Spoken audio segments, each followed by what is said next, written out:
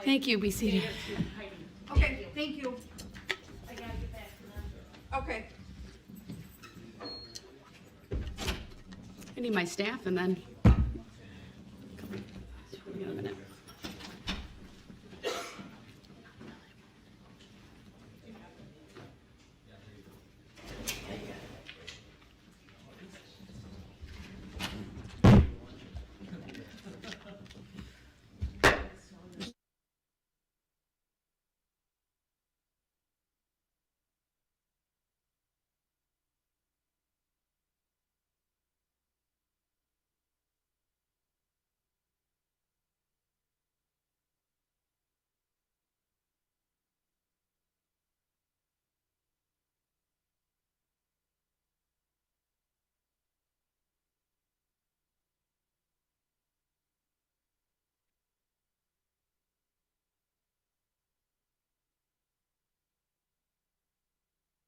All right, good morning, everyone. I will get started. I will call State of Wisconsin versus Darrell Brooks, case number 21 CF 1848. May I have the appearances, please?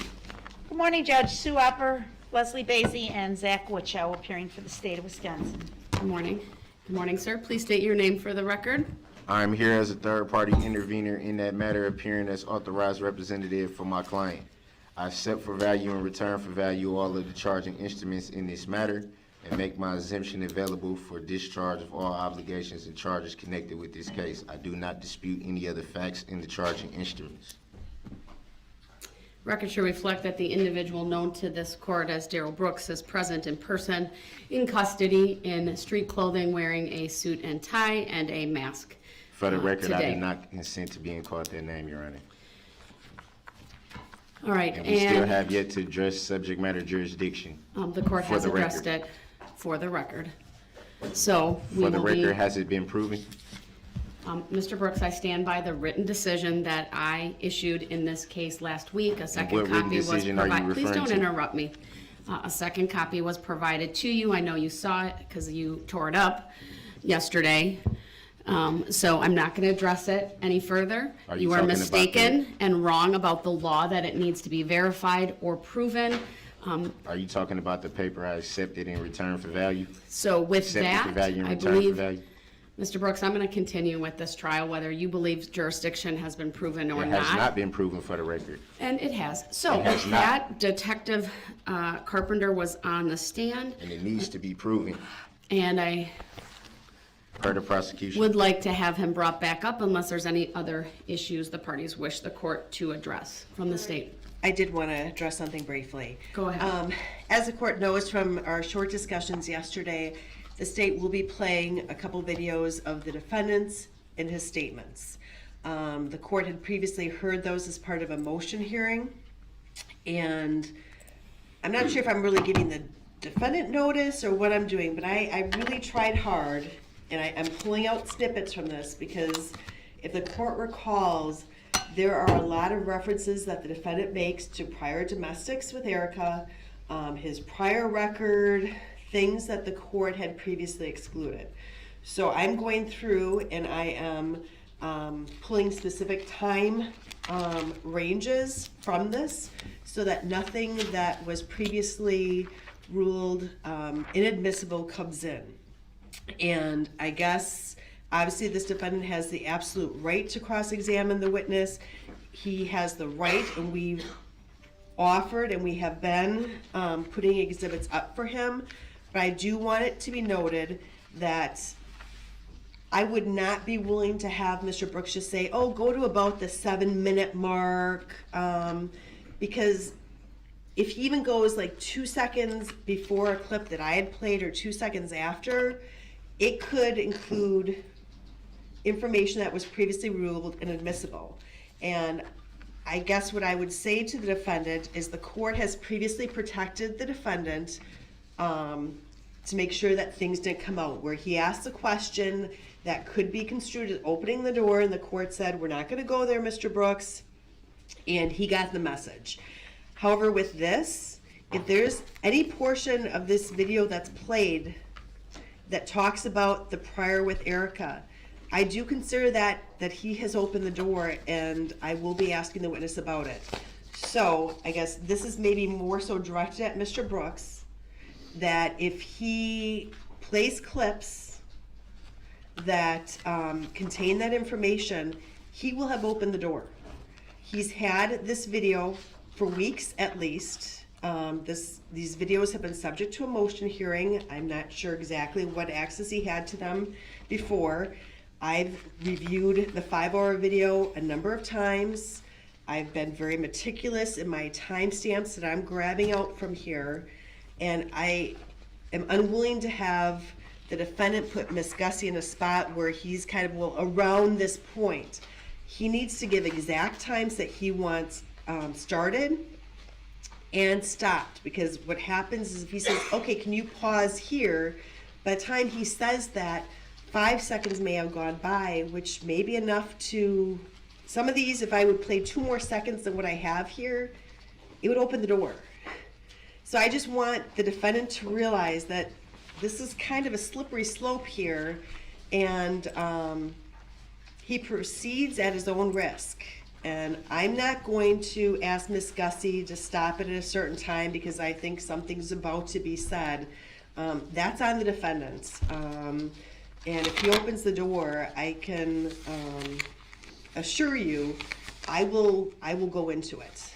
So I did want to put that on the record, Judge, not to be a jerk about it, but just once it's out there, I can't not address it. And if it's the defendant who brings it out there into the view of the jury, then I'm going to feel compelled to address it. And then I didn't know if the court wanted to go through the preliminary instruction that you had provided previously on the interpreter. My understanding is that Mr. Marquez speaks very little English. If you want to add the added paragraph, that would be fine for the state. I've had 2 discussions with him, and I would not say he is, that English is a comfortable language for him. All right, thank you. As to the first part, to what the state brings up regarding the redacted recording, I would remind Mr. Brooks the court did enter some rulings previously. Why do you have to roll your eyes at me? Let's start the morning off on a good I note, didn't sir. roll my eyes at you, so I don't think it's fair that you should say I rolled my I eyes saw at you you. roll your eyes at me. I'm not I gonna didn't roll debate my about it. eyes at you, so don't do that. Well, Mr. Brooks, I'd appreciate a little bit more respect. These I would too, rulings, Your Honor. let me finish, because now you're interrupting me. These rulings were entered by the court to prevent other acts evidence from coming in, but a defendant can open the door in a variety of ways. These recordings, and I have reviewed them previously, do contain discussion and statements by you regarding these other acts. And as you heard from Attorney Basie, she has all of the timestamps to stop at appropriate times so that the state does not run afoul of those pretrial rulings. You can open the door by asking questions, by asking for a video to be played, and not knowing those exact timestamps. I think it's important that I reinforce what the state has just advised you of, so that when you are watching the recording, as all of us will be, if there is something you want replayed and you want to cross-examine the witness about, that you know those time stamps, and then the state has graciously indicated they would assist once again in replaying portions of that video. I don't need a response from you unless you feel you would like to give a response to any of that. With all due respect, they're the ones that want to play the video, so I don't understand how I'm the one opening the door. They chose to play the video, so They're not going to play the entire video, though. They're going to redact out, probably stop, fast forward the portions that this court said would be inadmissible.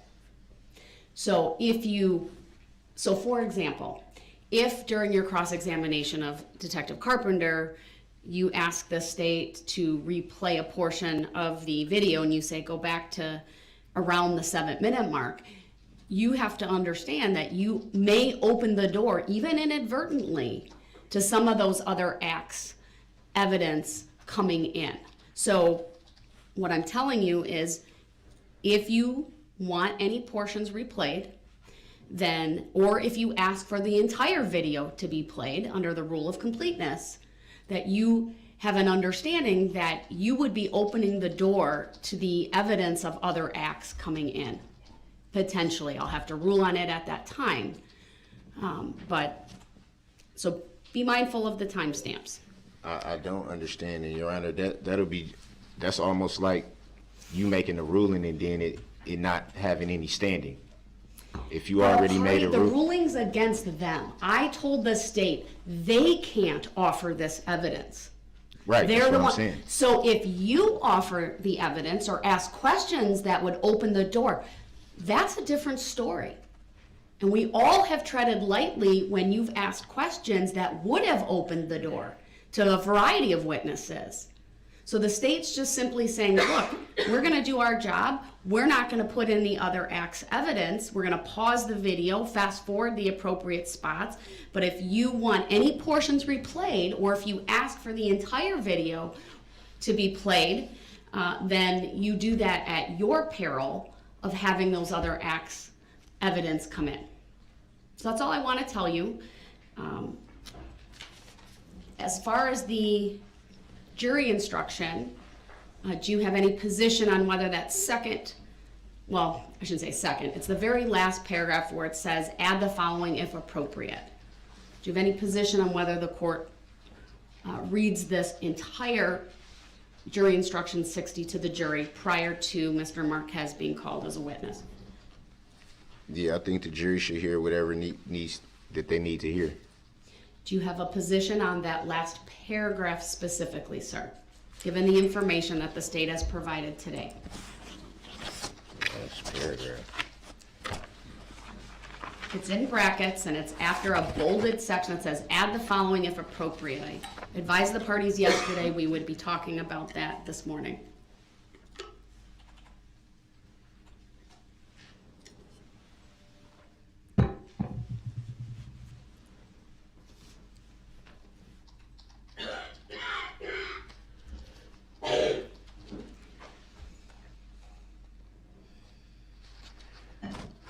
I mean, it was just stated that the witness doesn't speak very good English.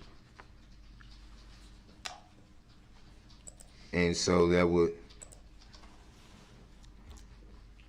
indicate that it would be a lot more work for the interpreter to make That's sure. not what I'm asking about, sir. I'm asking whether you have a position on whether I include the very last paragraph of that instruction to the jury.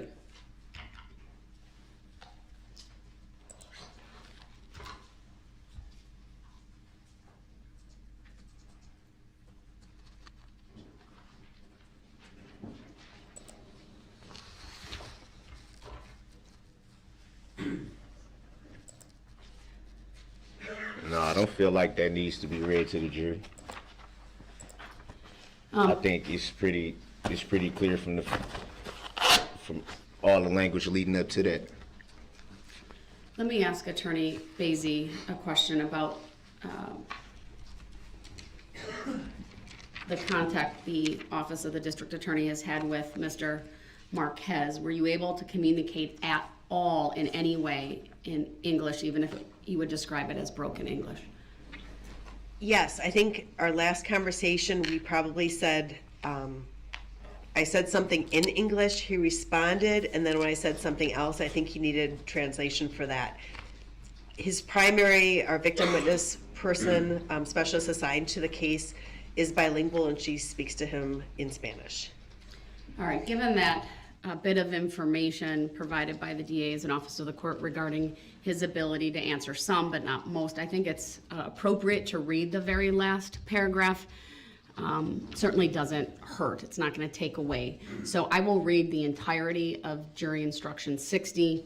Obviously, the part that says read here if appropriate comes out And then I will print that off, and that is what I will read at the appropriate time. Did that print, Madam Clerk? Quick question on that.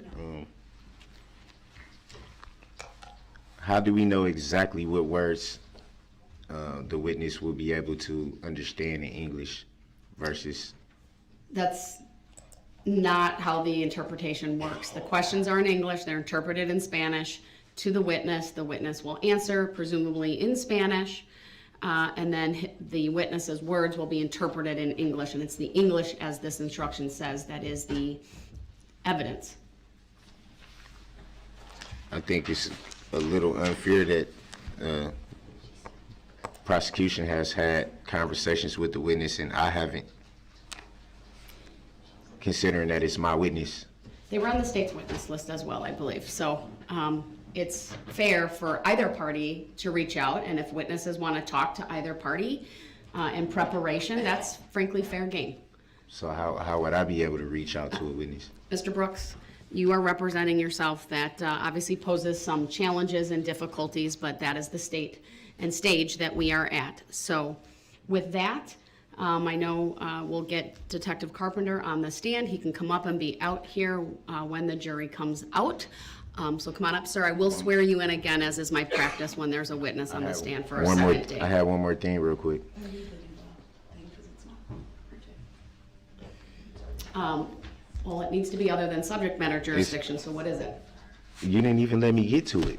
I said, what is it? I said it needs to be something other than subject matter jurisdiction. Can I What get is to it? You can sit. There's no way to know what I'm gonna say if I can't say it. Mr. Brooks, please tell me what it is you'd like to address. I want to address why my ICFs have not been addressed, because I know you have them. Why have I not gotten copies? I've gotten copies of every other ICF. Why not the recent ones? Sir, I am not going to be the intermediary anymore for ICFs that are directed to the clerk of court regarding copies. That's not explaining why I haven't I'm not even the been keeper of told the if record. So they've if there's been something received. you want me to address, then you should address your ICF to me and not the clerk of court. Well, where is the ICF? Sir, If I sent it, I I should be am able to get a not- copy. I've gotten copies of every single one. You need whether to they were ask addressed, for that from the clerk of whether court. they were addressed to you or whether they were addressed to the clerk of courts. I've always I'm not going been to address that told. further, Mr. Brooks. I'm not going to be the intermediary when So you what's have the- questions to the clerk of court So for what's the copies point and of me things like sending the that. ICF, me doing what you asked me to do, and sending them, and then not being able to know if they've even been received and get a copy of them, which I've been getting If copies you of did them not ever ask since. for a copy of the ICF, they don't have any obligation to I send that out to you. addressed it when I first sent it. I asked you on the record, did you receive it? Mr. Brooks, You I said- didn't receive anything because nothing has been sent to me. Well, So where's the if there's ICF? something that you need, then you should reach back out to the clerk of I court. shouldn't have to do But we're that not if I going to sent take it. up court time regarding an ICF sent to the clerk of court. Again, I will advise you once again, I did this the other day, if there's something case related, it needs to be addressed to me. If it has to do with the record, it needs to go to the clerk of court. And it was. Because I It was am sent to the not clerk of court. the But I custodian. still should be able to be told if it was received and get a copy, which you've done that before, every single ICF. And I told you I So why would does no it change? longer be doing that, sir, because of this very issue. It So you takes say, up so court now it time. changes, all of a sudden? No, it didn't change all of a sudden, sir, and you know that, so don't No, try to no, confuse the does record. it change all of a suddenly? Because No, I've been it- getting copies of everything I've sent, which is what you asked me to This do. changed last week, and you It know should, that. it shouldn't change. So No, I with don't know that, it. I'm bringing the jury out, and I'm not addressing this issue, So sir. I We're want the gonna copy of continue my forward. ICFs that I send. Send the request to the I don't clerk's have to send her office. another request. Where's the one that I just sent last week? All right, the jury is going to come out, so please be respectful. I will, but at the same time, you still have to, I did what you asked me to do. If you tell me to do something and I do it, and then now you're saying I'm not gonna get a copy, which you've been providing them ever since you told me to do it. Mr. Brooks, the rules on that changed last week. No, You know it that. did not. I'm still supposed to be able to say if it's been received or not. So why should I have to send multiple ICFs to even know if they've been received? That's ridiculous, Your I'm Honor. going to give the parties the final version of jury instruction 60, which I will be reading at the That's- appropriate time. Come on, you can't change stuff at the last minute. You No, asked me to Mr. do Brooks, I something. did it as a courtesy, You and act- frankly, no. you're not courteous to me. I'm not So even, the I'm not jury's even, coming out. I'm not even The referring record to should that. reflect that the I'm jury is referring to the coming fact, I'm out. referring to the fact that you haven't even had Mr. enough Brooks, respect to tell please me be it's been respectful received. to the jury. They're coming out. Okay, that doesn't mean that you shouldn't be able to tell me if my ICF has been received. ICFs that you told me to submit. You told me that. Ladies and gentlemen of the jury, you will disregard the commentary by Mr. I Brooks accept for at this value in point. return for value this document. Just like you've been hiding everything from the jury that they The need to jury hear. will disregard. The court is not hiding anything from the Yeah, jury. yeah, you are. So, Yeah, you are. Mr. Brooks, please be respectful of the jury. They're And coming you out. should be respectful We of are, what you asked you are me to addressing do. issues that are not related to evidence They in are. this case. You asked me to do Mr. something, I do Brooks, it, please. and all then right. now it changes. Everyone can be seated. Thank you. This is ridiculous. Just like subject matter jurisdiction hasn't been proved. Just like you're making judicial determinations that you don't have to prove on. anything by law, Hold on. which is a tacit agreement by you, Your Honor. Ladies and gentlemen of the jury, please disregard the statements currently Why? 'Cause being it's made true? by Mr. Brooks. Why? They 'Cause are it's true? Incorrect statements of the law. They Then are prove not that they're evidence. incorrect. Prove. In this case. Where's the proof? Where's the legal proof? And you need to disregard them. Because you don't have it. And we are don't going have to legal continue proof. with testimony, Mr. Brooks. I warn I you, don't- do I don't- not interrupt. I or don't we identify by will that have a name. discussion about whether you will continue to be here.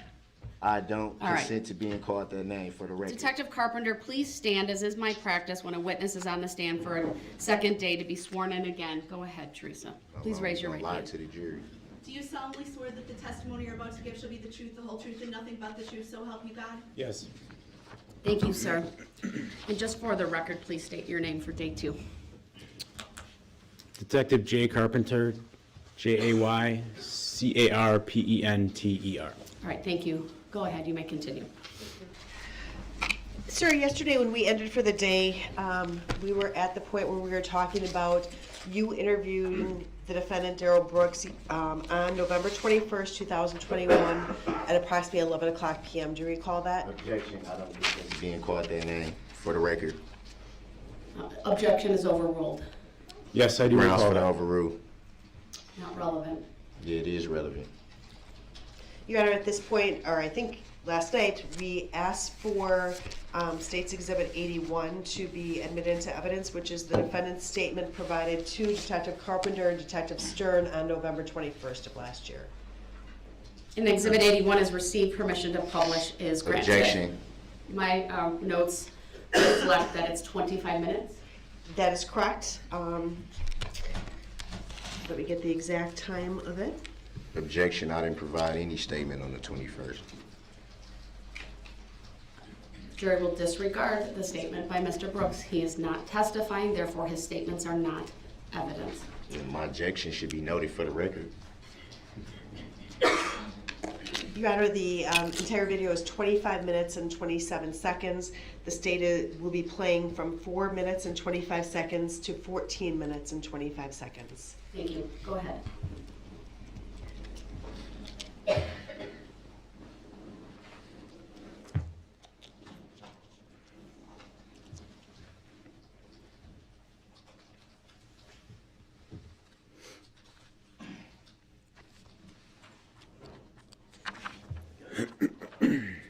So before it begins, I just wanted to clarify, we had talked about it last night a little bit.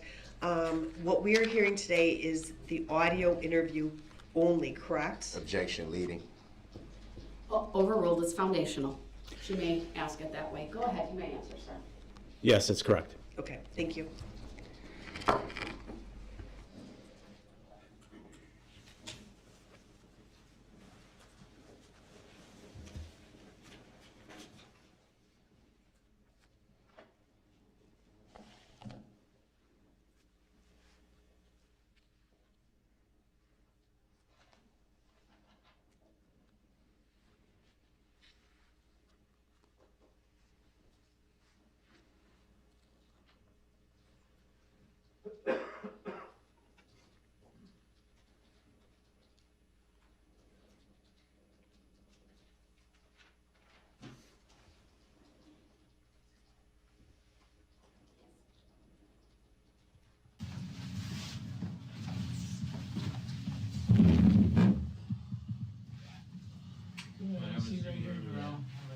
I'll go grab you your water.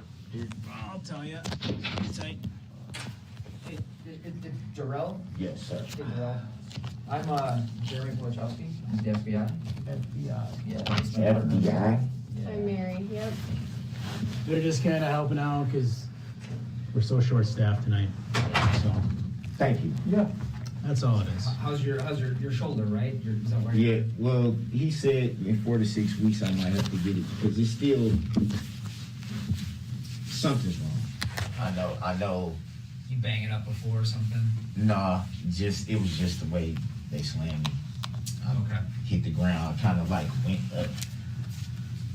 Boom, boom. That's where the knee came from. But, yeah, but the shoulder, I know something's wrong. Yeah. He said 4 to 6 weeks. The MRI won't be able to tell if anything's torn or anything like that. So Okay. FBI though. We help out our local partners all the time. This is just something that we're here to help Because out. I'm like, what? Yeah, believe it or not, we work at NPD a lot. We come down here, so we're kind of all over the place. But yeah, like I've Detective never, Carpenter like, said, we're y'all for real, the FBI for real.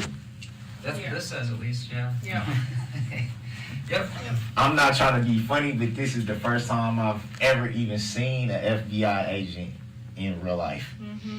We get that reaction from most. No, because it's like, Yeah, am I in a a lot. movie right now? Y'all sure Don't- y'all not punking don't- and pranking me or something? Yeah, let, you don't need to let that Yeah. freak you out or anything. Right. And again, we Yeah. do work, so we work on a task force with MPD quite a bit, so I'm we are out gonna with. put my arm like this just to stretch it out, just to, I don't want you to think I'm doing nothing crazy. You good? Just You good? it leaves some pressure. Something good. right up in, No, you're good. Yeah, like she was saying, don't let the, don't let them don't let them make you nervous. Okay. You'll be talking to me mostly and my partner a bit. No, they'll ask you a little too, but just trying to get to the bottom of everything. Look, you were found basically running around in the yard. You said you grabbed dude's phone. That's No, I great. didn't grab it. Well, I asked I him. don't mean you stole it. You Oh, yeah, asked yeah. for it and you made a call. And that's just kind of what I'm up here to start with and get the background about it. If you're willing to tell me just what you were doing in the yard, because obviously we have the perception we got, like I told you. They said, okay, they had us write this warrant, get some of your blood. But I have one side. So what am I missing? I'm missing Darrell's side, right? I don't know what created all this, why these people are calling us. And I can't really clear that up, or I'd like to clear that up, but best way to clear it up is if, you're willing to talk to me about it, okay? And that's just kind of what I'm here to sit down and chill with you about. We've been talking to you, about 4 hours now? And we've Probably been pretty, longer. Yeah, it's been pretty cool, it's been Probably pretty laid longer. back, so I'm looking to keep it that way. I'm not looking to pull any fast ones on you, that's why I've been straight with you to that point. I'm gonna keep doing that now, right? Darrell, is it Darrell? Do I have the spelling right? Yes, sir. And it's E. Edward, like full middle is Edward, right? Yes, sir. Brooks, Brooks. Yes, sir. Okay. And just verify your date of birth for me. 22182. 82. So you're 39? Yes, sir. Okay. All right. Married at all? No. No? As little as I am, I'm like, you ain't have to slam me. Yeah, how many kids you got? 3. 3? How old are they? 18, 14, and 7. 18, 14, and 7. Yeah, what do they Yes. like to do? My baby girls, they into everything that's going on right now. The TikTok, the Yeah. Always on the phone, Instagram. right? They always dancing, making video. My oldest daughter just started high school, Yeah. and my baby girl she just started the 1st grade. So Yeah. So they could all my like, son is the oldest. My girls are the youngest. they could like build a computer, but can't normally talk like we know how to, right? So you're born in Milwaukee? Actually, Detroit. Detroit. Yes, Okay, sir. but living in Milwaukee now? Yes, sir. Grew up here. We left Detroit when I was I don't even think I was walking and talking yet. So, Okay. Milwaukee's home, Wisconsin's home, born and raised. Okay. Not working right now, right? No, not at the moment. What do you do when you're working? What do you like consider your job? No. The last job I just had, I was working at a sheet metal place. Okay. Basically just they would have like these like hook things Like you just basically, it's strenuous because you got to do a lot of lifting, and it's a lot of heavy lifting, but you basically just hanging these pieces on these hooks, and they're going through the thing, they're steaming them, painting them, then they come back around, and then you just box them up and load them. So you're not married? No. You have a girlfriend? Yeah. You live with her? No. What's her name, your girlfriend's name? Her name is Erica Patterson. How does she spell it? Erika. P-A... Yeah, Patterso. Okay, and it's 4014 North 19th Street in Milwaukee. Do I have the right address? Yes, sir. Is that an apartment or a house? It's a house. Okay. What's the zip code there? 53209. Okay. And last grade you completed in school? 12th. Grade? Okay. Graduated high school? Yes, sir. What school did you go to in Milwaukee? Riverside. Riverside? Yes, sir. Milwaukee Riverside Tigers. I see you smile. You know about Riverside, man? I heard things. We kicked y'all butt in football. Nah, it was West Dallas. Oh no. I don't think we play Riverside. Yeah. Okay. All right. So yeah, I appreciate all the cooperation and all the good dialogue we've had, to this point, Darrell. Being that you're sitting here and I had some handcuffs on you before and all that jazz. Absolutely. You familiar with your legal rights? Yes, Have I you ever have. had those read to you before? Yes, I have. Okay. So as you can see, they're written on this paper. So because, if I was sitting here and talking to you on your couch, we wouldn't have to worry about this. But because you're here and not in your home, it's kind of a thing I got to read to you, okay? And again, it's just something I got to read to you before I kind of get your side, or hopefully get your side here, and love to hear your side. I'd like to know what Darrell has to say about, okay, we got some people calling us saying this, he said, you made hundreds before. No, I wasn't driving. Someone thought you might have been. He had to get that warrant. He ended up calling a guy just to use his phone, kind of loitering around, and just, how you ended up kind of being it. That's what they say. No. I was gonna say I knocked on his door to use his phone. Yep. Definitely. Right, but it probably wasn't him that called because he got his phone, but someone was concerned about something. So just trying to figure out what's going on down in that neighborhood. Does that make sense? Yeah. Okay. All right, Darrell. He kind of, like I said, Cool. that wasn't probably the best, but I was just like, That is I what it need to is. get an Uber. Yep. I have money on my Cash App card, Yep. so I'm not trying to rob anybody. Sure. I'm Yeah. not trying to break it and honestly, you can tell I'm not drunk. I'm not, Yep. under the influence of anything. So Okay. All right. so basically what it was. Okay. All right. In regards to these, Darrell, then, do you understand that you have the right to remain silent? Just answer everything with a yes or no. Yes, sir. And then I just write down your reply. You understand if you give up that right, anything you say may be used against you in court? Yes, sir. Do you understand you have the right to consult with an attorney and have an attorney present during any questioning? Yes, sir. Do you understand if you cannot afford an attorney, one will be provided to you by the court? Yes, sir. Understanding the above rights, Darrell, are you willing to speak with me, us, primarily me? I'm the one that's going to be doing most of the talking probably. I just want to know a little bit more about what's going on, just a little bit, because Like I I'm told just you, I know very confused. little. I just know that, you were down in this neighborhood, someone called, they didn't know what you were doing down there and things like that. So I got limited from their side, but I'm looking to see, what you have to say about it. I'm looking to see, maybe the caller was just on some BS down there. I don't know. I don't know. But I can't really show the court that if I don't have, if I haven't talked to you. So that's why I'm here, just to kind of see what you got to say about it. Get your side of it.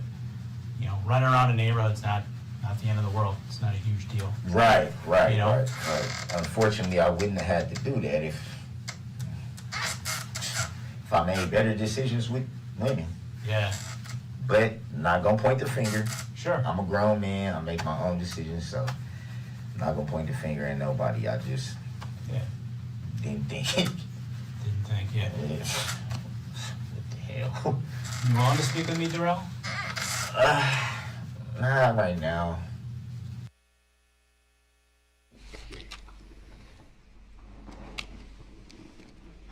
So, was a decision made to speak with Mr. Brooks the following day. Objection. I don't consent to being called that name, leading the witness. The objections are overruled. The witness may answer. Yes, ma'am, it was. Now, when you spoke with the defendant on the 21st, what, did you have some general information as to casualties from Yes. the parade? Yes, I did. What information did you have at that point? At that point,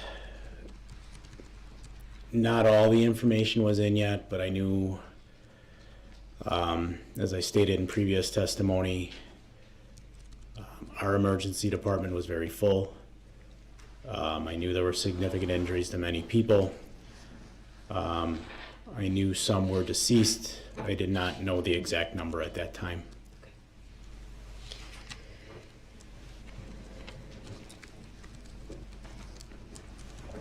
You had approximately another couple minutes of conversations with Mr. Brooks before you called it a night. What was the vibe that you got from him during those couple minutes? Objection. I don't consent to being called that name, as leading the witness. The objection's overruled. You may answer. I would say friendly. I think when you heard the clip there, Mr. Brooks jokes about Riverside and football. The individual he was talking to at that time was Detective Stern, as you can't obviously see him in the video. I could sense, and I believe you can hear it in Mr. Brooks's voice in that clip, the FBI put him on edge. It was unusual to see them. I could sense the nervousness. He did transition as I talked to him more throughout that clip into a more normal conversational tone again. But when I was speaking with Mr. Brooks casually throughout the night, that was the type of tone he had with us. It was very friendly, and he seemed, when it came to myself and Detective Stern, very comfortable speaking with us. Now, you had stated your initial intent was to talk to him about loitering in the area that he was arrested. Do you recall that? Objection. Speculative. Overruled. The witness may answer. Yes, I do. Did Mr. Brooks at all talk to you about the loitering in terms of what the focus of your investigation was that night? Objection. I don't consent to being called that name, leading the witness. Overruled. The witness may answer. Yes, the statements he made in there, about, being in the area because he needed an Uber. He says more, to us about not knowing the area of Waukesha. He doesn't know the streets, things of that nature, and he just needed an Uber to get home. So yeah, that was his reasoning for being down there, and he stuck to that reasoning the entire time. Direct your attention then to the next day. So, strike that. That night, was he transported to a Muskego Police Department? Yes, he was. And did you go to Muskego Police Department? Yes, I did. Did you transport him? So it was a dual transport. Officer Leha from the Waukesha Police Department responded to Waukesha Memorial Hospital in a marked squad car that has an appropriate rear backseat transport compartment. Mr. Brooks was placed in that car, and myself and Detective Stern followed in a separate car. So once you get to City of Muskego Police Department, do you do anything there? Objection. Leading. Overruled. You may answer. Not the first night. Myself and Detective Stern stood by while some basic medical questions that were part of Muskego Police Department's policy as far as holding a prisoner were asked of him. I was there until Mr. Brooks was placed into his cell. Once Mr. Brooks was in his cell, I explained to him that me personally, would be returning the next day to speak with him more and give him more information about the investigation. Did Officer Leha end up staying at the Muskego Police Department with the defendant? Objection. Speculative. Overruled. Yes, he did. Why was that? Objection. Leading. Overruled. That was Muskego's request, being Mr. Brooks was, because of the transition and we did not have our own municipal lockup facility, We requested to use Muskego Police Departments and they allowed it, but being Mr. Brooks was technically in our custody, they requested that one of our officers stay there to do the monitoring and the jail checks. So did you return to the city of Muskego Police Department the next day, November 22nd, to speak with Mr. Brooks again? Yes, I Objection, did. I don't consent to being called that name. Overruled. You may answer. Yes, I did. Did you return with anyone? I returned with Detective Ben Stern. Now, what was the plan for this interview? You had said the previous day the intent was to kind of start very low, just looking at loitering. Did you have a plan going into the interview on the 22nd? Objection, leading. Overruled. I did. What was that plan? So the plan was different from the prior day. So the interview with Mr. Brooks on the 22nd didn't start till about a little after noon that afternoon, 12:11 p.m. to be exact. Around 8 a.m. that morning, there was a briefing with all officers that were involved where I learned some additional information. One of the things I learned that morning was that there was a domestic abuse incident that had occurred between Darrell Brooks and Erica Patterson, something I was not aware of when I was with Mr. Brooks during the evening hours of November 21st. There was also much more information at this point in regards to the parade incident. As I had stated in my earlier testimony, it was very, very chaotic that first night between radio traffic and what I could hear going on down in the downtown. As I had stated, it was really unlike anything I've ever been involved in. But by Tuesday morning, the 22nd, we had narrowed it down to basically just Mr. Brooks, that there were not 4 people in this car, we were looking at 1 man. So he was now a suspect in the domestic abuse and driving in the parade. So I chose to begin the interview on the less serious matter, that being the battery charge that he was looking at with Erica Patterson. Now, you said Tuesday the 22nd. Monday, excuse me. Okay, thank you. And what do you try to do when you're meeting with someone? Do you try to establish any type of rapport with that person? Is that helpful? How did you approach this interview on the 22nd? Objection, leading. Also staying as to the form of the question, it was actually compound, if you could rephrase. How did you approach the questioning of Mr. Brooks on the 22nd? Objection, I don't consent to being called that name. Overruled. The witness may answer. So when I began to speak with Darrell Brooks on the 22nd, I began with some very light conversation. I explained to Mr. Brooks that I had more information from the previous day. I explained to Mr. Brooks that his girlfriend at that time, Erica Patterson, had made some domestic abuse allegations against him that were physical in nature. I didn't indicate to him exactly what she said he did, but that there were physical allegations.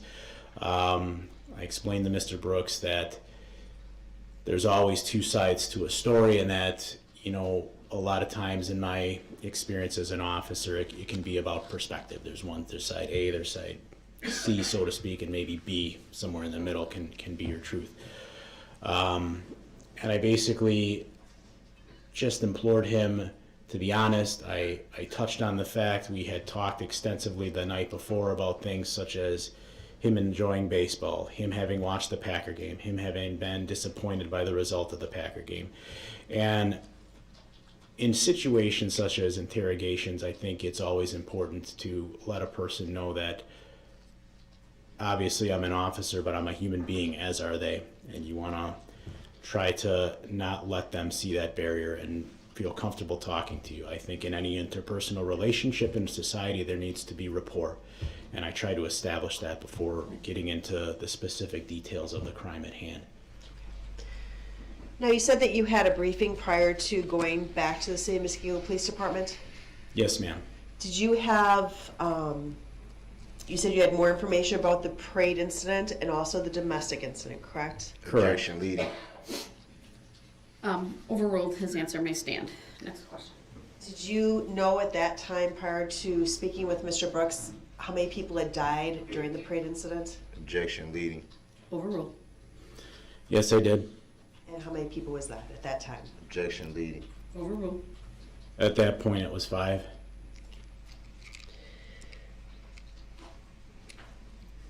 So did you confirm, again, personal information for the defendant before starting the interview? Yes, I did. Did you read the Miranda form like you did the night before? Yes, I did. I'm going to show you what's been marked as State's Exhibit 174.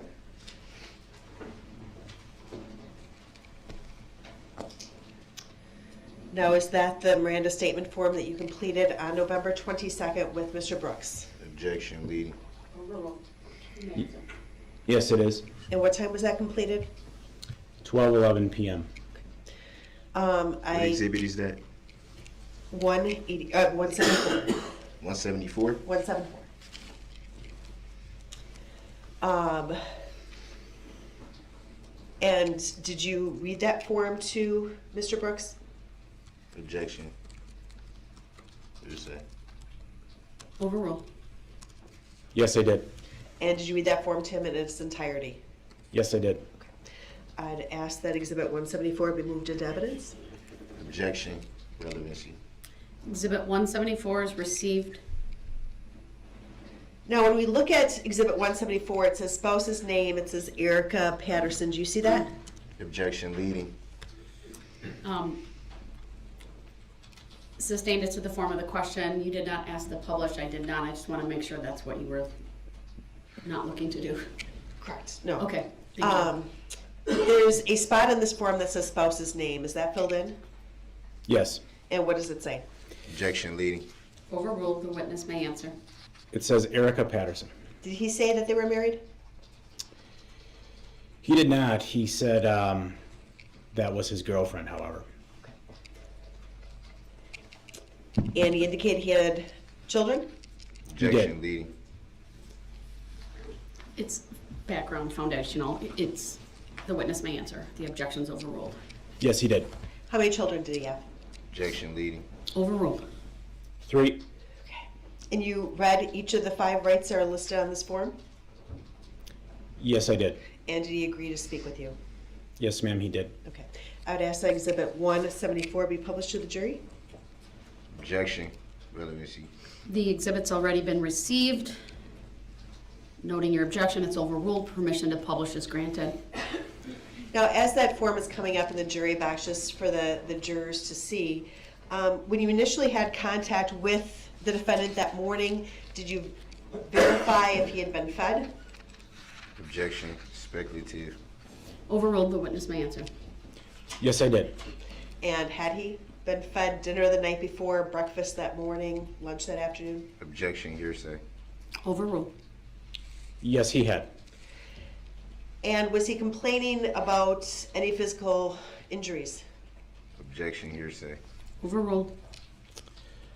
Yes, he was continuing to complain about, excuse me, he was continuing to complain about the injury to his right shoulder, which he still at that time was asserting occurred when officers at the time of his arrest body slammed him.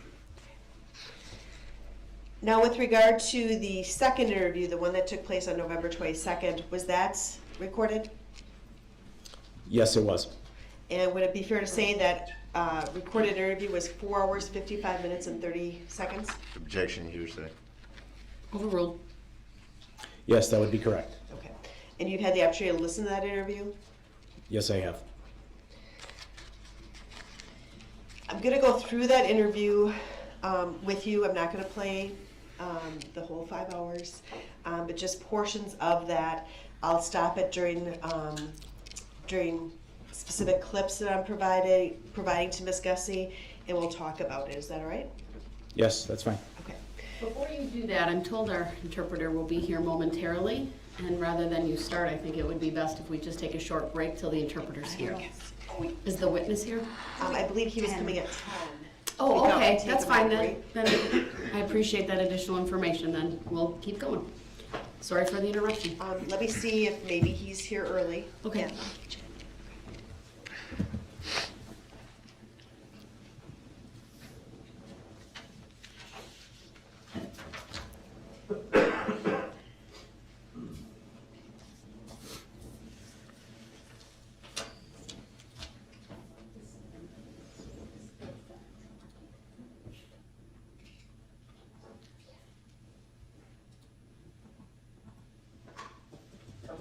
not here yet. Okay, then we will keep going and just let me know when the witness gets here. Okay, we can take this exhibit off the screen. If we can go to 7 minutes and 30 seconds to 8 minutes and 20 seconds. To 8.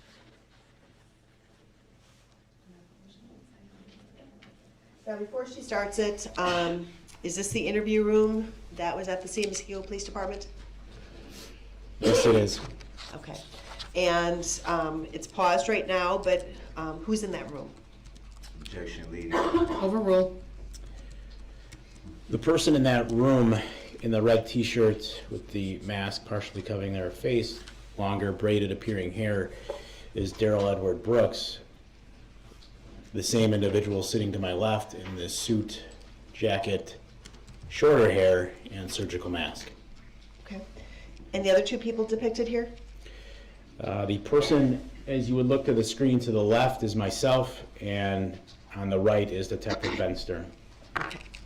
So again, going to 7 minutes and 30 seconds.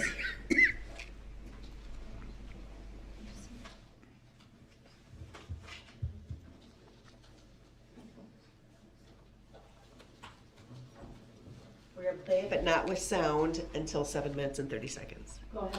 Okay. So it now is at 7 minutes and 30 seconds. If we can play until 8 minutes and 20 seconds.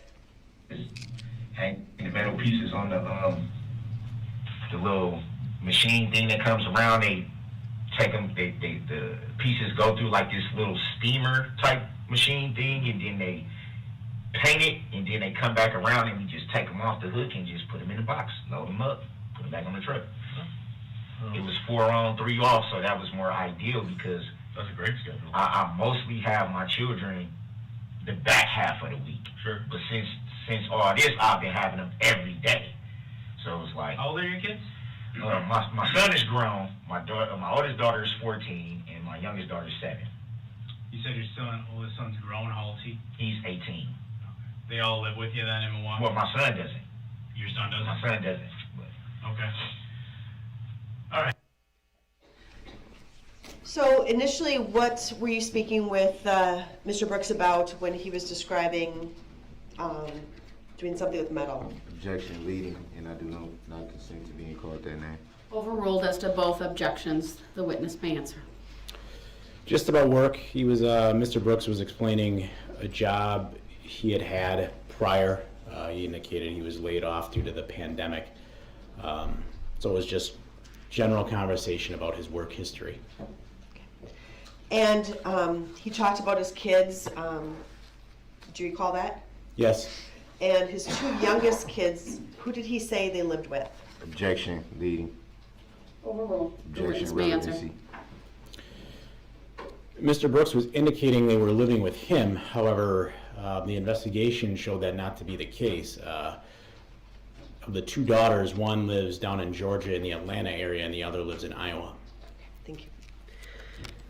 Now directing your attention to 14 minutes and 15 seconds into the interview, and I'd be playing that until 15 minutes and 48 seconds into the interview. It is currently at 14 minutes and 15 seconds. If Can I we- have those timestamps again, please? Sure, 14 minutes and 15 seconds beginning to 15 minutes and 48 seconds. Thank you. I'd ask that that be played at this time.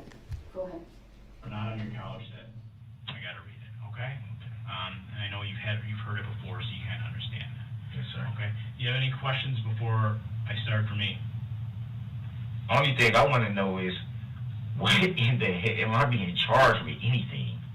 Well, she's making some, like I said, alleged allegations against you, kind of, for being physical. So that's what, if that's BS, that's what I'm looking to hear from you.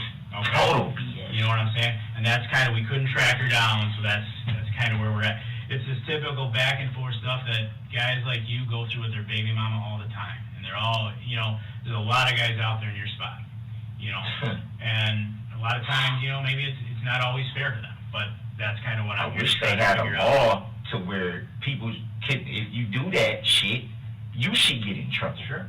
Yeah. Like, why? You shouldn't be able to just be like, oh, I'm pissed off, so I'm gonna call and do this. Yep. I agree. Like why would you put me in that situation and then you know we're gonna end up being together anyway? And that's Why what would you we're do that? Trying to judge that credibility. Yep, and that's total BS. So that's what that's why we're sitting in here with you to try to sift through the BS if that's what we got, and go from there. Crazy, man. Does that make sense? Yeah. Oh, All right. Fucking girl, man. I said this last night too, didn't I? She get drunk and remember I kept saying that she fucking acts a fool and I'm the one that pays for it. Yep. Can you tell the jury a little bit about this clip? Overruled. So in this clip here, I'm just explaining to Mr. Brooks the background of the domestic abuse allegations that, officers had received from Erica Patterson, and that I was looking to get basically clarity on that, his side of the story on that, have him help me understand what aspects of it may or may not be true, and just walk me through what had occurred between the two of them. Again, although we're approximately 15 minutes into the interview, have you mentioned anything about the parade incident or any victims? Objection. Lee. Overruled. The witness may answer. I had not said anything about that at this point. And why was that? So what I wanted to do with this interview, as I stated in my earlier testimony, I wanted to start with the smaller things and get to the bigger things. The parade incident with the injuries of the individuals and the loss of life was obviously very serious. Part of what I believe as an investigator is very important is gauging credibility into the interview. And one of the ways you do that is you need to be careful. Obviously, at some point, if I'm going to take Mr. Brooks to jail, I have to tell him what he's being charged with.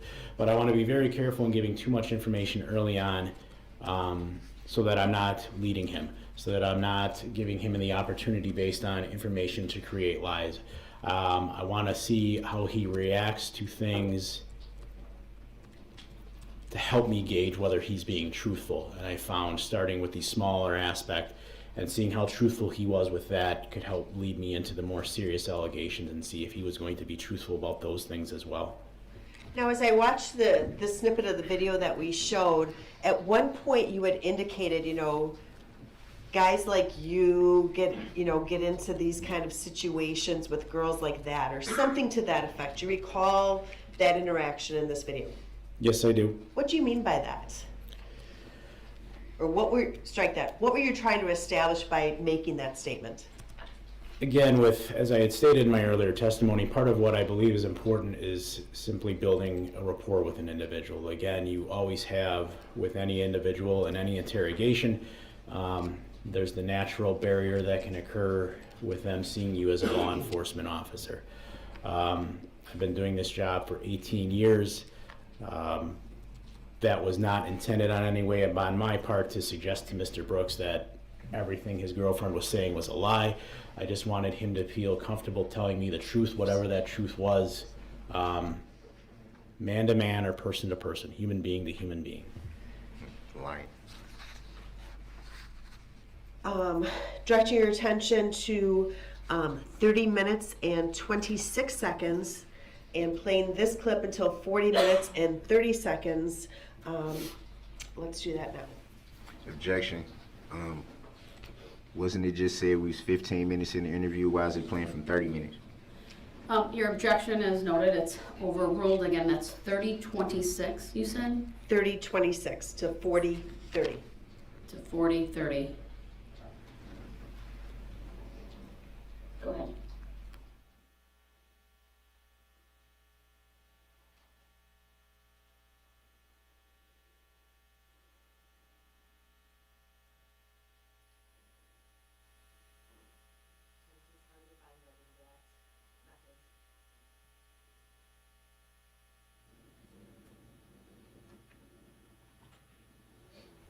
No, What brought you to Waukesha yesterday? How did you get out here? I was meeting up with a friend to watch the Packer game. Okay. That's the only reason why I was out here. Where did you go to watch the game? To a friend named Stephanie. A Her house, a bar, or? A house. Yeah, I don't mean to make you uncomfortable or anything, but what's the address there? What's she I on have it? no idea about Waukesha. I don't know the streets. What was I it don't near? I know you had to see something near it. know. So what was it near? Like a gas station? Have you been to the house before? No, Never before? no. What's Stephanie's last name? I have no idea. I have no idea. When did you guys set this up? Maybe a couple days ago. Okay. Like I said, I have a few friends. I have a few friends in Milwaukee that have people out here, so Okay. it's not, I don't, like I said last night, I don't know the streets in Waukesha. It's not where I usually hang out at, so I couldn't say, well, this street, and this, you know, I couldn't. All right.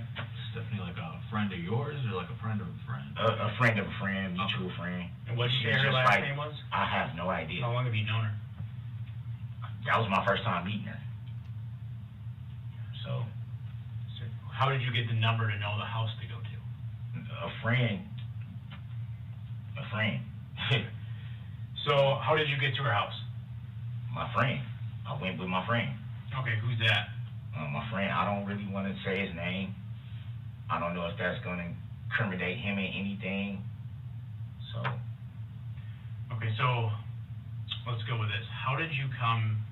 I know you saw Erica yesterday in Waukesha because we talked to her. Now I don't know everything that went on, and I'm not saying I believe everything she told the other officers. How did you come to meet with her in Waukesha? One, and two. You say you don't know Waukesha, but where did you meet her? A gas station, a park? I know you met her. Where did you meet her? What happened yesterday? Yeah, So, it was- because if this is BS, like you say, and I know you met her, what happened? I So met her what at happened when you met her? Where did you meet her? Let's start with that. by a gas station. Okay. I don't know what I was supposed to be getting some money from her. How did? Okay. For what? It was the rest of my money that she had of mine that she was holding for me. Okay. How much? It was supposed to be $350. Okay. And what did she? Why did she have it? Why was she holding Well, it? she had been holding it for me for a few weeks now, but like I said, I hadn't seen her. She had seen Right. my But mom what was she already- holding? Why did she have it? Why was she holding it for you? She was just holding it for me because I told her to hold it for me. But it didn't have anything to do with, this was weeks ago. She had been holding the money. And because I had no contact with her, I couldn't tell her, and my mom wasn't gonna let her come to the house to bring it. Mm-hmm. And I told her, look, man, if I'm gonna be out there, I'll meet up with you and get the money, but I'm not hanging out with you, I'm not having sex with you. And she was just like, oh, you wanna kill? I'm like, I'm not finna do none of that. Okay. You know what I'm saying? I'm not supposed to be around you. I get that. I understand that. I'm not going to lie to y'all. I'm not supposed to be around you. I love you to death, man. You're my baby mama. I'm not going to, you know what I'm saying? It wasn't supposed to be like a hangout thing. I told her, I'm like, I'm out here. And she's like, oh, where you at? Where you at? Where you at? And I'm like, look, I'll meet up with you to get the money.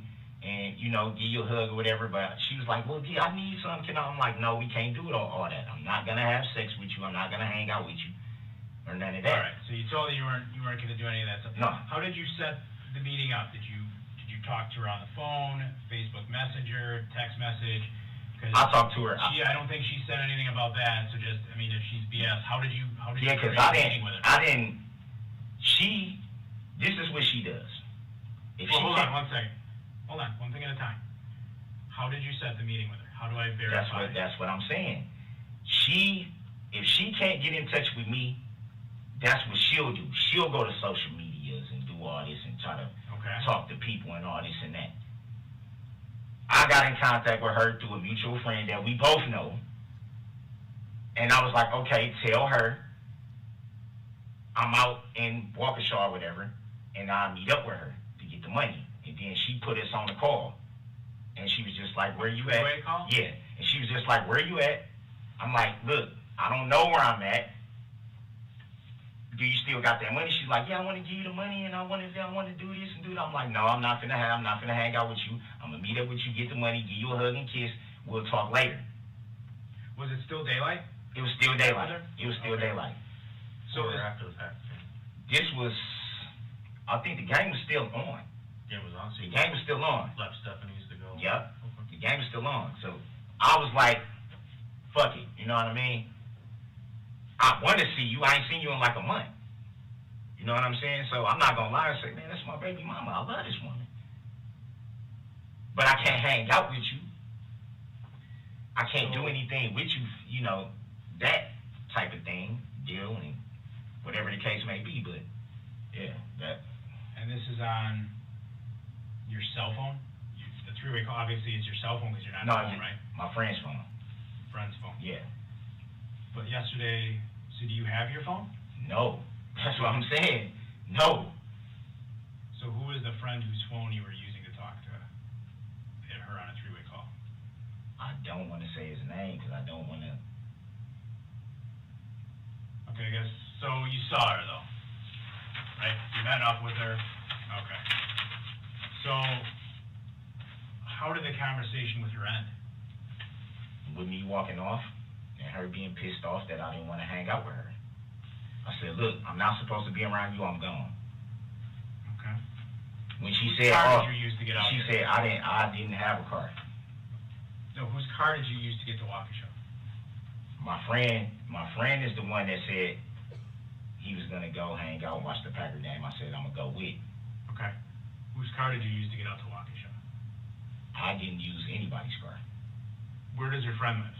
My friend lives in Milwaukee. So, you didn't walk to Waukesha. Whose car No. did you guys use to My get friend, out? I just said my What friend. type of car does he have? I I'm just trying to figure out how you got here. Yeah, I know, but it seemed like you trying to like spin me up or something. Like I'm just asking how you got here. Whose car did you drive out here? I didn't drive at all. Whose car did you come out here in? My friend. Okay, right. What kind of car is it? So here's the thing, Darrell. Okay. Obviously, you know, she's coming at us. I told her she's talking about some domestic related issues, okay? You know, I don't know if she's on BS. I don't know if she's not. I'm telling Hold you. on, let me finish. Let me finish. I don't want you to get. Yeah, because Hold on, let me finish. You know, I don't entirely know all that, okay? I'm just right now trying to figure out how you get out here. So I got to step out with my partner for a minute. Just relax. I want you to get you all nervous, okay? But, you know, I'm not trying to be confrontational, but I don't think when you meet her out in Waukesha, and you're not from Waukesha, I think a reasonable question is to ask, how did you get out here? Yeah. Whether you drove, someone else drove, and if so, when you got out here, what type of car you were in. So just, every hour or so, my boss, he knows we're out here. I just got to call him and say, yeah, we're talking. I'll call you back later. Just got to step out, throw in a line with him, and we'll come back. Just chill out here, enjoy your soda. We'll be right back. All right? Sound good? Okay. So we done talking or? No, No, we'll be no, back in come a back minute. and Just talk. chill out, and we'll be back. You I just don't gotta wanna make put you that back in call. So I just got to make that call. That check-in call. All right? In the middle of the conversation? Well, do you want to tell me about the car? Just go another couple minutes. Yeah, but I'm I mean, just, I got to call him. I can come back, but I just. listen, I'm willing to listen, Carpenter. You've been straight up with me. You've been straight up with me, right? All I'm saying is I just want to know what I'm looking at and if I can just notify my girls. That's it. I don't have a problem with talking to you guys at all. I just want to know what am I looking at. That's Well, it. at the start, she called about some domestic abuse-related stuff. Now, I didn't talk to her myself. I told you that at the start. You said she was crazy. We talked Y'all about know it. that. Y'all talk Yeah. to the woman. No, I didn't. Oh, Other I officers- apologize. You talk. Other officers that we listened to the interview. Slow down, Darrell. Did she look beat up? Did she look like, dude? Darrell, Like, listen come to me. on now, man. Slow down, dude. All right? We can't explain it to you if you keep talking over us. You know what I'm saying? All right? I didn't talk to her. I didn't see her. Okay? Now, Okay, with regard to that clip, sir, we we have a lot of talk about her, meaning her. Who is her? Objection leading. Overruled. The her in this case is Erica Patterson. So did you have some conversations with Mr. Brooks before this clip about his relationship with Ms. Patterson? Objection leading. I do consent to being called that name. The objections are overruled. The witness may answer. Yes, I did. Now, at the end of this video, not the end of the video, but the end of this clip, again, he is saying, "What am I looking at?" Do you recall him saying that in this video? Objection leading. Overruled. Yes, I do. Was this a theme throughout this 5-hour video?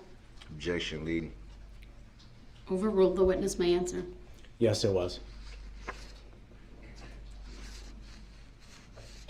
Did he, you had stated initially when he came into the room, he had complained about some shoulder pain. Yes, he did.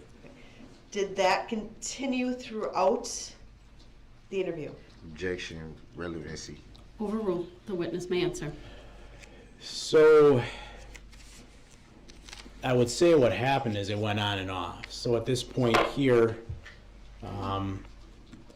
the interview at this point in time was what I would describe as laid back. A lot of it was simply getting background about the overall relationship between Mr. Brooks and Ms. Patterson. During that time, he was fine. He was moving his arms, as you could see in this clip. He wasn't complaining about pain.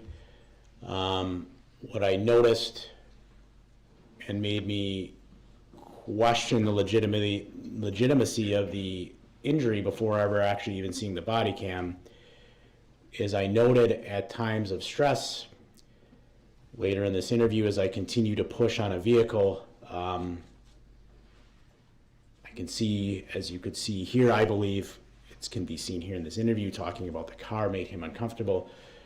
Complaints about the pain would suddenly come back. How about the request to be told what he's looking at? Did you see any correlation between that and what was occurring during the interview? Objection speculative. Overruled. The witness may answer. Yes, that, as I say, that continued throughout the entirety of the interview, and you know, really at this point was a little unusual because right now he had been told he was looking at the domestic. The parade hadn't come up, so a reasonable person, I believe, at this point of the interview knew what they were looking at. They were looking at a domestic abuse incident. Why simply asking him how he got out here as far as transportation made him nervous was alarming.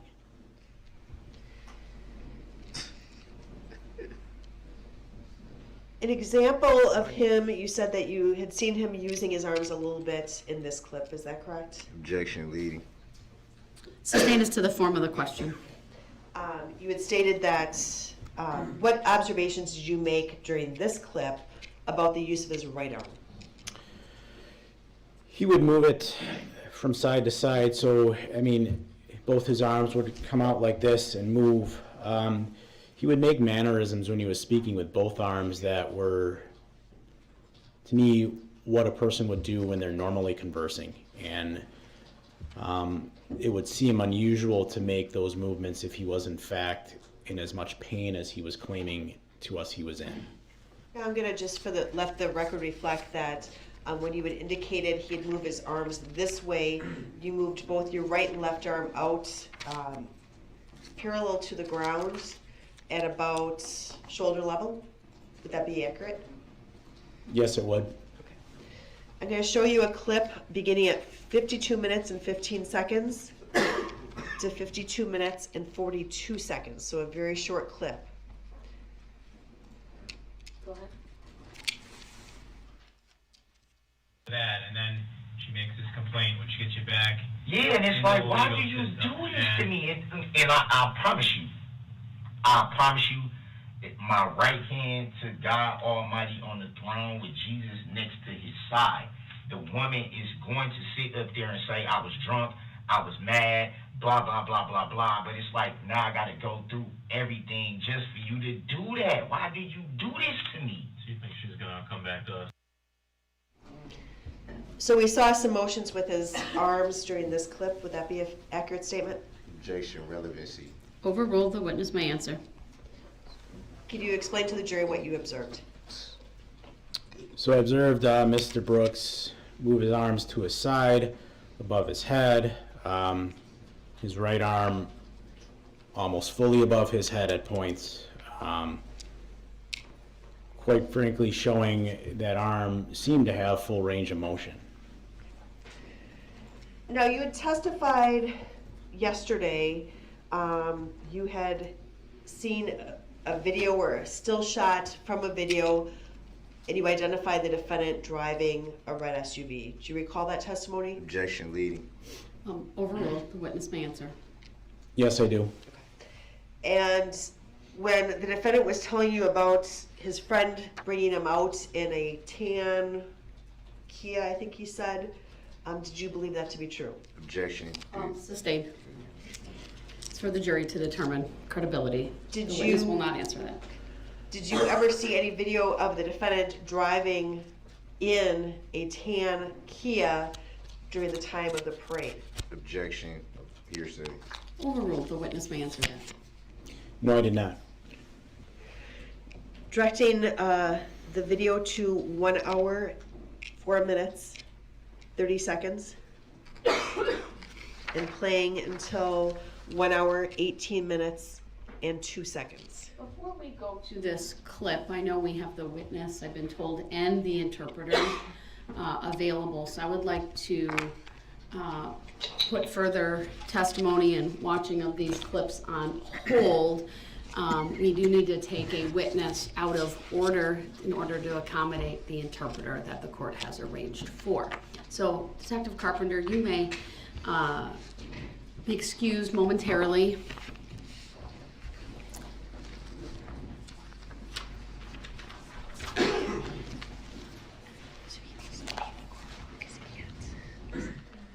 And then if Mr. Ryan would accompany the witness, this will be Mr. Juan Marquez being called by Mr. Brooks. Yeah, Jen, can we, I'm gonna need that chair up there. Sorry about that. We can get another chair if we need.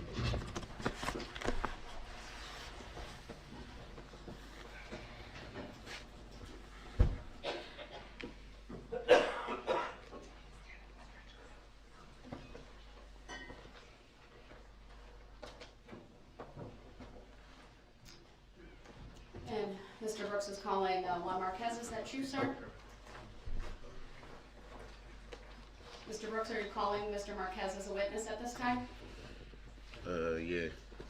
All right, Mr. Marquez, if you would accompany the interpreter all the way to the witness stand.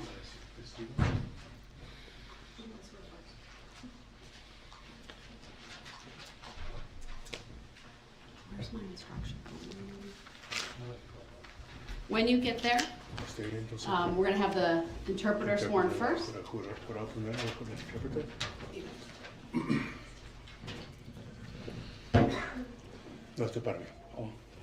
Do you swear that you will interpret truly, accurately, completely, and impartially in accordance with the standards prescribed by law, the Code of Ethics for Court Interpreters, and Wisconsin Guidelines for Court Interpreting? I do. Certified Spanish interpreter Patrick Ryan. Thank you. And Mr. Marquez, would you please raise your right hand to be sworn by my clerk? Do you solemnly swear that the testimony you're about to give shall be the truth, the whole truth, and nothing but the truth, so help you God? Sí. Yes.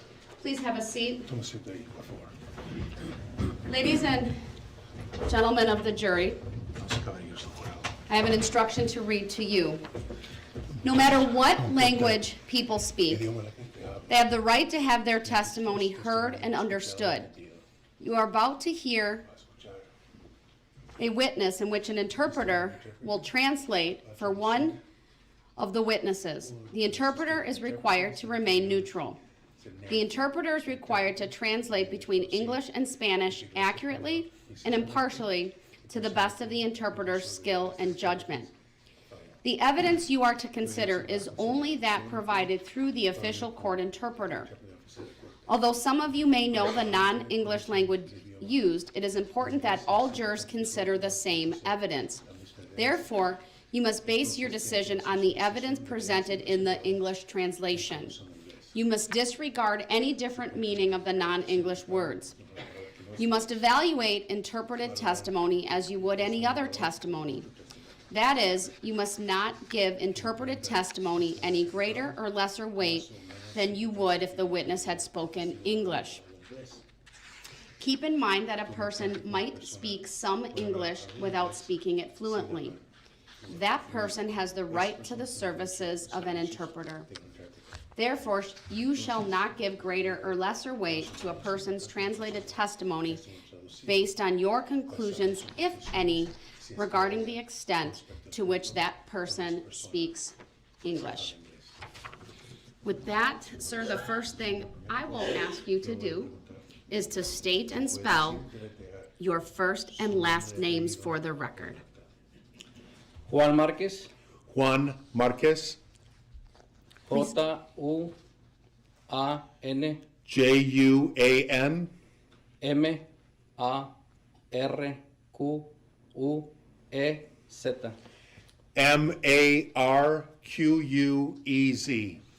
Thank you. Go ahead, sir, you may question this witness. Good morning, Mr. Marquez. Buenos días, señor Marquez.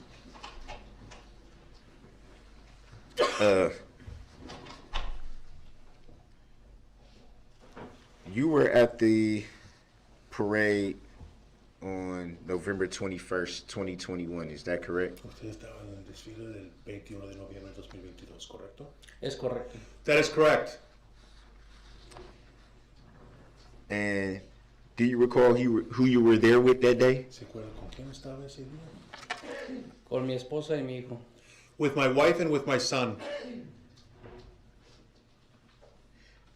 And were you marching in the parade that day? ¿Usted estaba caminando en el desfile ese día? Sí. Yes. Do you remember who you were marching ¿Se with? acuerda Was con it quién a estaba caminando? particular group? ¿Un grupo en particular? Sí. Yes. Do you recall who that group was? ¿Se acuerda quién era el grupo con el cual estaba desfilando? Sí. Yes.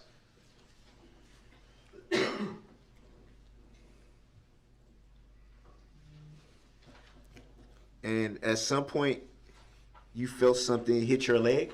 Y en un momento usted sintió que algo le pegó su pierna. Es correcto. That's correct.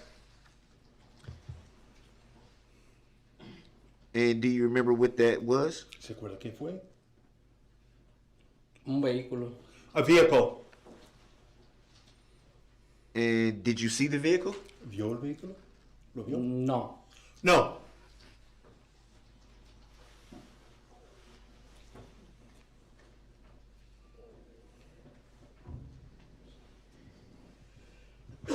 At some point, did you go to Freighter Hospital? ¿En algún momento usted pasó al hospital Freighter? Sí. Yes. And were you interviewed by any law enforcement at that time? ¿Usted fue entrevistado por algún agente policial de la policía? Sí. Yes.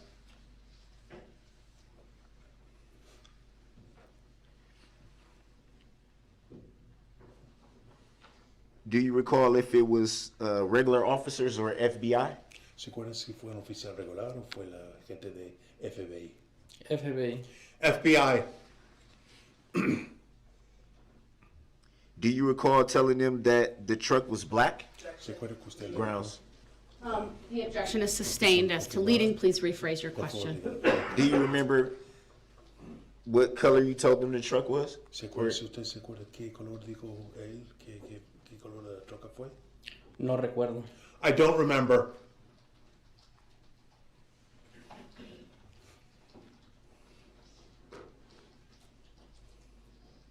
So it would be fair to say you don't recall seeing anything at that time? ¿Se puede decir que usted no se acuerda de nada en ese tiempo? No. No.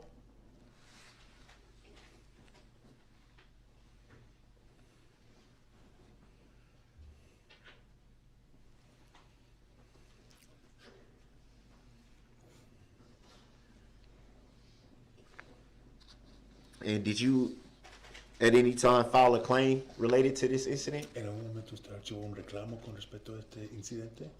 No recuerdo. I don't remember.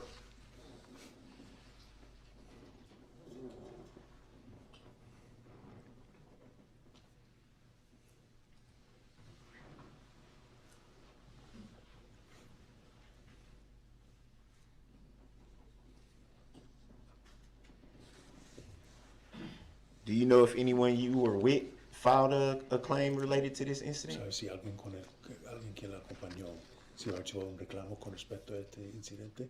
No lo sé. I don't know.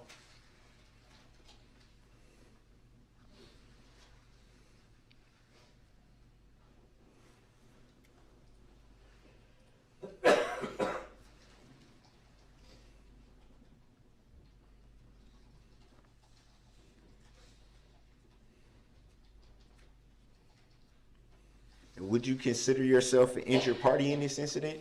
¿Usted se considera una parte herida, lesionada debido a este incidente? Sí. Yes.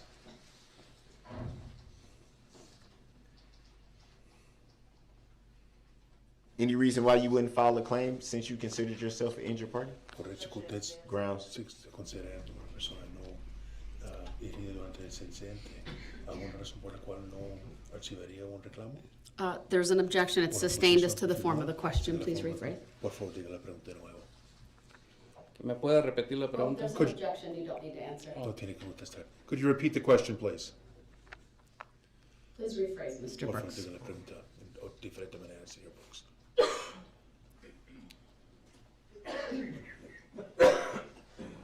It's kind of hard to rephrase. Es un poco difícil si la pregunta de diferente manera.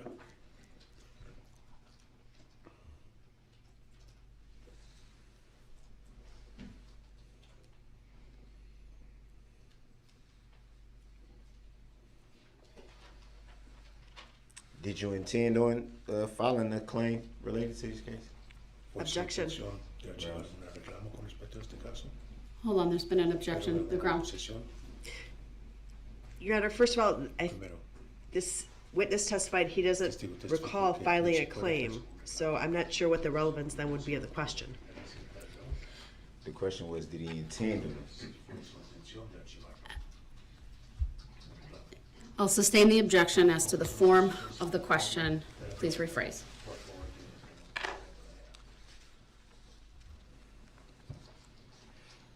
Do you recall at any time filing a police report? ¿Se acuerda en un momento usted de archivar un reporte de policía? Sí. Yes. And was that with local law enforcement, Eso if fue you recall? la agencia de policía local, ¿sí se acuerda? No recuerdo. I don't remember. Did any law enforcement from that report follow up with you at any time? ¿Alguna representante de una agencia policíaca hizo algún tipo de seguimiento con usted en ese tiempo? Sí. Yes.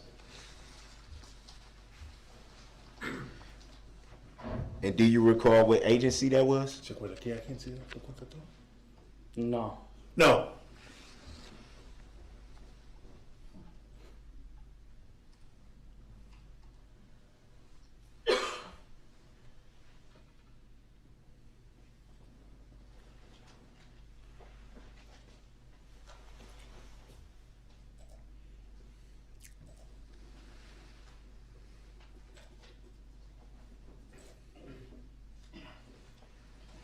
Do you recall at any time being notified that you could possibly testify in this incident? ¿Usted se acuerda que en un momento que la notificaron que en un momento usted podría testificar sobre ese incidente?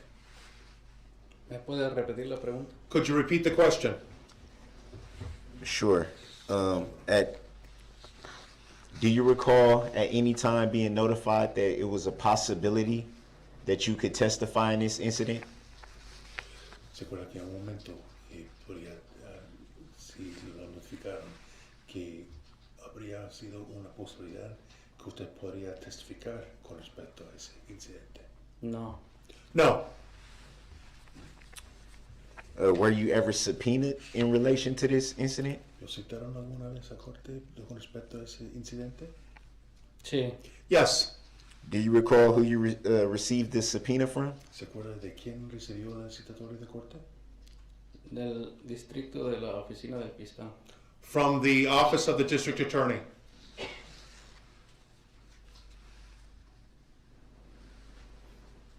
And do you recall when that was? ¿Se acuerda cuándo fue? Un mes y días. A month and a few days.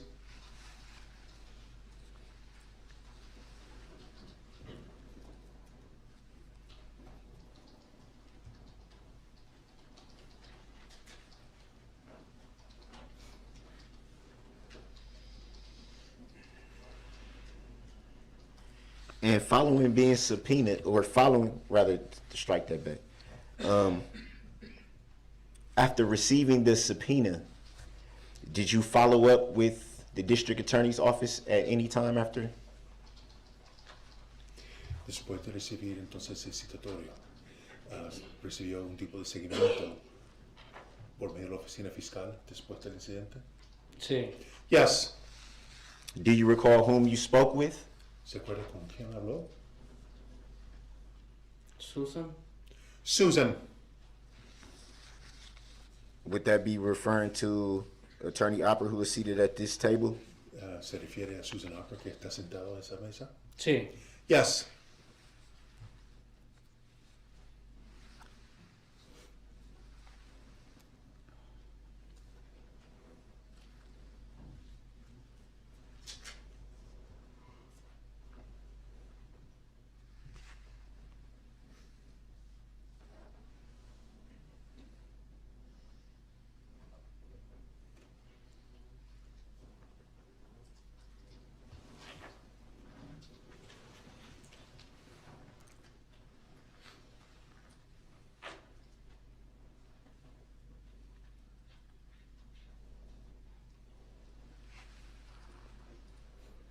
And were you at any time informed of a plaintiff in this incident?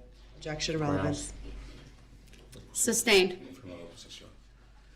You don't need to answer that No question. tiene que contestar la pregunta. Were you at any time notified that there was a plaintiff in this incident? Objection of Grounds. relevance. The objection is sustained. The witness does not need to answer. Contestar esa pregunta. Do you even know if there's a plaintiff in this incident? Objection of Grounds. relevance. Si una pregunta en ese incidente, no tengo relevancia. The objection is sustained. Informó la The oposición. witness does not need to answer. Testigo no tiene que contestar la pregunta.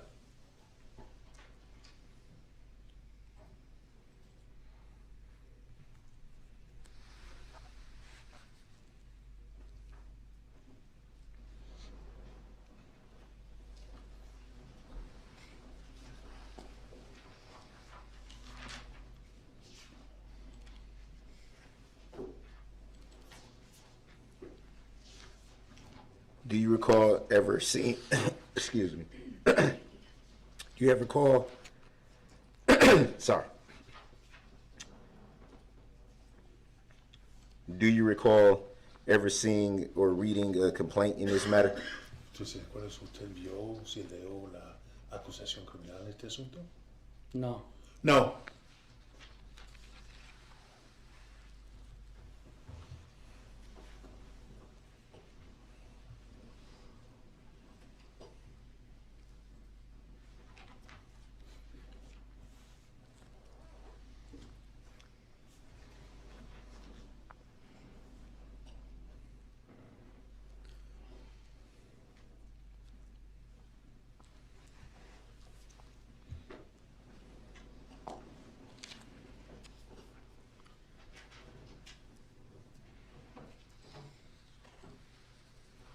Going back to the actual incident, would it be fair to say that at the time you were very confused?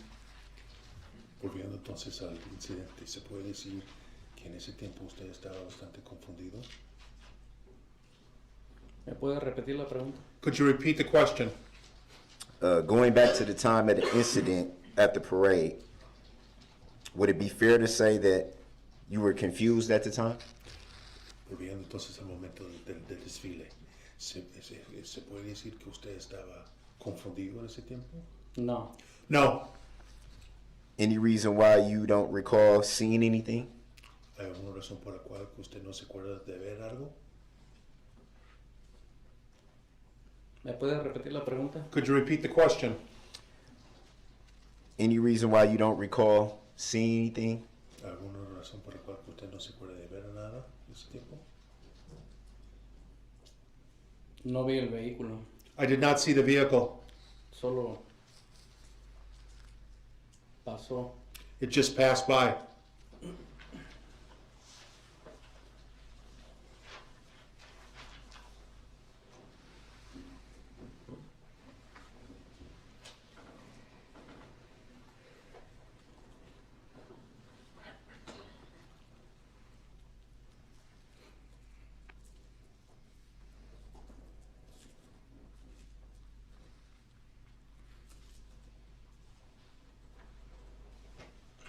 Sorry, the interpreter needs to make a clarification on his last response, if I can inquire. Cuando te dice que pasó el vehículo, ¿quiere decir que ocurrió el incidente o que el vehículo pasó por usted? Cuando usted dice pasó el vehículo o que pasó como ocurrió? Ocurrió, me pegó y pasó Yeah, rápido. for clarification, the interpreter inquired if he meant the vehicle passed by or if the incident happened. The defendant, interpreter for clarification, the interpreter would like to say that he meant that it just happened, that the vehicle just hit him, rather than, I believe the interpreter translated what he said as it passed by. What he meant to say is that it actually happened, rather than passed by. So for that point of clarification for the record. Thank you.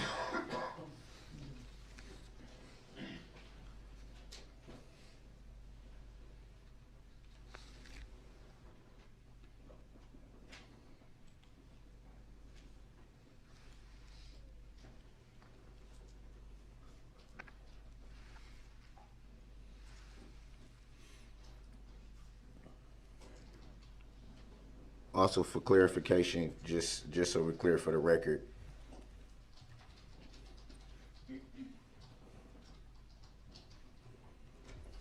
You don't recall actually seeing the vehicle. También, si vamos a clarificarlo por el acta, no se acuerda que vio el vehículo. No. No. No further questions. No más preguntas. Any questions, Attorney Basie? Preguntas, abogado Briefly. Basie? Brevemente. Good morning, Mr. Marquez. Buenos días, señor. Yes. Good morning. On November 21st of last year, were you walking with the Catholic communities of Waukesha? El 21 de noviembre del año pasado, Accent, usted estaba actually. desfilando con Catholic communities of Waukesha. Es correcto. That's correct. Hold on, what was the ¿Qué objection? fue la posición? I mean, you already You have to answered. speak up, I couldn't hear what you I said. have a code, so I Tengo can't. el frío. Mr. Brooks, was there an objection so I can move on? Yeah, yes, there was On an what objection. grounds? ¿En qué? I can't even remember now. Ni me acuerdo ahora. Well, if you were objecting on relevance, it's relevant, his answer may stand. It wasn't relevant, so I'll tell you Mr. that. Marquez, Señor Marquez.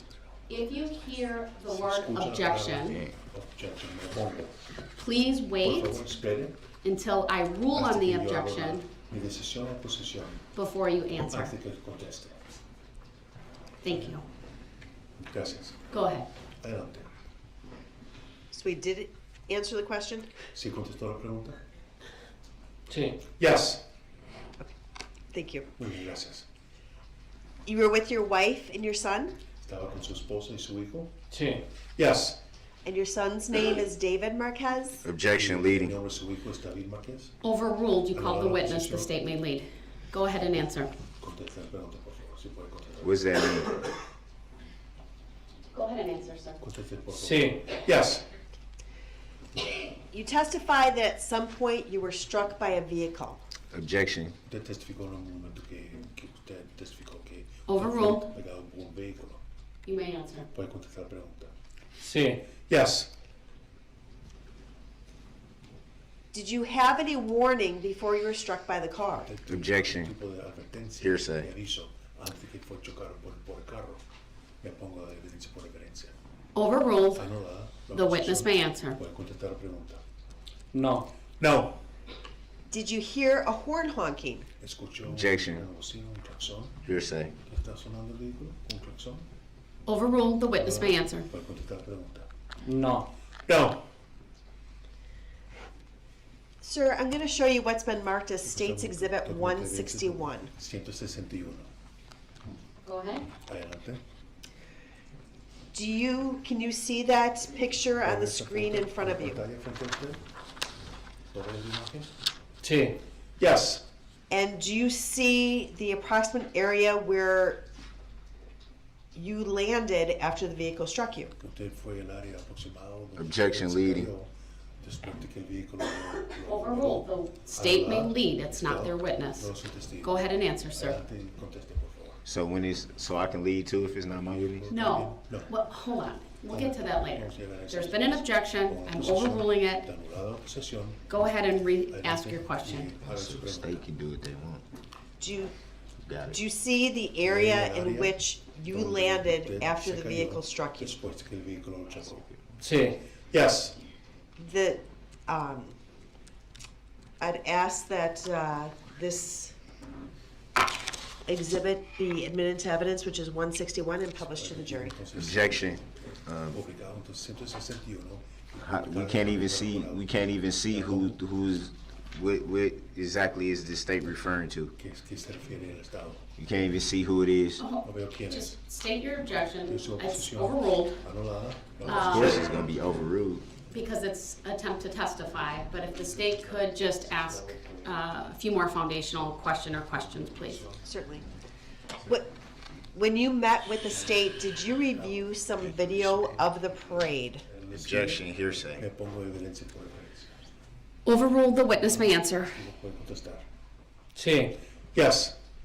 And after reviewing that video, were you able to determine the area in which your body landed after you were struck by the car? Objection, hearsay, and leading. Overruled as to both. You may answer, sir. Después de que entonces se recibió entonces el choque del carro, determinó el área. ¿Se acuerda dónde su cuerpo quedó después de que el vehículo chocó? Sí. Yes. And do you see that area on this exhibit? Objection, leading. Overruled, the witness may answer. Sí. Yes. I'd ask that this Every objection. exhibit be admitted to evidence and published for the jury. Objection, what's the relevancy? The objections are noted, they are overruled, and Exhibit 161 is received, permission to publish is granted.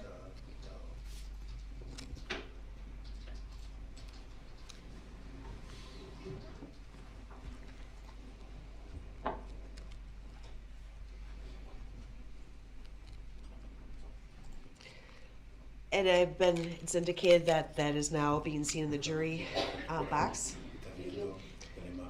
Sir, the screen in front of you is a touch screen.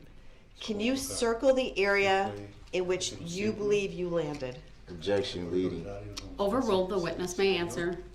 Puede contestar la pregunta. How do you say where they believe? ¿Dónde cree que se quedó? Either you know or you don't.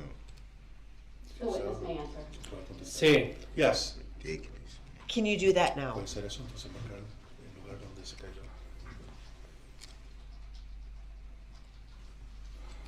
That's where it just fixed the whole thing. If we can take a snapshot of that. I don't know what Mr. Brooks just mumbled, but it's not his turn to ask questions. There was no objection. The jury will disregard that. And this would be Exhibit 161A. Object. And we'll screen capture that. Exhibit 161A has been captured. Are you moving that in? I am. And Exhibit 161 is received. 61A. Thank you. And do you see anyone that you recognize standing in that area? Objection, leading. Overruled, the state may lead. It's cross-examination of your witness, So I sir. can lead on cross-examination then? I direct your attention to 90611 sub Can I 3, lead sir. on cross-examination? I'm not going to answer that. Go ahead, So sir, that's you may judicial answer. determination that you don't have to answer that? If I don't understand something? The jury will disregard the comments being made by Mr. Brooks. Judicial determination, okay. Go ahead and answer the question if you recall it, sir. ¿Me puede repetir la pregunta? Could you repeat the question? Yes. Do you see, actually, do you see David, your son, in that picture? Objection. That was, Posición. Yes. And is he wearing, so my objection is not gonna be noted. The objection is overruled. The state chose to ask a different question. That's fine. and is he seated near some blue chairs wearing a blue jacket? Objection leading. Overruled. You may answer, sir. Sí. Yes. And sir, is that you laying down and you can see in this picture your legs and they're hanging into the roadway? Objection leading. Witness may answer. Overruled. Sí. Yes. Now, is that where you were walking when you were struck from behind? Objection in that leading. position?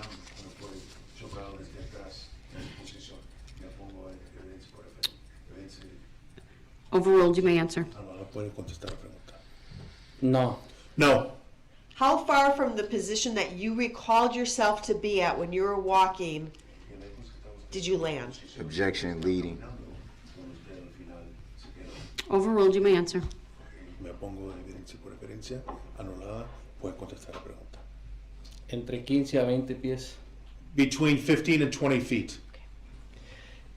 So your body flew through the air between 15 and 20 feet. Is that what your Objection testimony leading. is? Sí. Yes. Sorry, I didn't rule on the objection, but it is overruled and his answer may stand. Was David also struck by a vehicle during the parade? Sí. Yes. Did he received injuries as well? Objection relevancy. Overruled. You may answer. Sí. Yes. Can you describe what your injuries were, sir? Objection leading. Overruled. You may answer. Anulada. Puede contestar. Sí. Yes. What were they? ¿Qué fueron sus heridas? Objection leading. Overruled. Pongo pregunta insinua. Anulada. La fíbula My fibula y ligamentos. and ligaments. Your fibula was broken? Objection leading. Speculative. Overruled as to both. The That's not witness what may he said. answer. Sí. Yes. And you had torn ligaments? Objection leading. Overruled. You didn't say that in the question before? Sí.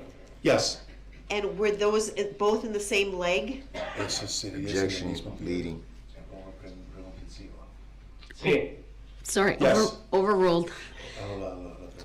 If we Yeah, of course. just wait when there's an Cuando hay una objection, posición, I'm overruling it. It's relevant. It's not leading. The witness's answers may stand. I mean, yeah, you overrule every objection. And the jury will disregard the additional commentary made by Mr. Brooks at this time. Judicial misconduct at its finest. And which leg was that, sir? Objection, asked and answered. Overruled. anulada. You may answer. Puede contestar la pregunta. El pie izquierdo. My left leg. Did you have to have surgery on that leg? Objection leading. Overruled. Posición, pregunta insinua. Anulada.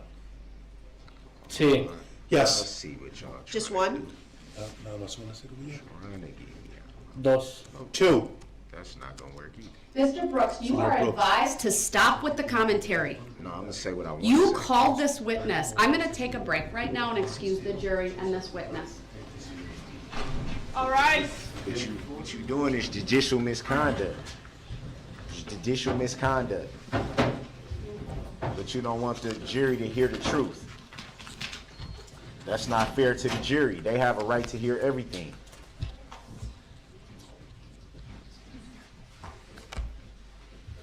Not finna sit here and let you fix the trial because you don't want to tell the truth to the jury. Mr. Brooks, please stop. No, there ain't no please. You are nothing. being disruptive. Ain't You no are being please, nothing. You disrespectful. always The gonna witness find may some step reason to down. say somebody's being disruptive because they want the truth to be out there. Man, quit it. You supposed to be the Mr. judge. Brooks, I'm advising you that continued interruptions will result in you forfeiting your right to be Okay, present and in this under courtroom. what law and during fact can you do that? Illinois versus Allen, Okay, sir. but the fourth option that you made up, that's not even in the law, Mr. because Brooks, you can't do that. I need to make a By law, you ruling. can't do that, I need to and make you a know you finding. can't. All right, I'm going to excuse everyone. Mr. Brooks is being removed from the courtroom. He will continue in the neighboring courtroom. Please make sure he has his objection signed and a pad of paper. So is that he can so is that holding me in meaningfully contempt? participate, and I will make a ruling when I. So are after you we holding come me in back up. contempt? Is that civil or criminal?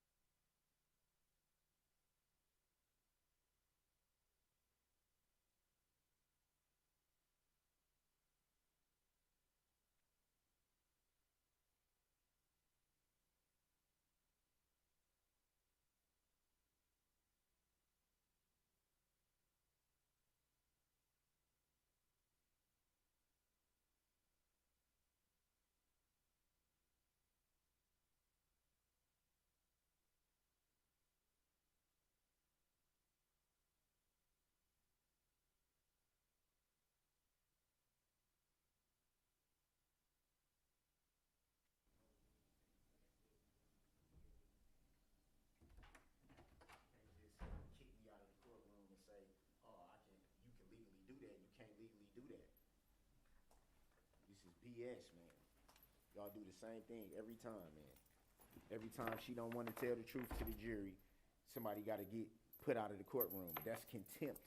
That's contempt of court. I'm not ignorant, man. Can you just have a seat quick, we'll get that on so you can get these off.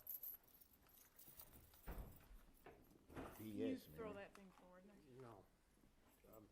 Have him back up. Okay, slide back, sir.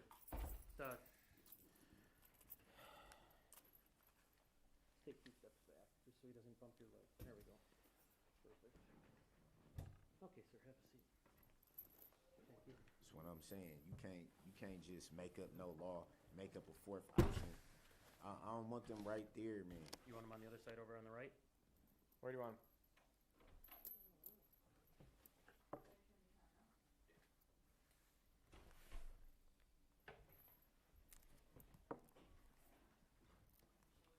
We good, Becky? Yeah. Okay, let's get them on. How am I supposed to move and look at my paperwork with the boxes right here? Okay, well, let me take off the wrist restraints, and then you can put them. You want them on the other side? Where you want him?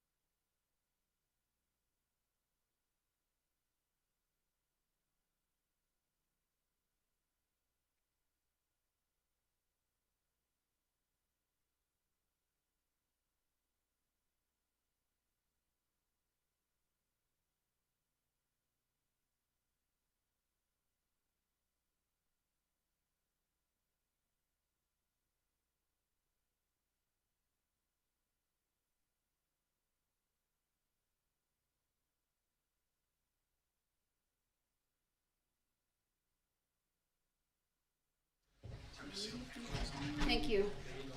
Be seated. I need the state back.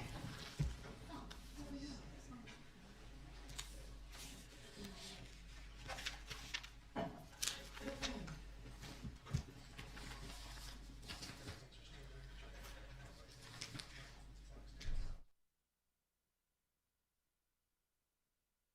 this is Teresa calling from Branch 2. We would like to...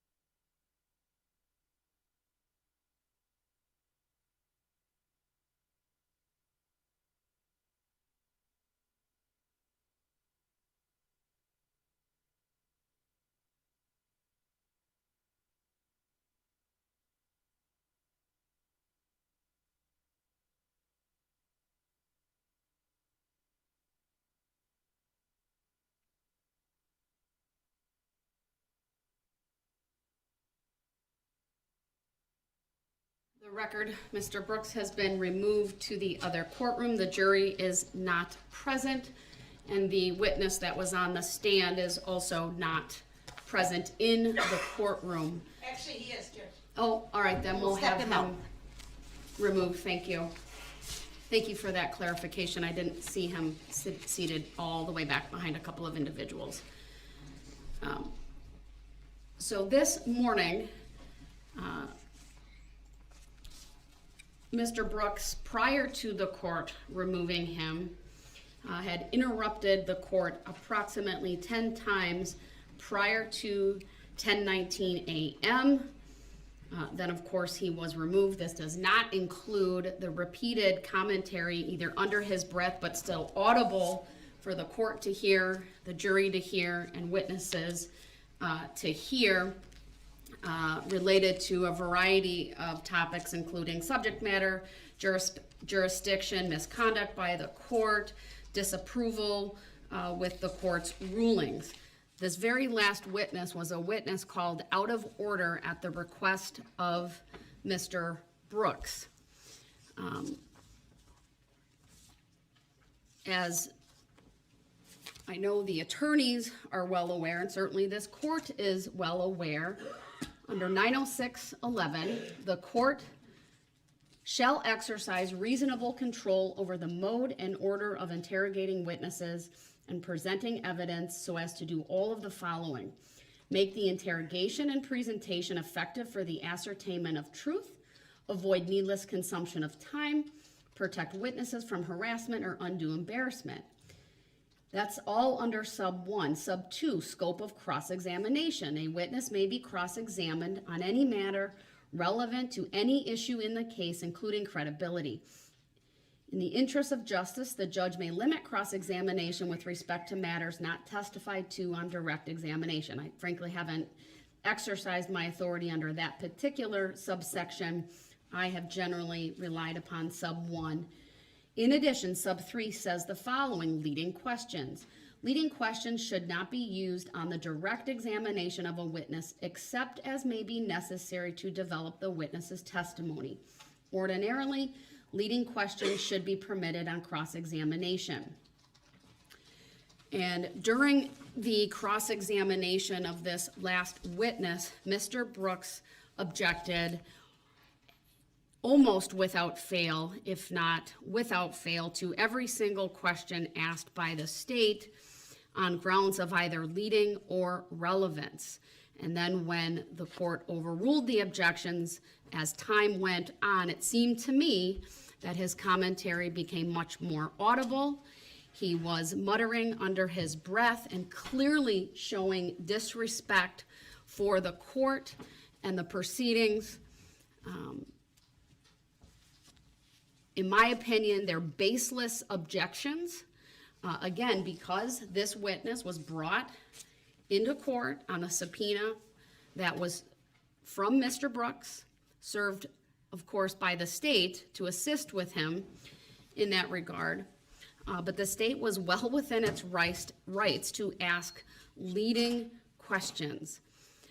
It's this court's opinion that the repeated interruptions by way of baseless objections is to disrupt these proceedings, disrupt the testimony of the witnesses, and in particular, Mr. Marquez.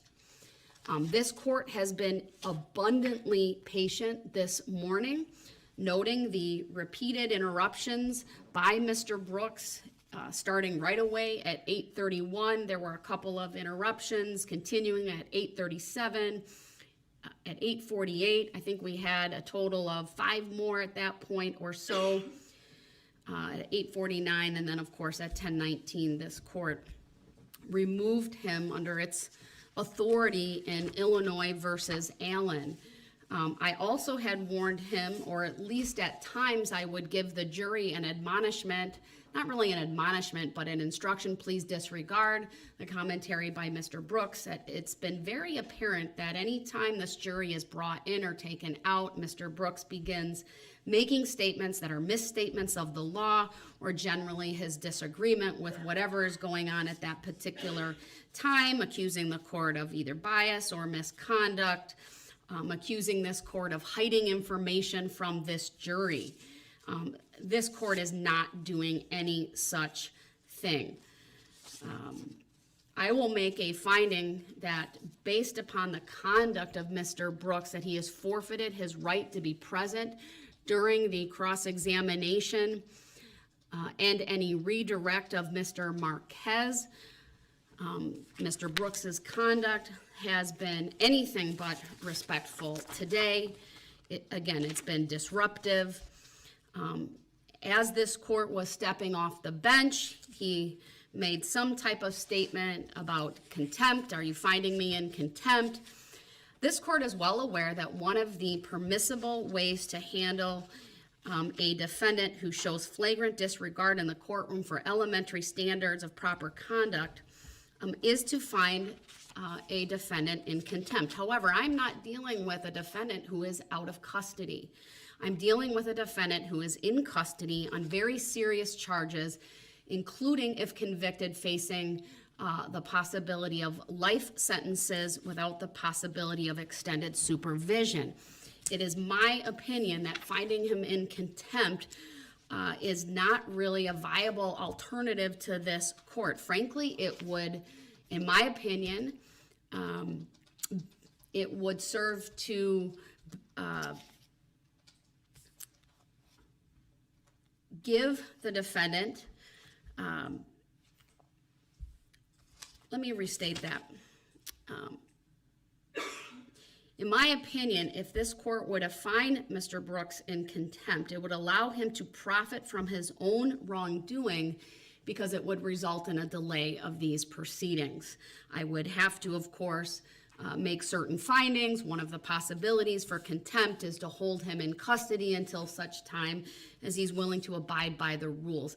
That is just not something this court is willing to even do because it would delay the proceedings. I am aware that that is a option identified by the Supreme Court in Illinois versus Allen, but I would remind the parties once again that Illinois versus Allen was decided in 1970. Certainly the technology that we have available in this courtroom was not something available to the parties in Illinois versus Allen. We have a very new state-of-the-art courthouse that I am operating out of. I'm in courtroom 13. Next door is courtroom 20. These are just the room numbers that I'm referring to. As you can see, we have the ability to see and hear into that courtroom, and that courtroom has the ability to see and hear into ours. I will confirm with the bailiff and the clerk that the audio is working. I'm told that it is from my clerk. If I could also get verification from the bailiffs who are in that courtroom. But we have the ability, I have the ability, through that technology for Mr. Brooks to meaningfully participate. He does have, and it was provided with him when he was taken to that courtroom, the objection sign. I also instructed that he be given a pad of paper and a writing utensil so that he could write down his objections. Or if I feel it appropriate, I can unmute and hear what his objection is. But it's my belief that the use of my ability to mute and unmute will assist the proceedings so that it's orderly, that it is free from disruption as best as I can control it under my authority under 90611 and my authority given to me and expressed by the U.S. Supreme Court in Illinois versus Allen. Although I'm making a finding that he's forfeited his right by his conduct to be present for the continued cross-examination and any redirect of Mr. Marquez, I'll also make an alternate finding that the technology that I've just described provides the functional equivalent of Mr. Brooks being present during this case. With that, I would like to have the jurors brought in. I'll have the witness brought back to the witness stand with the assistance of the interpreter, and the state can continue with its cross-exam of the witness called out of order, but on behalf of Mr. Brooks. And I am getting verification from the bailiff in the other courtroom through my bailiff here that the audio and video is working as it should. Would also like to point out that there are headphones at the table in front of Mr. Brooks should he choose to wear them. He has not worn them in quite some time. Previously made reference to needing it when he was in the other courtroom, so they are there and available. All right, would Mr. Marquez and Interpreter Ryan please take the stand, and we'll have the jury brought out. And just for the record, I will certainly let Mr. Brooks know he can ask to come back in when he's willing to abide by the rules of decorum and courtesy. The record should reflect the jury is being brought back in.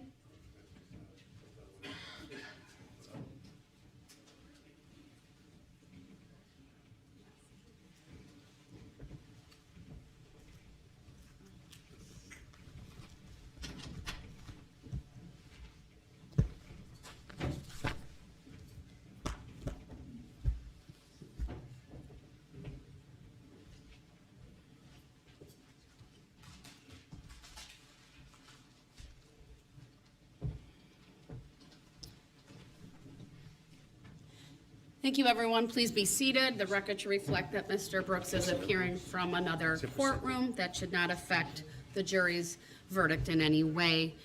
The state may continue with its cross-exam of this witness. The state would have nothing further. All right, Mr. Brooks, do you have any redirect for this witness?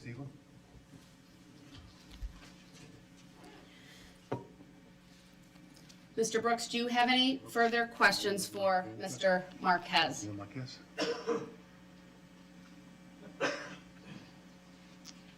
The record should reflect that Mr. Brooks is reading out of a book. He has not answered the question. I will ask one more time. Sir, do you have any further questions for Mr. Marquez?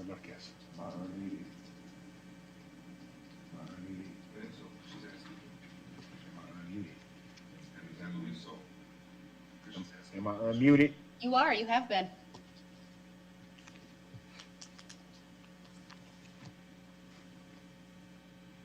What's going on? Do you have any redirect questions for Mr. Marquez?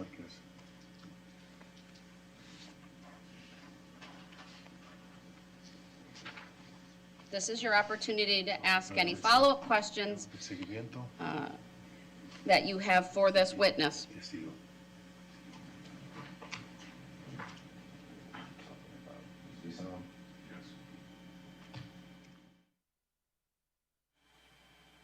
Say something. I'm trying to see if the headphones on.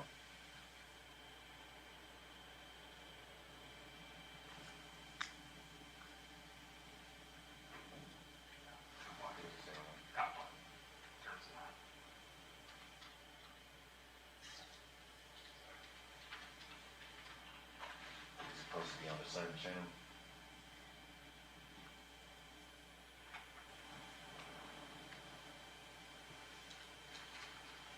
Can someone say something from the other courtroom? Have any questions for Mr. Marquez at this time? It's your opportunity to ask follow-up questions. The state indicated it did not have any additional questions.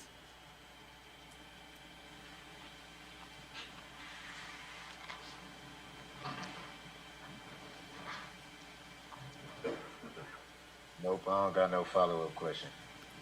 All right, thank you. Then, Mr. Marquez, you may step down. Thank you for being here today.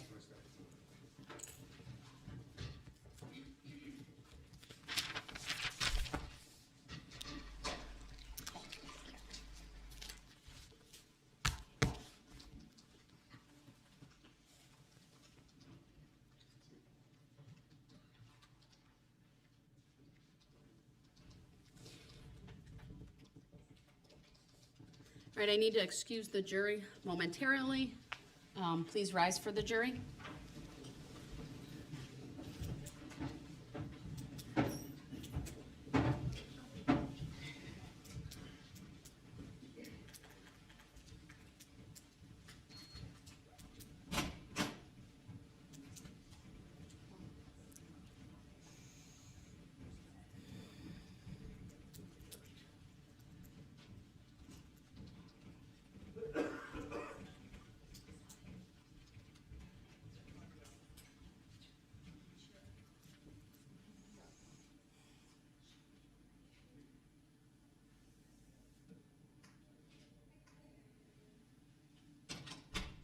All right, thank you. Be seated.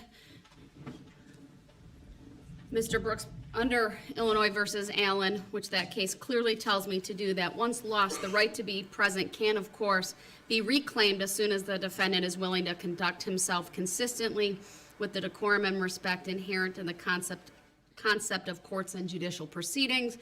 The court is going to continue with the direct examination by the state of Detective Carpenter. I would like you to come back to this courtroom. Are you willing to conduct yourself consistently with the decorum and respect inherent in the concepts of courts and judicial proceedings? I didn't do anything to be held in contempt in the first place.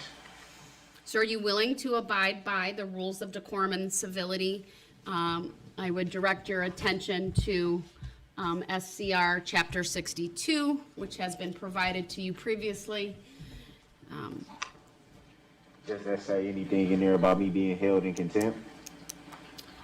That does not, no.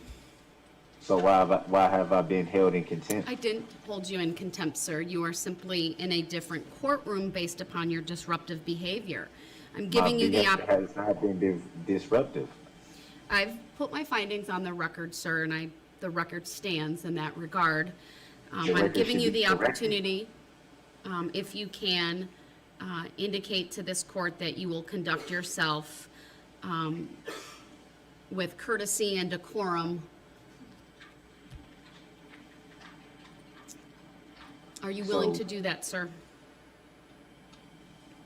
Is Your Honor willing to tell me why I've been held in contempt?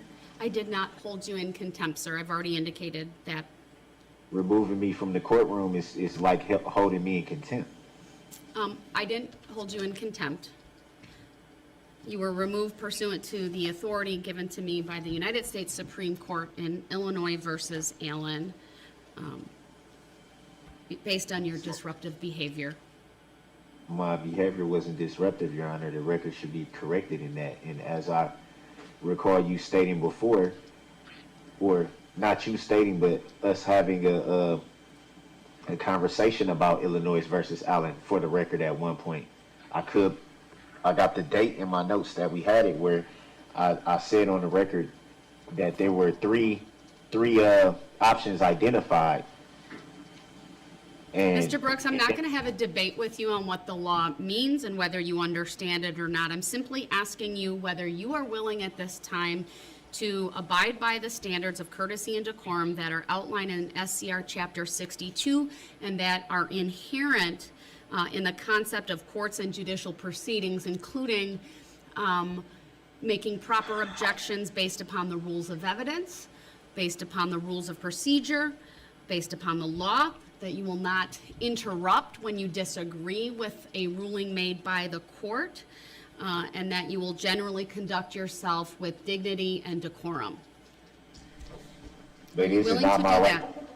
Is it not my right to object? I'm going to ask Mr. Brooks one more time if he would like to come back to this courtroom and if he's willing to conduct himself with dignity, respect, and decorum.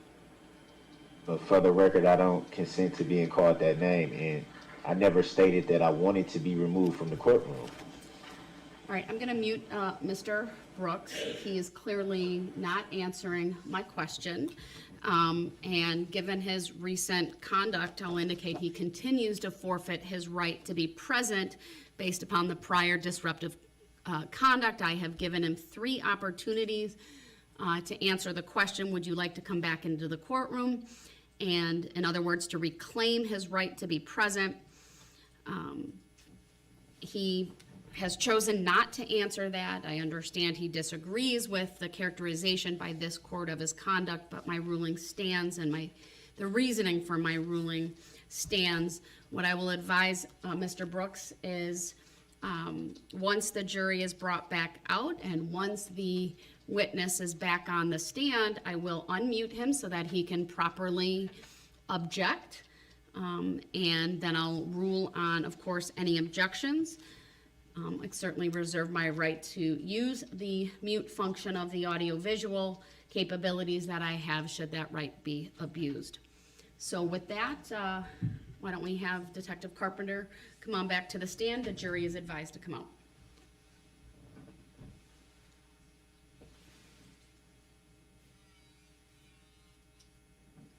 Your Honor, I know you previously ruled that if Mr. Brooks wanted to come back into the courtroom, he could signal to a bailiff in the courtroom that he's in, that he believes he can. Yes, thank you. He may absolutely signal to the bailiff and then they can get that information to me and I will promptly stop and we'll have him brought over. Thank you for that. Thanks. That invitation is an open invitation.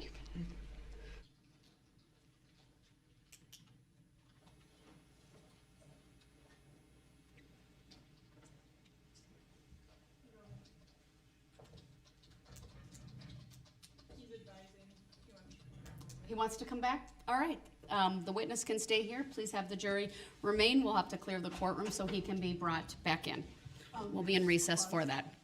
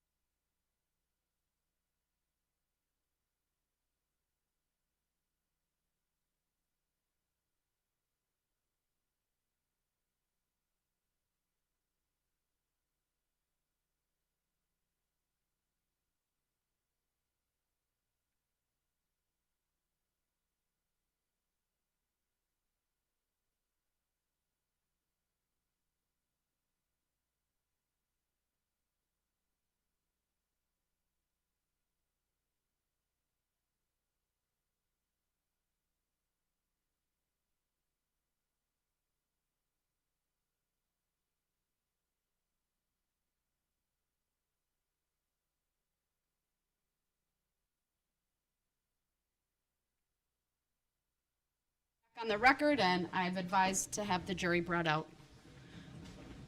I'm glad you're back here, sir. Are you, Your Honor? I am, sir, actually. I'm not too sure. Especially when I bring up subject matter jurisdiction. I've ruled on that, sir. I know, but it hasn't been proven for the record. If you disagree with my ruling, sir, you can file an appeal. It has to be proven on the record. Has yet to be proven on the record. I disagree, sir. You can have it. All rise for the jury, please.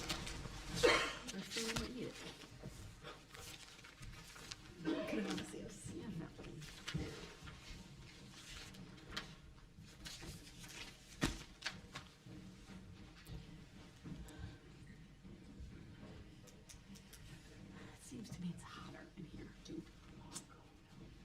Yeah, it's kind of schizo.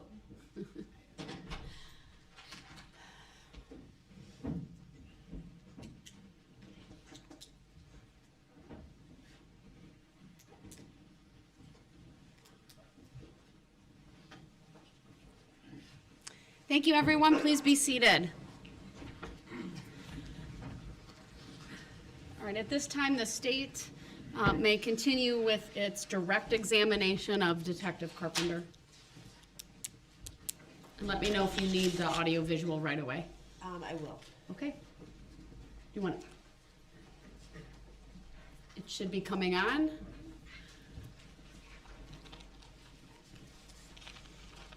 Sir, regarding the interview, we've been playing a couple snippets of the interview with Mr. Brooks from Exhibit 82 that took place on November 22nd of last year.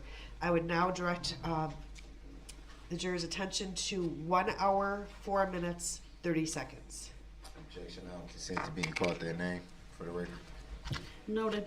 And I'd ask that be played till 1 hour, 18 minutes, and 2 seconds. It's noted, but it's overruled. Go ahead. Thank you. So, what's your buddy's name? Can we get that? If we gotta talk to him to verify you're on the up and up and she's on some BS? His name is Marcus. What's his last name? I don't know his last name. What about his phone number?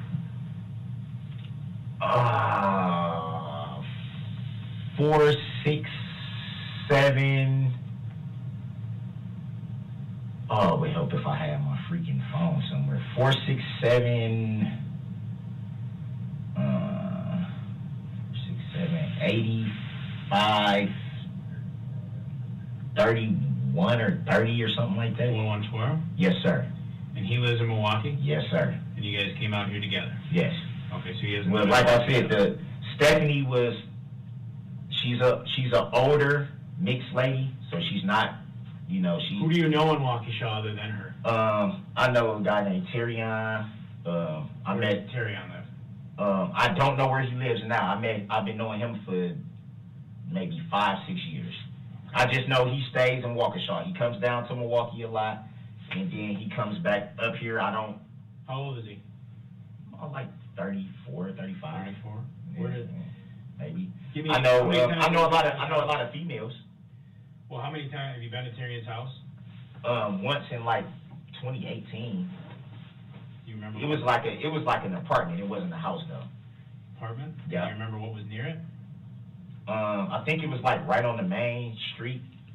What's the main street? There's a lot of Like, streets. Like is whatever it near street. downtown? What would be considered downtown? Where all the bars and restaurants and It- It's like a shops are. business district. Is Stephanie's I- place near downtown? Is there a bunch of bars and a business district I didn't- right near there? The only thing I can remember is a gas station, like a kitty quarter gas station. I think this street is like a one-way. Whatever street is right here is like a one-way, and it's a gas station like right here. Remember what kind of gas station? With the Mobile Speedway, Quick Trip, Hometown. Not a Quick Trip, not a Speedway, like the blue and white one. Blue and white. Any schools or parks nearby your house? Something like that? Anything you remember like that? trails? I know that park. I know that park is by old girl's house. By whose house? Stephanie's? Yeah. Park, what? I don't know the name of the park, but it has like a little creek or something. It was something going on out there yesterday to where a lot of shit was blocked off. Okay. I don't like I said, I don't know about Waukesha, I don't know, but it seemed like everybody was at that park kind of walking around that creek. Like a playground type park, or like a park. It seemed like a little creek or something. Well, I don't know if you would say a creek. What would that be? But river? Would that be a river? Does Waukesha have a river? Well, I know it's just a small body of water. It's like, how would I describe it?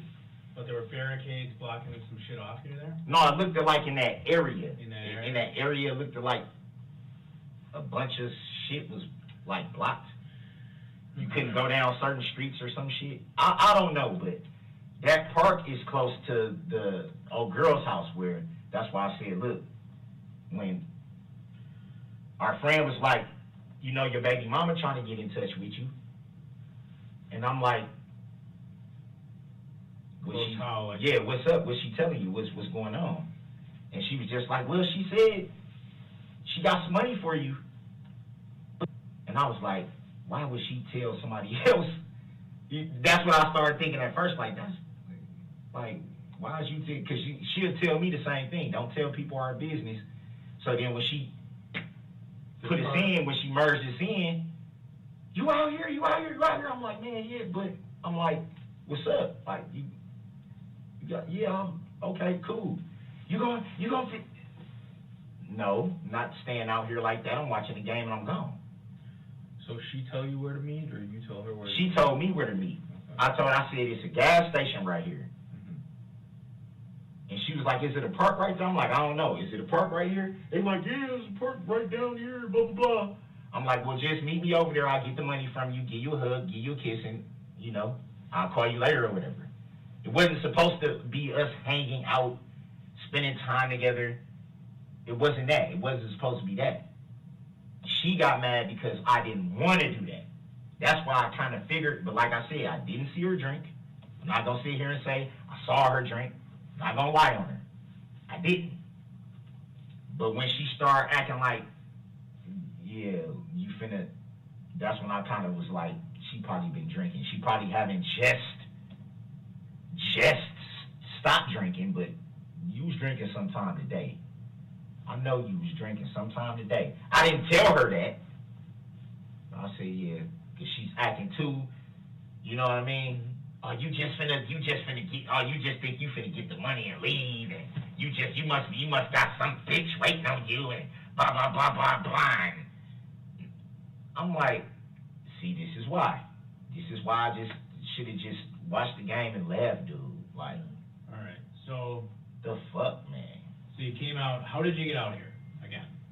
My friend. What type of car does he drive? Oh, man. It's like a Kia type of car. I don't know if it's a Kia, but it's a small four-door car like that, in that type of model. Okay, what color is it? Like tan. And was it just the two of you that rolled out together? Did anyone roll out from Milwaukee with you? No, it was just us two. Two of us? He said there probably was gonna be some chicks over there. You know, like I said, the Stephanie girl is an older woman. She, you know, likes to party, drink, you know, watch the game. She cooks. Sure. Cool, fuck it, let's watch the game. Shit, I was only gonna probably go to my mom's house and watch the game there, and my mom has to go to work. So I was just gonna be sitting there like this. Fuck it, might as well go. You know what I'm saying? Did he offer to drive? And at the same time, sorry. Cool, I can get the money from, you know, that she been holding for me. Yeah. Did he offer to drive? What, I mean, do you have your own car? Did he offer to No, drive? I don't. How did you guys come I together? don't own a vehicle. Don't own a vehicle? Nope. Do you have any car you can drive at all? No. I have license. So you have a... I do have license, but no vehicle. Don't ever use your niece's, nephew's mom's car or anything like that? My nephew doesn't have a vehicle. My niece is 14. Mm-hmm. about your mom? No, my mom doesn't even know how to drive. She doesn't have a car, doesn't know how to drive? She doesn't know how to drive. Does She have a never car? learned. Okay. Does she have a car that she lets you use at all? No. Does she have a car at all? Maybe not that she lets you use. No. Does she have a car in her name at all? I think she did at one point. Does she right now? Not that I know of. Okay. I'm not gonna say no because I don't know. I honestly don't know. Me and my mom we was kind of having family issues for a while, so we didn't talk for a while. Issues that didn't have nothing to do with this. It was between me and her. So we started back talking when I was in Georgia. So whatever she had going on when I was on the West Coast, coming back to Milwaukee, I don't know. But I can tell you this. My mom is 60-some years old. She's never drove. She doesn't know how to drive. She doesn't even have a license. Okay. She catches the bus to work, which I don't like her doing because Milwaukee. Sure. She has to go. She works at Freighter, so she has to go.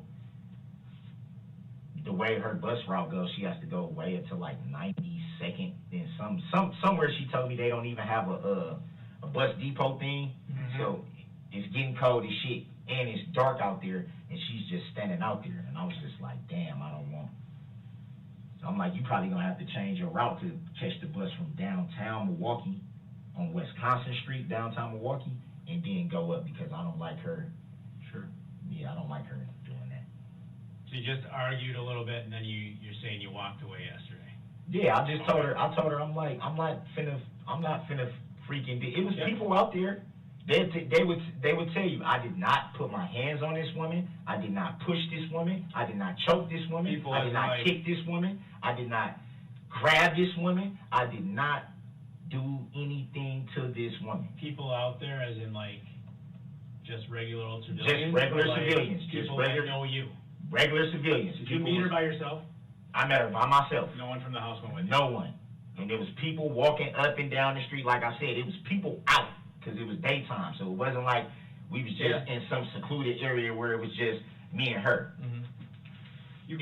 It was people out there, and they.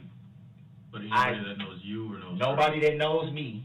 Nobody that knows me. I don't know if it was anybody around that knows her, but I know people were walking up and down the street. People were walking around that park. Sure. It was like, basically, we were out in public. Like, if we was out in public, if something would have happened, people would have, yo, what the hell? Like, where was we going to go to not be seen? All right, so I might have missed this. You touched on it. You were at the gas station or the park? I know the park's nearby. You met her at the No, I'm gas saying station? the gas station. No, I met her at the park. The gas station was by the area that we were in. The gas station is by that park. Yeah, I'm just clarifying. Yeah. Okay. Which car were you in when you met her at the? I didn't meet her in the car. I walked right over there. I walked right over there to the park, and she was standing like right wherever this entrance to this park is. Like I said, it was people everywhere. So Yeah. anybody would see us standing out there.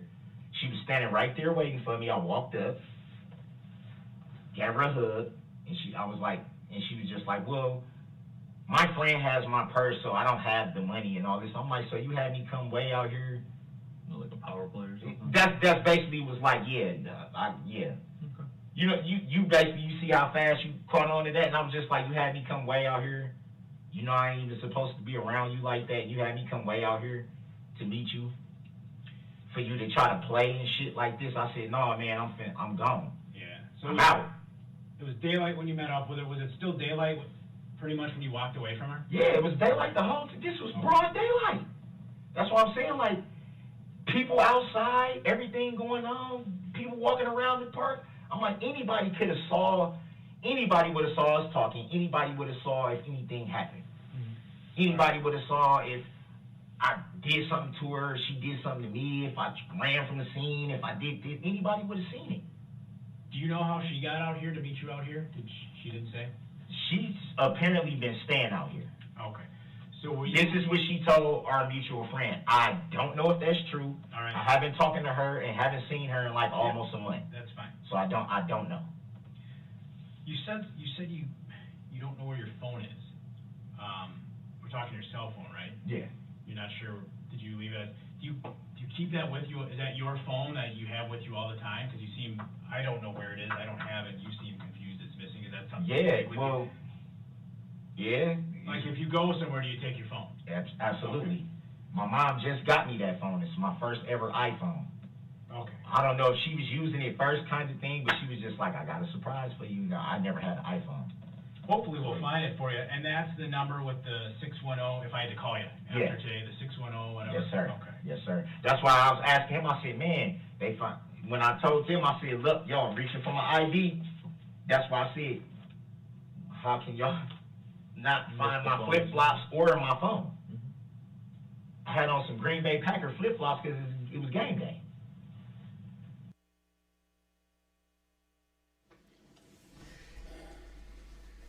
And we did stop at 1 hour, 18 minutes, and 2 seconds. Sir, with regard to this clip, you asked the defendant about his phone, correct? Yes, I did. Did you know where his phone was when you asked him if he lost it? Objection. You're saying. Overruled, the witness may answer. The phone was found inside the vehicle, so he didn't have it with him when he was What vehicle? taken into custody. The red Ford Objection, Escape. leading. Overruled, the witness may answer. I'm sorry, the red Ford Escape. And in whose name was that car registered? Dawn Woods. And what relationship is Dawn Woods to the defendant? Objection, leading. Overruled. She is his mother.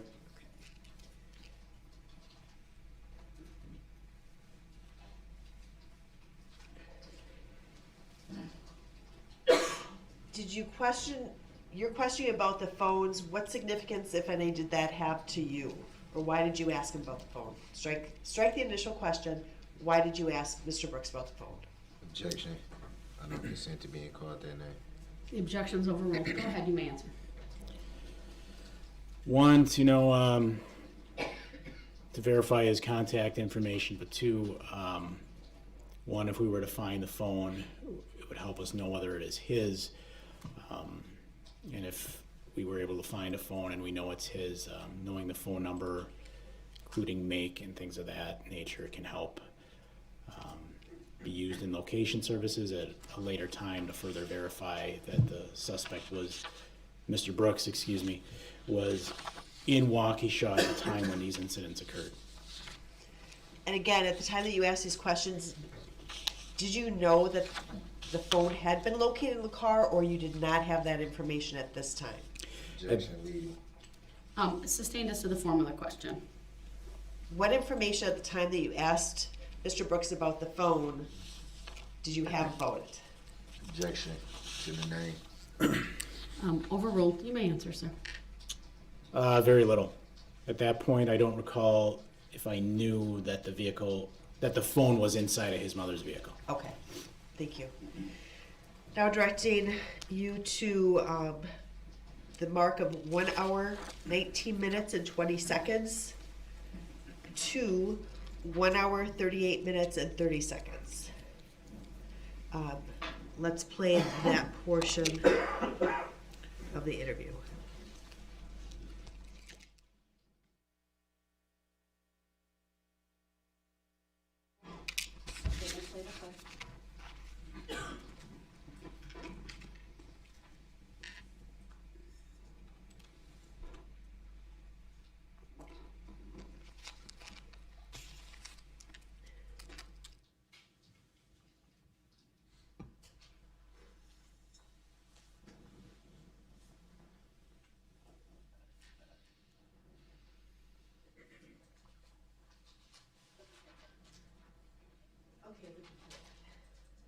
That she drinks. So after you talked to her, Darrell, where did you go? Do you have they found it was cold yesterday. You didn't have a jacket, did you have a jacket with you? I didn't initially have a jacket, cause like I said, I was riding with somebody else. So I figured. So you didn't bring one in anticipation of the cold? I didn't, because I figured I'm going from the house right to wherever we're going. So to me, it wasn't like I'm finna hang out with y'all all night type of deal. We was just supposed to be watching the game, having a few cold ones, and then I was getting dropped back off home. So what happened, Darrell, where you ended up, so, I know you say you're not familiar with the area. So At all. I'll lay this out for you, At so all. follow me for a minute. You say you're kinda near this park, I got an idea in my head of where you're talking, based on my knowledge of the city.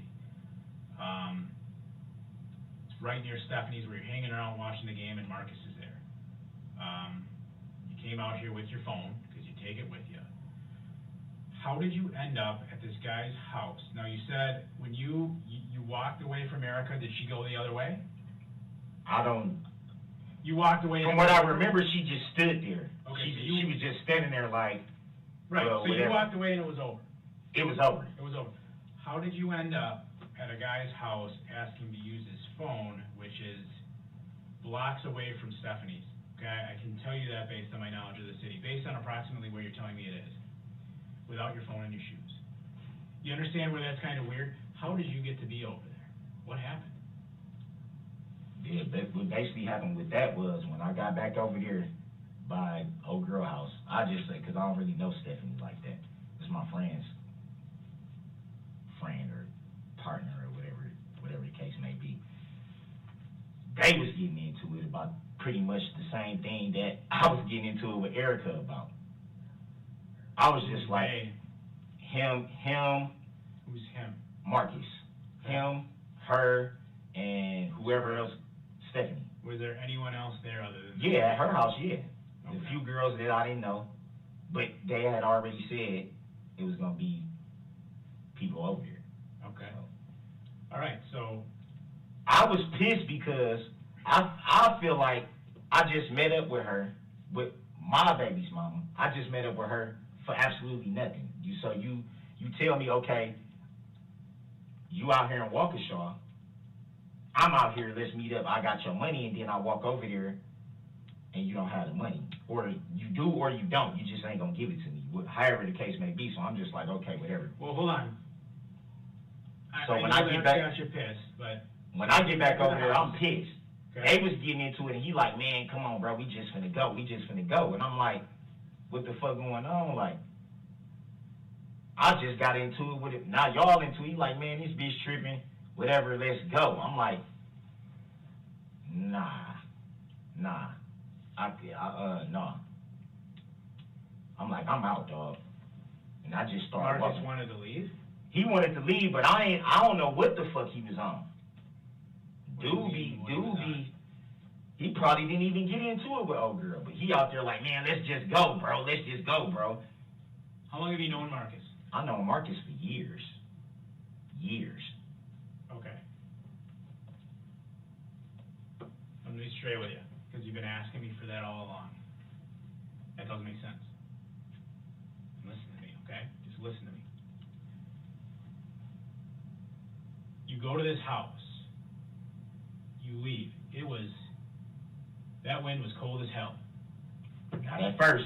Well, by the time it was getting later in the day, I mean, after the Packer game, you're talking 3:30, 4 o'clock, it was getting cold. I was outside for a while. Yeah, it was about like 3:30, yeah. By the time you're talking, it was getting cold. All right? Marcus is ready to leave because this bitch is being crazy. He's like, I'm out. You just went through the same experience from what you're telling us. You live in Milwaukee. I don't know what exactly happened with him, though. I mean, I told you to let me lay it out. I know you don't know exactly what happened. But who are you going to trust more? Marcus, who you've known for years, or Stephanie? Why would you walk away, walk all the way down to where you did, leave your phone in the apartment, apparently? No, I didn't. Along with your I sandals, didn't leave it. and go down to where you were and not take the ride back to Milwaukee. You follow what I'm saying? Right. Can you understand? I don't know if he why that left and doesn't went make back to sense. Milwaukee, though. I don't know if he did that. But how are you going to get back if you don't get in the car? I called an Uber. That's what I did. So what happened? How did you get all the way to where you went? Because there's all these businesses in between where you were and where you got to. How did you end up at a random house without your shoes and your phone, Darrell? This is what I'm saying. I had my flip-flops on. I had them. Okay. I just said that. Where did they go? I don't know. That's what I'm saying. I don't know if when they slammed me down, they just never, I don't know. I've knocked on 2 doors, not just the one. So you had your flip-flops. I had my Green Bay at that Packer point. flip-flops on, yes. Green Bay Packer. Okay. That's what I'm saying. I wasn't just walking around with no shoes.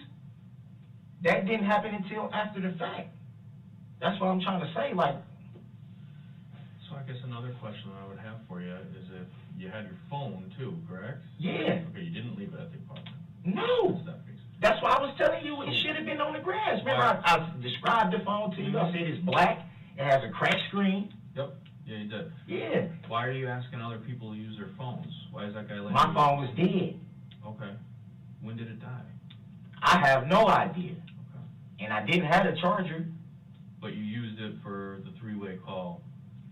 And I used his phone for the 3-way call. Okay. Like I said, we got a mutual friend named Michelle. Me and Erica do. I've known Michelle just as long as I've known Erica. She was the one that was telling me what's going on with you and your baby mama. Y'all not talking because she trying to get in touch with you. I said, yeah, I know she probably trying to get in touch with me. Well, I'm finna merge y'all. That's how I end up talking to her and telling her I'll walk over and meet you to get the money or whatever, get you a hug, get you a kiss, whatever. I had my flip-flops on then. I wasn't, like I said, I wasn't just, because the way he was making it seem like I was just running around with no shoes to begin with. Right. It's like, no. I mean, it was pretty cold. You didn't have a jacket or a sweater. Well, I didn't have a jacket to begin with. Okay. I didn't have a jacket to begin with, but I'm saying my shoes, I had flip-flops. But you had a jacket before? Or I no? never had a jacket. Okay. I had flip-flops. Green Bay Packer Flip-flops, flip-flops. no jacket. Right, because I didn't feel like I was gonna be like I'm not gonna be outside. Well, I'm thinking I'm not gonna be outside. If I'm just going from a car to a house, there's no reason for me to have a coat on, or at least that's how I'm thinking. I always do that. That's just like if I had a car and I know I'm finna go somewhere and I'm like, I'm just going from here to there. Well, there's no reason for me to just get all bundled up and do all this and that. There's no reason for Were me. there still a bunch of people out when you left? When you left her It house? was still daytime. Okay, It you was said still there were a bunch daytime. of people when you were talking to Erica. There were still a bunch of people when you left Stephanie's. When I was no, I wasn't talking. When you left Stephanie's, It was still daytime. it was still daytime. Yes. Okay.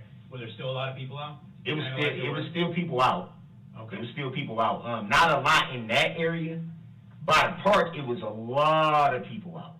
Okay. Like I said, it looked like something was, I don't know what the hell. But it was a lot of people out. And it was, like I said, it was people, it was older couples walking down the street. It was younger people walking down the street. It People looked like an event or something was going on? I don't know, but it kind of seemed like it was a lot, like it was something going on to where it was vibrant. Because there was a lot of people everywhere. Walking everywhere. up and down the street. Everywhere. It's people. That's what I'm saying. Like, if I got into a fight with her right there, it would be impossible for somebody to not be like, hey, this guy's fighting this chick or whatever the case may be. Like, how could somebody not see something? How long was it between leaving Stephanie's and those cops yelling at you at the door of that guy's house? Was it dark when they yelled at you? Yeah, by the time they came, it was dark. Okay. But we had been sitting out there. We had been sitting out there for a minute, me and the guy. We was sitting right there on the porch. We was just sitting there. Define how long, estimate.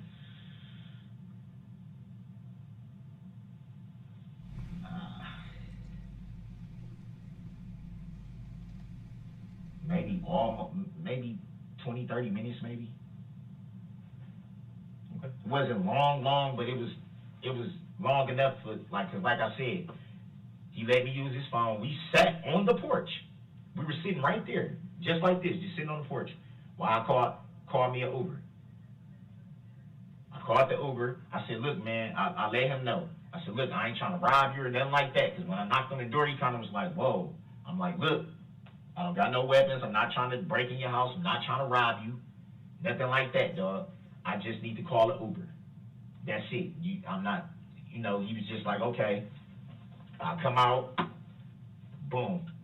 I need an Uber to, what's your address? He told me the address. And we was just sitting there waiting. That's how I was gonna get back home. I told him, I said, I got the money on my card. I'm not asking you for no money. I just need to use your phone. That's it. That was it. That was all. And then from there, we sat on the porch and just shot the shit out. I'm saying, you told me last night he was cool with that. Like, he wasn't. Yeah, it wasn't being weird. He was just like, oh yeah, I'll help you out. Yeah, we just sat there on the porch. And he did ask me, he said, do you need a jacket? I said, no, I'm straight.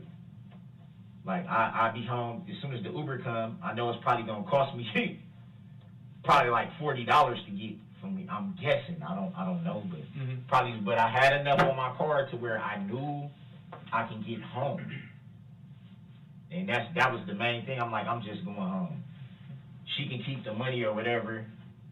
I didn't even try to contact her further. I just was like, I'm gone. I'm calling this Uber and I'm going home. That's it.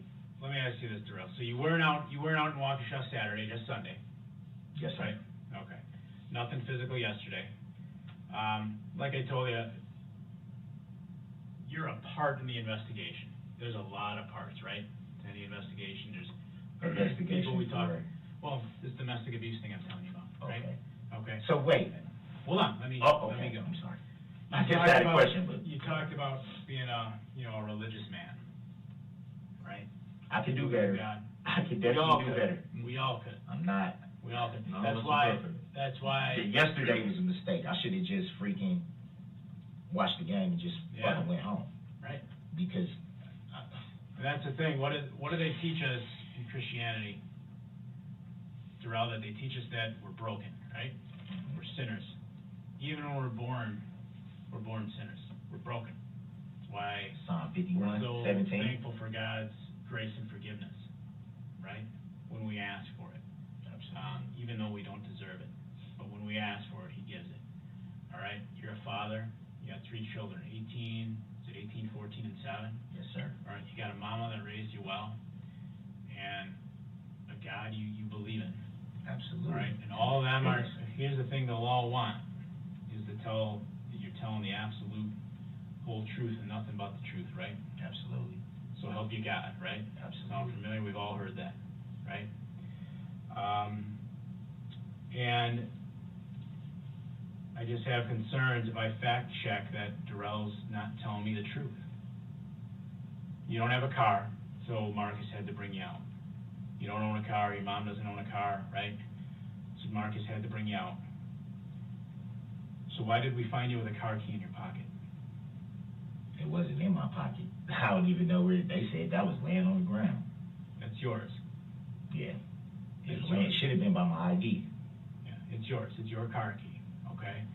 Because it goes to a Ford Escape in your mom's name recovered in Waukesha. Okay. Listen, Darrell.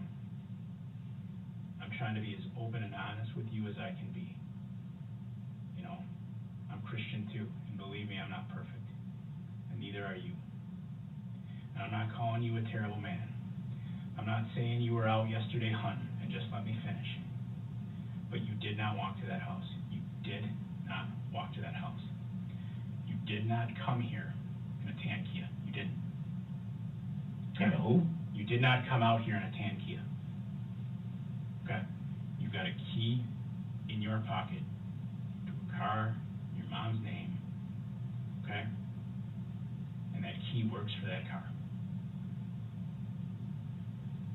For the love of God, Marcus. For yourself, for your family. You know what happened yesterday. For the people. Tell me what happened.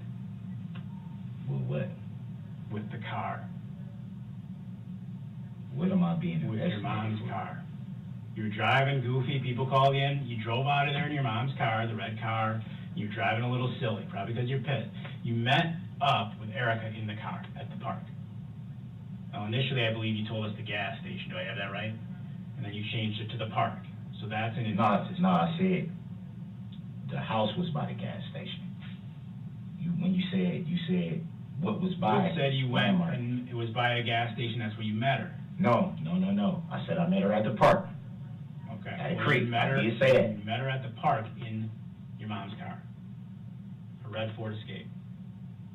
She got in, you talked, and what you're telling me seems pretty consistent, that there was nothing physical between the two of you. No, I didn't. No. But you met her in the car. I didn't put my hands on her or nothing. But like you that. met her in the car. What's going on, man? Asking you a question. Just be. You were out there Just tell driving me kind what's of going crazy. on, Some man. people said you were driving kind of crazy. We got reports of it.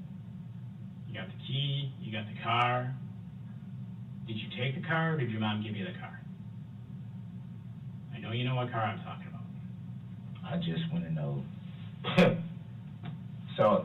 Some people Now, reported, listen, you had all those okay, people no, out no, there no, that no, no. reported that car driving a bit erratic. I know what you're saying. All I'm saying is this. We all been straight up with each other. You knew it was more to what you was asking me yesterday. Didn't know That for would sure. explain the FBI and all that, right? They're not here today. So if it's that big a deal, you don't see them here today. Come on, Kurt. Hey, we been. You guys met in the car, in the park? We been Yeah, cool, that's all. man, the whole time. If I did something Yeah, wrong, that's why they were serious- here. But do you see them here today? They're not here today. Yeah, but y'all lied to me, man. You made it seem like they just come for no reason. Well, here's the thing, Darrell. And I'm like, what Hey, if it's listen that? to me for a minute. I apologize. I can give you a clean slate here. I apologize. Because you have lied to us as well. Because you came out here in the red Ford Escape. Okay, that is what you came out here in. You had the key. Alright? So, what I want to do is try to give us all a chance to reset. You understand what I'm saying? Start over. Because you're not giving us an accurate story. You didn't ride out with Marcus in a tan car. You said your mom doesn't have a car. I've just told you we've disproven that. All right? I don't know what kind of woman she is. I don't know what you all been through. But you were seen in the car driving kind of acting a fool. Okay? In basically the same area that you've already been able to describe to me. I'm just trying to figure out how and why it happened. What made you tear out of there? What made you so mad where you're like, fuck it, and you raced on out of there? And then people call, man, this guy's, he's driving around here kind of fast.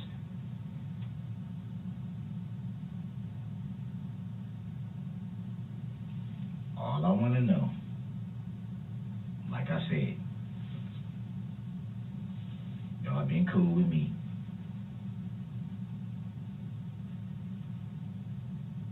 Am I charged with anything? That's all I want to know.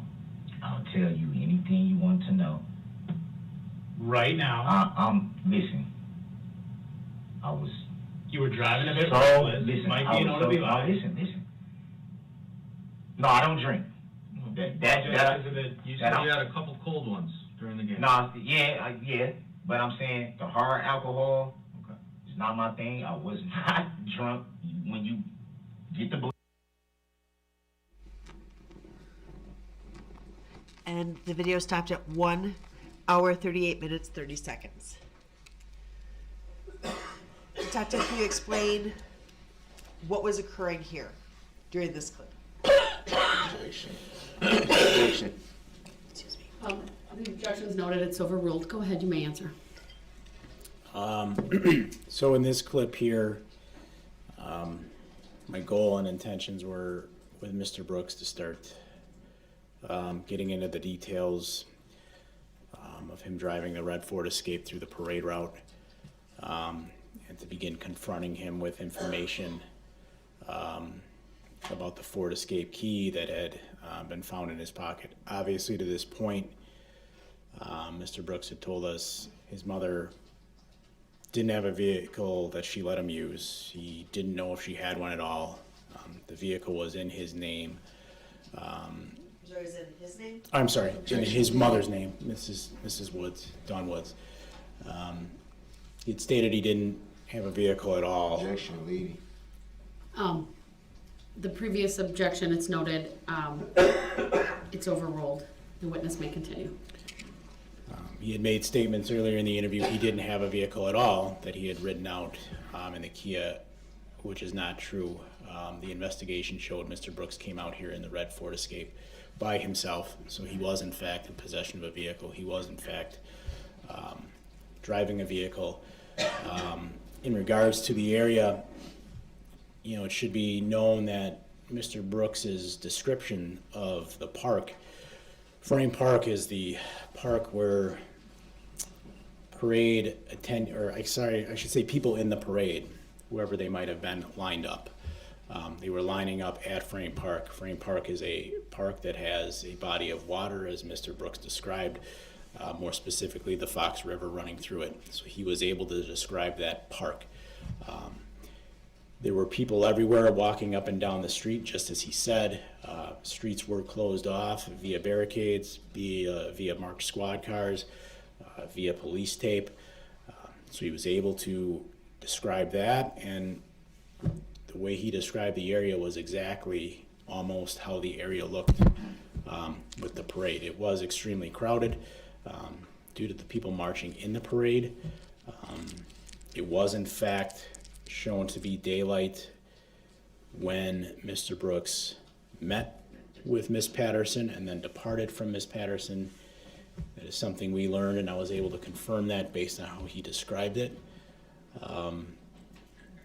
And you know, furthermore, you know, he describes and he gives the impression, Mr. Brooks does, that, well, if I was in a domestic, someone would have seen it. Someone would have seen it, because there were all the people there, and there were, but it's not necessarily going to be seen as easily as Mr. Brooks was trying to lead me to believe, because it took place inside of the vehicle.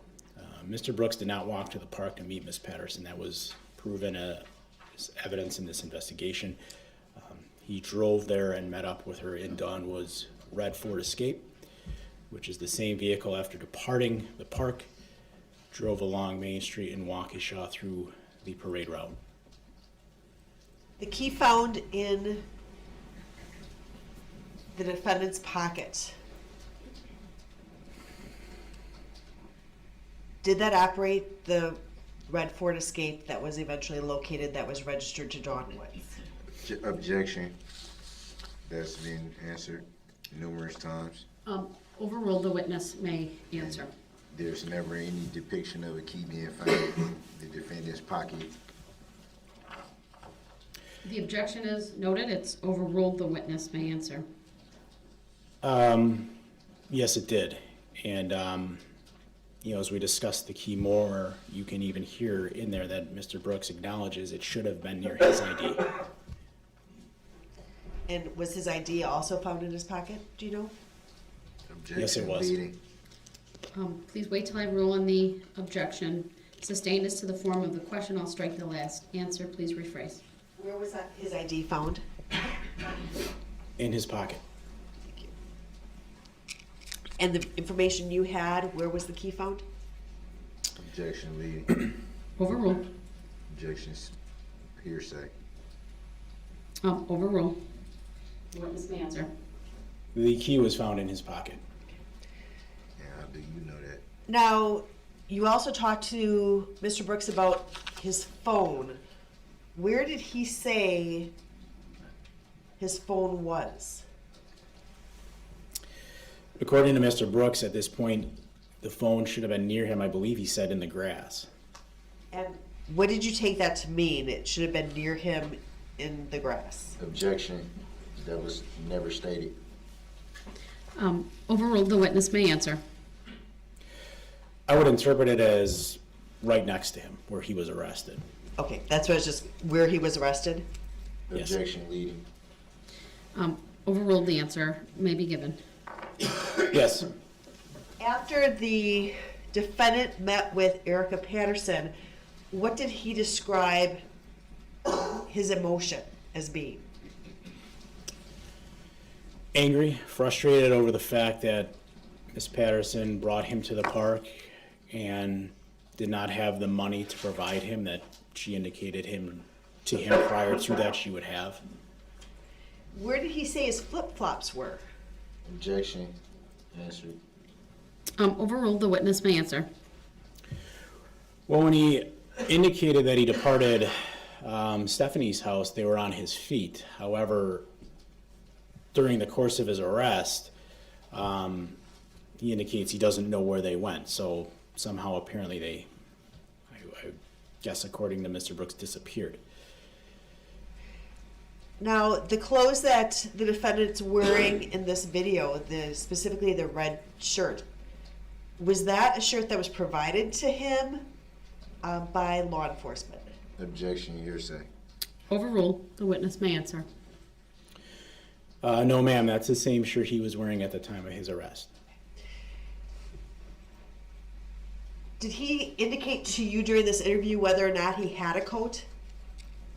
Objection. So on the video.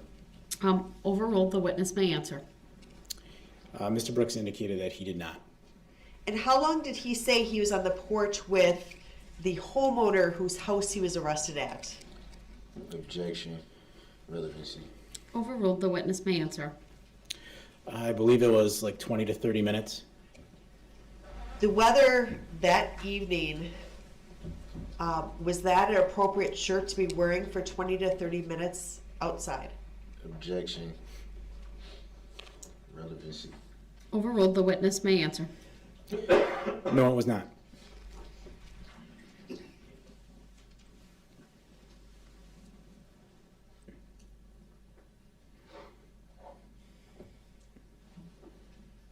So now I'll direct your attention to the video.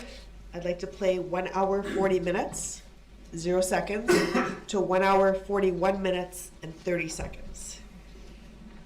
If we may play that now. Go ahead. Did not touch her. Right, so what had you so mad? Because you had your mom's car. Or I don't know if you use it. Who uses it? You got the key in the car. Is it hers? Is it yours that she lets you use? Let's clean that part up. Whose car is it? It's my mom's car. Okay. How often do you drive it?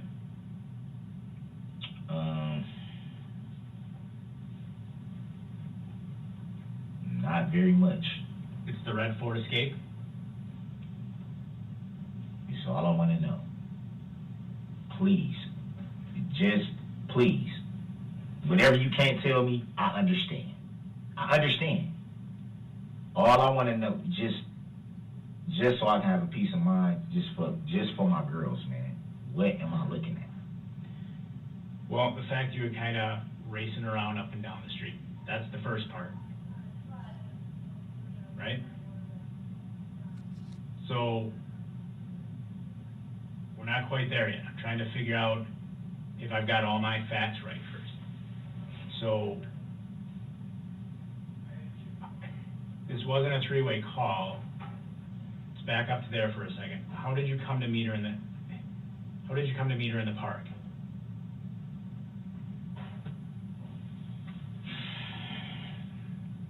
So y'all can't tell me nothing?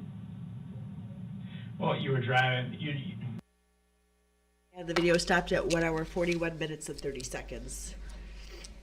Sir, is this the first time in this interview that Mr. Brooks acknowledged knowing about the red Ford Escape? Objection. Leading, and that was not stated.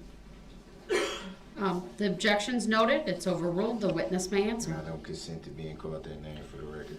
Overruled. Yes, that is the first time. Now,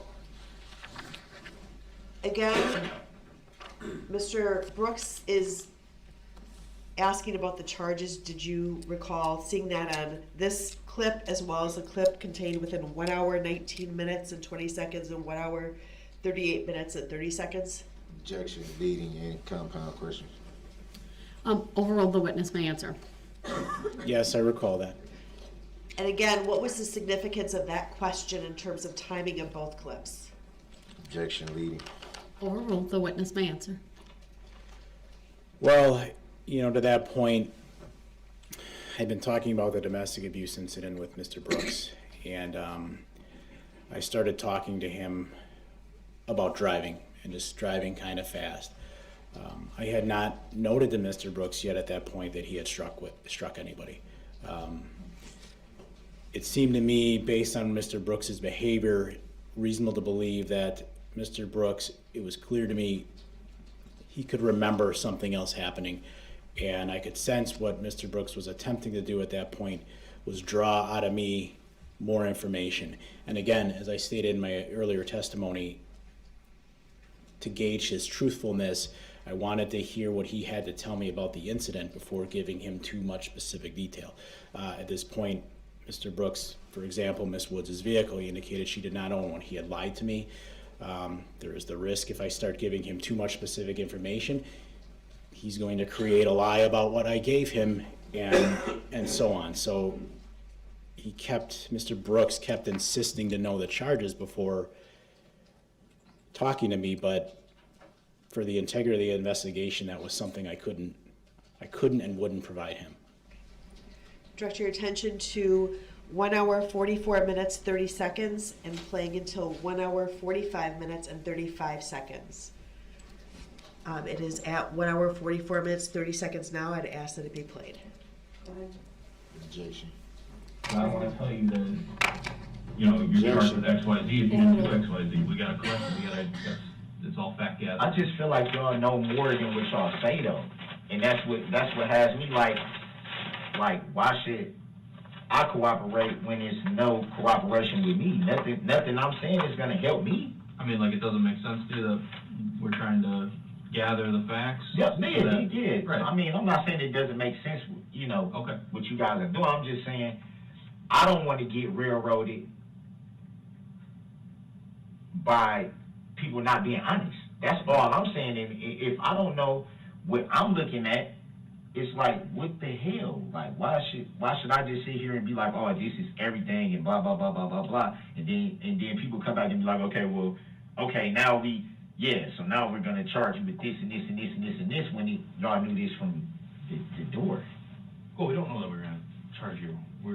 That's, again, the fact And is, it's like, we're asking the questions about, you know what I mean?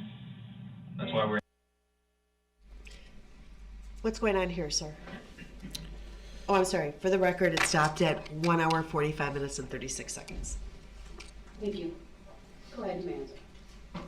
So at this point, Mr. Brooks is still continuing to try to determine what exactly, he's being charged with. And, another part of this investigation is it was so broad, I didn't know exactly what some of those charges even were going to be. I had an idea, but I didn't know exactly. And in reality, what we wanted to know at that point is where he drove, have him tell us where he drove and why he did it. But Mr. Brooks just was not willing to indicate that to us and explain that to us without us telling him what specific charges he was looking at. And this is a theme that continued over the next several hours. Direct your attention to 1 hour, 49 minutes, and 36 seconds, playing until 1 hour, 54 minutes, and 30 seconds. And it is starting at 1 hour, 49 minutes, and 36 seconds. Go ahead. So your issue right now with us is you feel like we're not I'm sharing. getting railroaded. Okay. I know I am. No, y'all not telling me what's really going on. But we're not getting the full truth either. I know, but and what I was saying was, You didn't give that an issue. So when you left, you guys met in the car. You didn't walk there. She got in the car. If I tell you everything that happened, and y'all gonna be straight up with me about what I'm facing. That's all I want to know. Well, I don't want to know understand. anything else. I don't need you guys to tell me, hey man, this is this, that is that, this is this. I just want to know. Just So I don't know the entirety right for the now. fact that, like I said, my girls. Yeah, no, I got you. I don't know the entirety right now. So while I'm here, a couple of officers talked to Erica. not the only one working on it, so I don't know everything. I got a report to a boss, so I don't know exactly everything that's gonna be yet. And that part's not a lie. I don't know exactly everything that's gonna be yet. I'm just trying to figure out, to get to that point where I can have a clear idea and call who I need to call to get some of the information to find that all out. I'm trying to get a clear idea of what really happened regarding you and her. And when you drove away, where you were going. Or did you not know? You know what I'm saying? Because right now, I don't know everything. Wow. Because I'm out here and they're out there. Oh, Waukesha. Right, and I'm like, how long do I gotta sit in these, where are we at? Skego. How long do I gotta sit in these jails before I can call somebody? Get a phone call, let my daughters know, hey man, I don't know what's going on, but it's good to hear your voice, are y'all okay? Yeah, we're trying to get to that point, Darrell, but the question I asked you when you left, where were you did you know or did you not know? Were you just mad and you left? Where were you going when you initially drove off? That's easy. If you didn't know where the hell you were going, or you didn't have an idea, or you didn't have a particular destination in mind, so be it. And we've been talking a couple hours. You want to sit and eat a minute? I wish they had some Tylenol. I've been trying to fight this pain, man, since... They might, I don't know. They show, I don't know how, did you ask them? Yes. So they don't? They just said they'll see. Okay. We'll see. It hurt worse now than it did yesterday, or last night, rather. Yeah, it's going to be sore. It's definitely sore. There's no doubt about that. Oh, my God. Take a break and see if we can round up some Tylenol, let him eat. Yeah, we can see if we can, how about we see if we, want me to see if I can find some? Yeah, I just wanted to...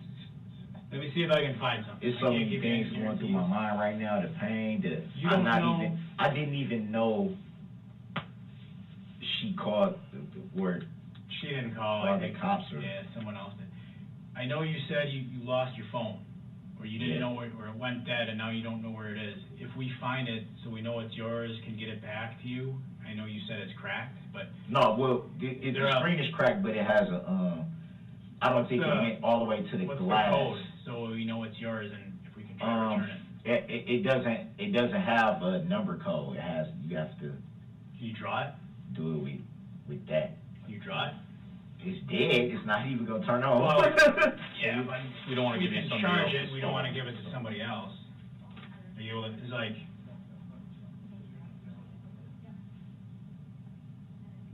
It's a 7.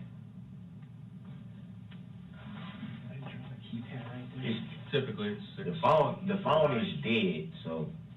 Like I said, we can charge it. I don't want somebody else to say, oh, that's my phone. Now we're giving your property to somebody else.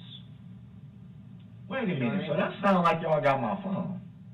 If we find it. I didn't say we had it, I said if we find it. It's a 7. All right, so in that direction? Okay.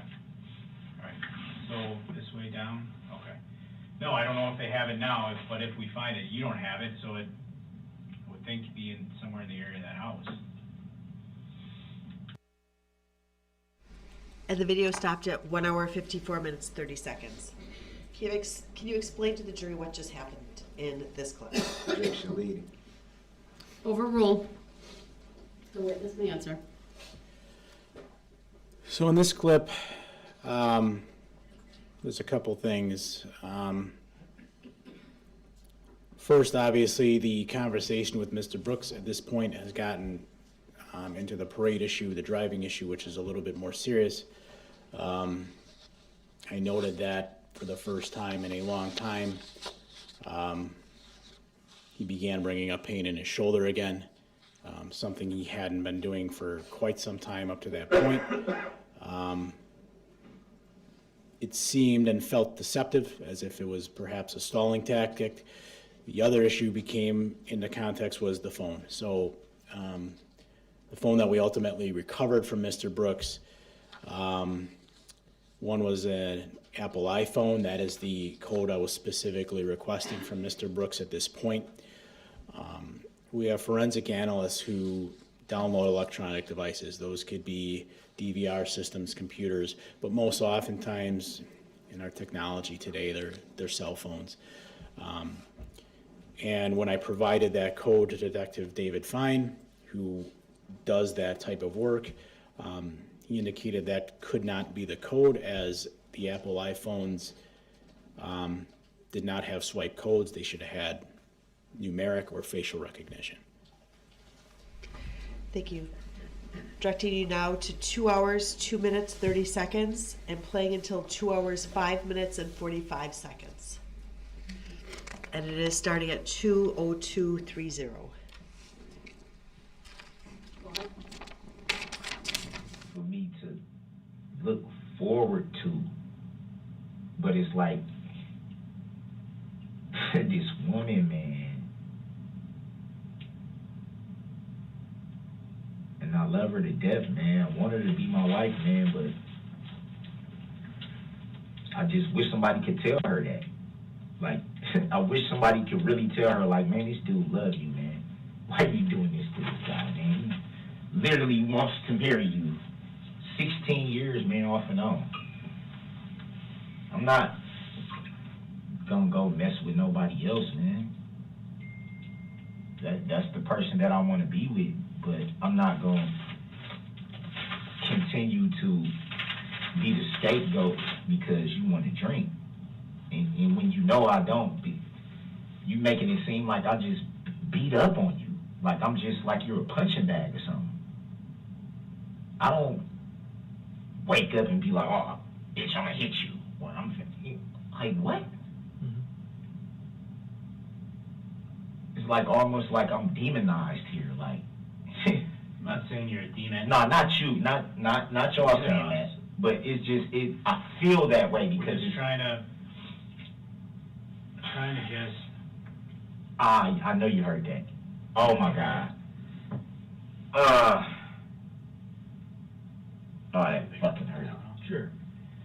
I know you heard that. I heard it. It's in check. We're gonna go check with them. Maybe they'll listen to us a little bit better. Fuck. You want us to check?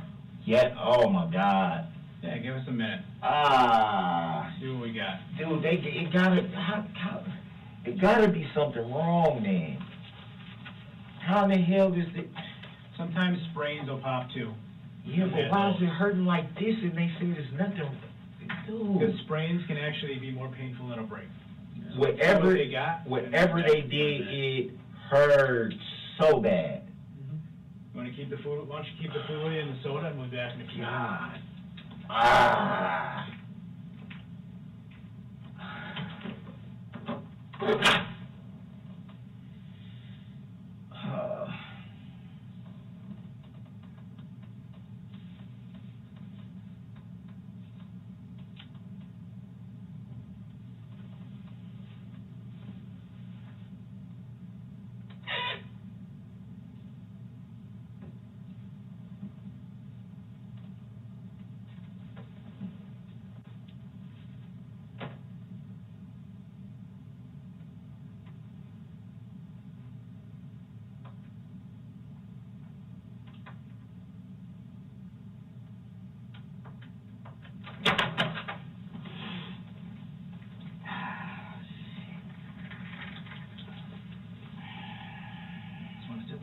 Yeah.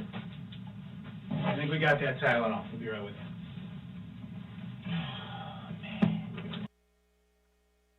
you. And the clip ended at 2:05:45. Can you describe for the jury what you saw here? Yes, ma'am. So what I noted is that Mr. Brooks initially, as we're in the room, continues to suggest that he's in severe pain. And once we're out of the room, there's no more groaning. There's no more grabbing of his shoulder. Rather, there's an interest in looking at the paperwork that's left behind and attempting to use the phone. As soon as that door opens, Mr. Brooks then suddenly places his face into his hands and is suddenly in despair again. Okay, moving to 2 hours, 49 minutes, 0 seconds, and playing till 2 hours, 50 minutes, 40 seconds. And we are at now 2 hours, 49 minutes, 0 seconds.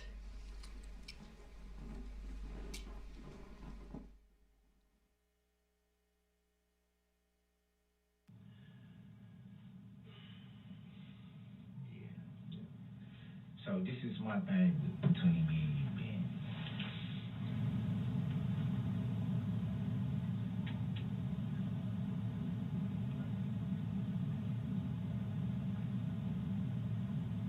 What if it wasn't me driving?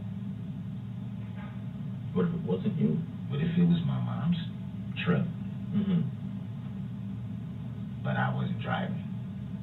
Mm-hmm.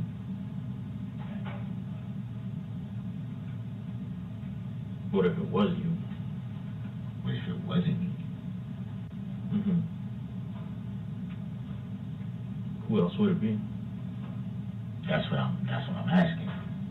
Not asking you who else would it be, but I'm just asking, what if I knew?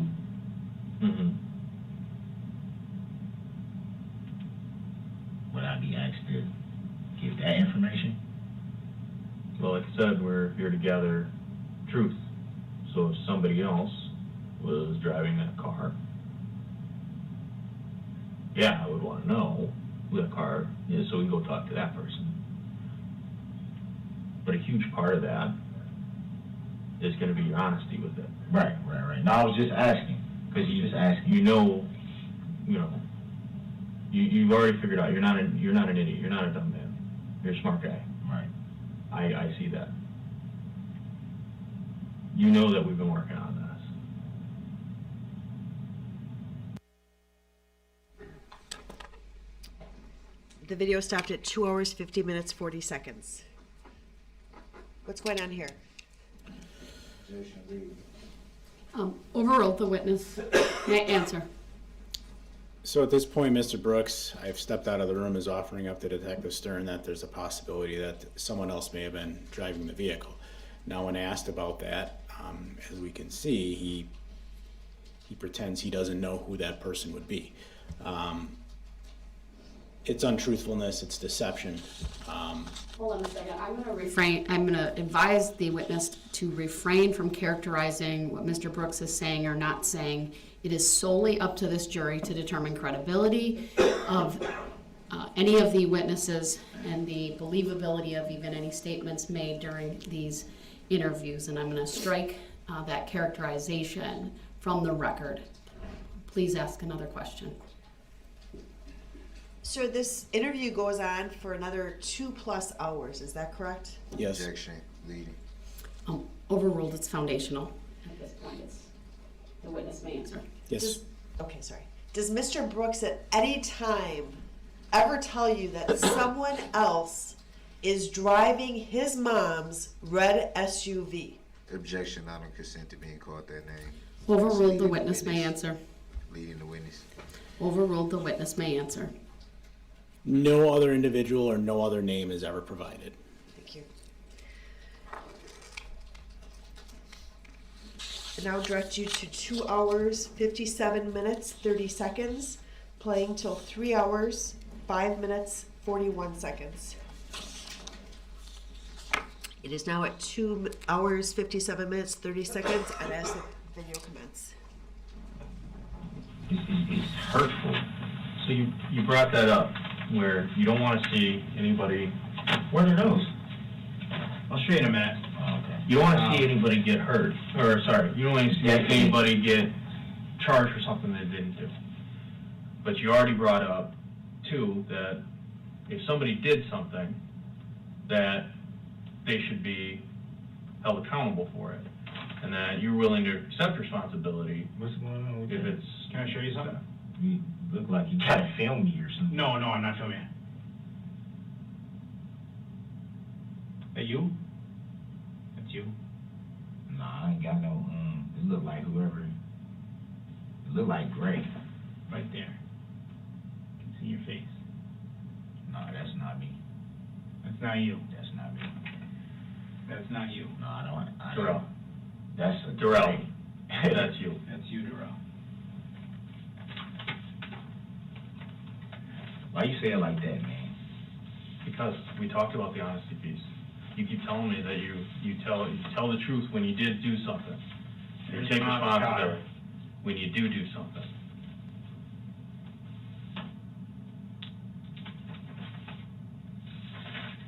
There's your mom's car again.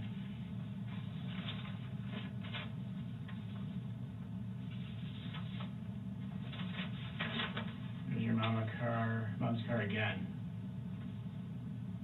Next to a child, which I know you care a lot about, children. Next to the child, who's on my Yeah, brother.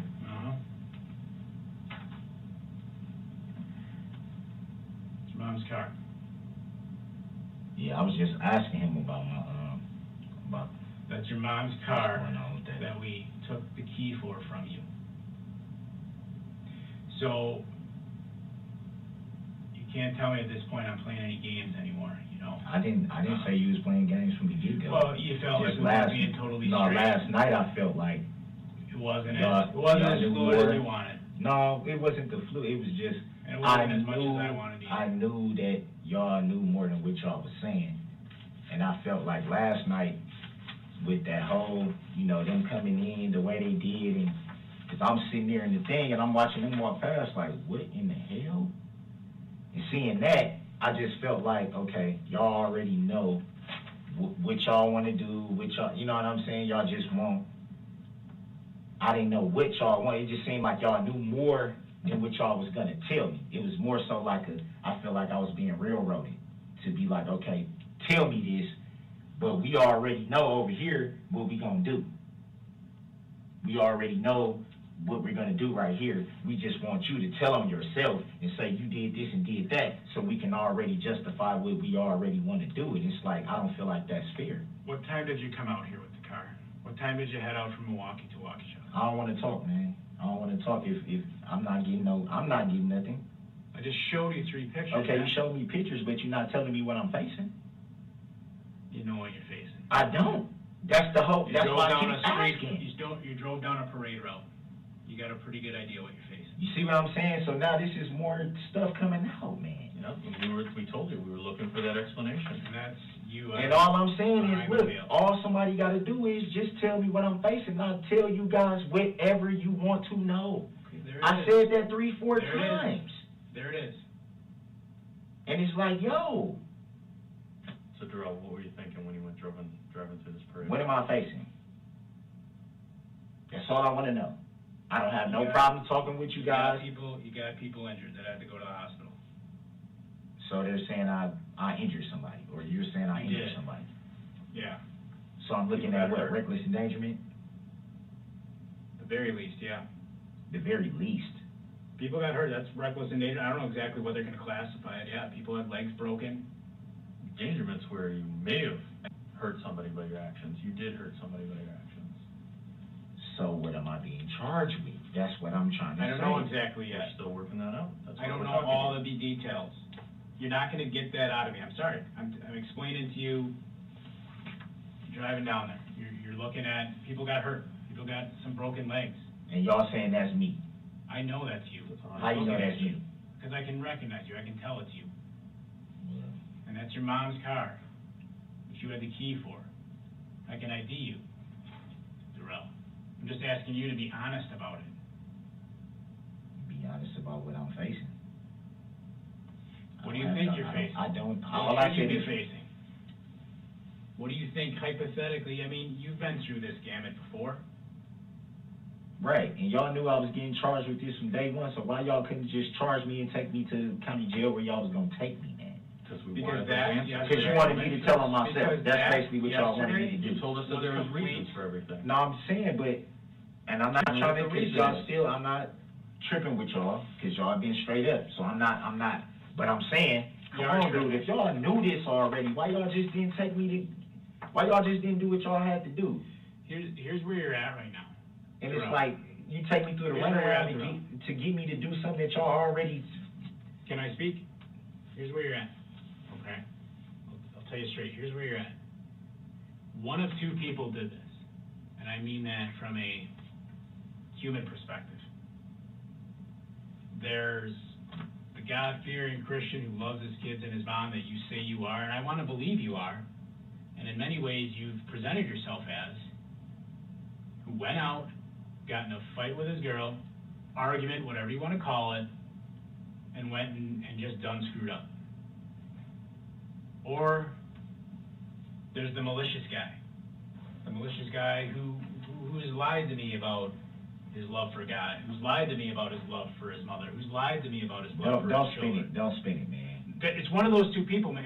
I'm just saying, don't What spin is it it. then? Don't spin it, man, because I'm not. Which one are you? You're not gonna spin it, dude. Which guy are you?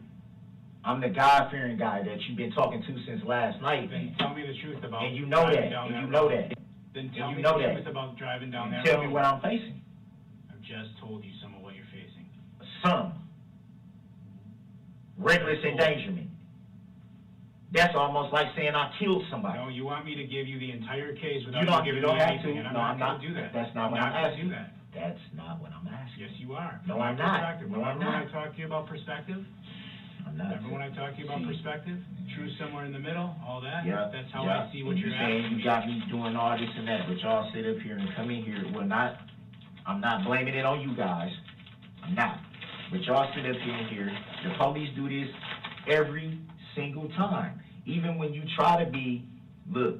Show me you a guy you say try to be straight up with them. You try to tell them the truth. You try to do all this and that, and they still railroad you You're not trying to every tell me the truth. single time. You're not trying to tell me the truth. Not anymore. It's not even, no, it don't got nothing to do with that, because I just told you, I don't have a problem with telling you everything you want to know. I just wanted to Then have an tell me what I wanna idea. know.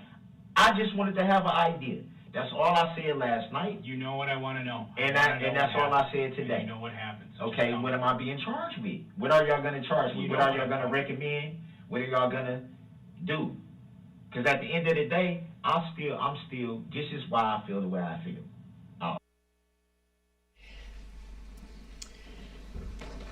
The video stopped at 3 hours, 5 minutes, 41 seconds. Sir, you had walked into this room, or I believe you had presented a cell phone to Mr. Brooks. Do you recall that in the video? Show that on the video. There's been an objection. I'm going to sustain it and just ask you to lay a better foundation. Sure. Sir, you came in and you had your cell phone with you, is that correct? Yes, it is. Did you receive any additional information when you and Detective Stern went out of the room prior to this clip? Objection. Relevancy. Overruled, the witness may answer.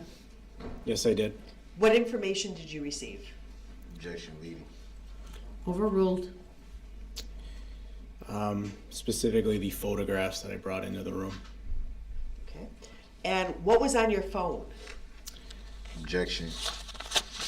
Overruled. Relevancy. Can't see what's on the phone from the video. Overruled, the witness may answer. You can ask him on cross-examination if you have questions. So the video, or the photo I showed on the phone, if you look at the monitor right now, as I'm facing it, if you face it up there, the right half And you is, can, it's a touch screen, so if you Oh. want to circle something or point to something, and you can use your finger. Your finger, not that Yeah, tool. That sorry. tool doesn't work. sorry, I kind of drew over it, but that half of the paper is a photograph that I was able to positively identify as Darrell Brooks, the defendant, behind the wheel of the red Ford Escape while it was in the middle of the parade route. That picture was the same one that was on the phone when I showed it to him. Okay. How do we know that? You will be able to cross-examine the witness. That statement by Mr. Brooks is, I'm directing the jury to disregard, as it's not proper testimony. Go ahead, next question. I apologize, Your Honor. Thank you, I appreciate that. What were the other, what was on the other papers that you put down on the table? So the other papers, one of them was Mr. Brooks' vehicle shortly after it had entered the parade route. That is where I specify to him he's driving past a child. There's a child towards the passenger side of the vehicle. Another one is the vehicle where it was located parked on Maple Avenue within the city. I would also note that when you look at those photos carefully, the initial one as Mr. Brooks is entering the route and passing by this child, you can see the vehicle is undamaged, where the second one I showed him where it's parked is significantly damaged on the front end. Were those the photos, all the photos that you showed him at this time? At that point, yes, they were. Okay.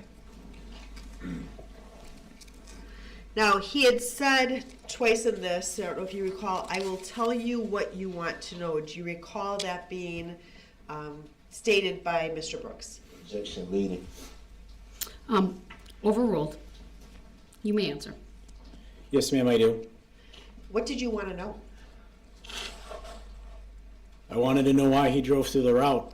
I wanted to know what caused him to make that decision, what was going through his mind. The evidence at that point, and this is evidence, as I'm stating, it indicated his mother's vehicle drove through the route, that he was the individual driving through the parade route when the vehicle went through the route, and I was looking for explanations. Why? Intent, motive, whatever it might be, for him to tell me, and he's not willing to do that. This video goes on for another hour and 50 minutes. Did he ever answer that question? Objection. Speculative. Overruled. The witness may answer. No, he did not. Direct your attention to video at 3 hours, 5 minutes, 57 seconds to 3 hours, 13 minutes, and 58 seconds. It is now starting at 3 hours, 5 minutes, 57 seconds. Go ahead. He'll probably go before a judge, right? What do you want him to think? I mean, it's nothing I can have them think because y'all already basically said, okay, this is what happened. We just want you to tell us that this is what happened so we can just charge you with this, which we're going to charge you with. Are you the good guy that screwed up or the evil guy that doesn't care? Oh, I definitely care. Okay, I so tell me definitely the truth. care. I definitely care. If Why you would you definitely try to spin care. it like that? Just because I don't want to tell you something, now I don't care, now I'm the malicious guy, now I'm this, now I'm that, just because I don't want to talk? One other option, you know the truth. We've been talking for a couple Y'all of apparently know the truth too. I told Apparently. you when we came in, it was to get Man, your you knew this perspective and last your side. night. Come on, Kirk, you knew this last night, man. This was, You I told knew you this that. last This was night. chaotic. Yes, I told you that. And you This could was have been chaotic. like, yo, some people got hurt. We want to know what happened, man. I didn't know enough details last night. There were people out there all night, processing a scene, the entire night, until about, I don't know, noon today. Come on, man. Y'all knew, Till about noon today. y'all knew all this, man. I didn't know everything. I'm telling you, you can believe me if you want, but I got no reason to because I lie know to you. It y'all was not, complete I'm not chaos. saying, listen, I'm not saying you're lying. It was complete chaos. I'm not saying you're lying. So that's what took so long. I'm not. But you know how it got to be that way. But So tell also, us how it got to be I that can't way. even get a word in. Because we're going round and around and around, Darrell. We're just gonna keep going around and around here. And you're acting like you don't. I mean, almost it's acting like you don't know what these are, and you do. no, you making it seem like I don't care. Like I'm just this heartless type of person, dude. Well, it I feels couldn't that even, way. okay, that's fine, but look at my position. I've been in here for 24 hours. I haven't even gotten a shower, good sleep, my shoulder's fucked up. I haven't even got a phone call to even notify anybody, talk to my family whatsoever, not one time. I'm disappointed, Darrell. I'm disappointed too because you lied to me, Kurt. Because You lied to you me. talked about what Nothing, you want listen. him to do with Listen, one of your kids. and didn't I just What do you say want him to do if it was I one of your don't kids? have any problem telling you what happened? The only thing I'm saying is I feel like you were trying to railroad me by how you went about it. That's all I'm saying. That's it. I'm not saying. Okay, we've I'm not discussed saying, that for about an hour. So tell me what happened when you see drove what I'm off. saying? We're not going to make any more progress on that. I get you're pissed about that, and I'm not going to fault you for it. I'm not going to tell you not to be mad. I'm not going to tell you not to feel like, man, that was bullshit, but carp, why'd you do that? If that's the way you feel, gotcha, it's okay. I'm not gonna tell you can't. I'm not gonna sit here and tell you how you should or should not feel about how I went about presenting things last night. Okay, but what I've confronted you with and told you today is your mom's car's out here. I've now shown it to you. You know, you want me to, you know, tell you all these things. No. Hold on. But what I told you from the start, and I did tell you this, is that part of it's a give and take. There's things I'll tell you, but I can't just tell you everything. We've shown you pictures, all right? We talked about if the roles were reversed, what you'd want my partner, Ben, Yes. to do. Yeah, you did say that. We talked about that. What would you want it to do if it was your kid with the broken leg? And look, So a I kid want got to hurt? believe a lot of people did. A lot of people got hurt. Yeah, Are you serious? yeah. Darrell, you were there. No, I'm saying a lot of people got hurt. Yeah, there's people hurt, man. Like bad? Broken legs and stuff like I told you. Concussions, hit their head. Yeah, I wouldn't want to see that happen to nobody, dude. I don't believe you would either. Yeah, but you And I'm just not saying it's on purpose. you just thought, yo, this dude is heartless. So tell us otherwise. You know I what didn't I'm say saying? that. I'm It's asking like, you, fuck, what man, do you like- want it to be perceived as?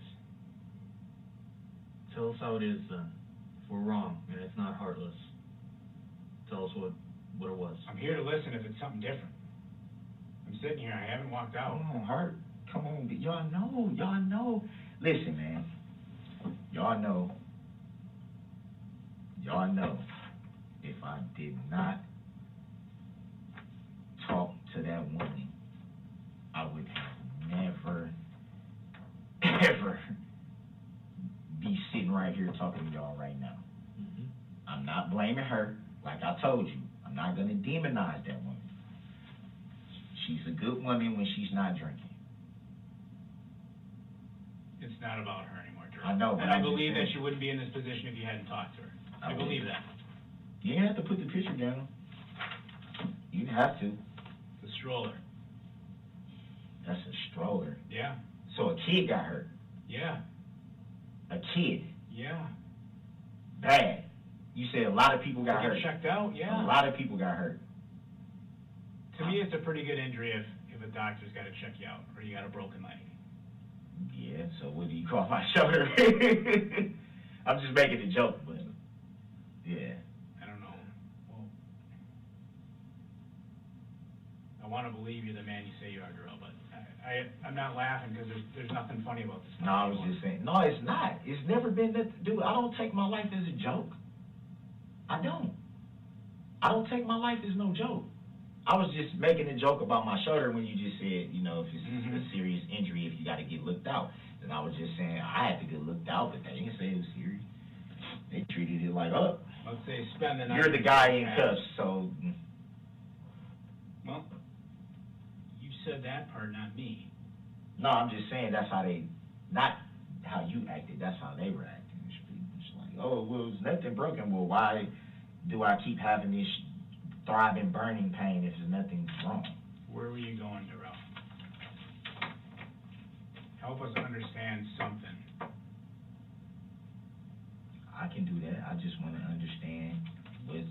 So these parents I know wanna why understand. their kid got hurt just the way you want to know why your kid got hurt. I want to understand what I'm looking at. That's it. A reckless endangerment.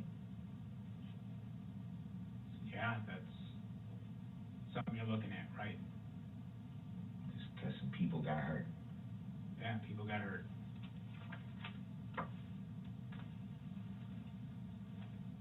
Now, I just want to say this. You know that when you said it wasn't the end of the world type thing,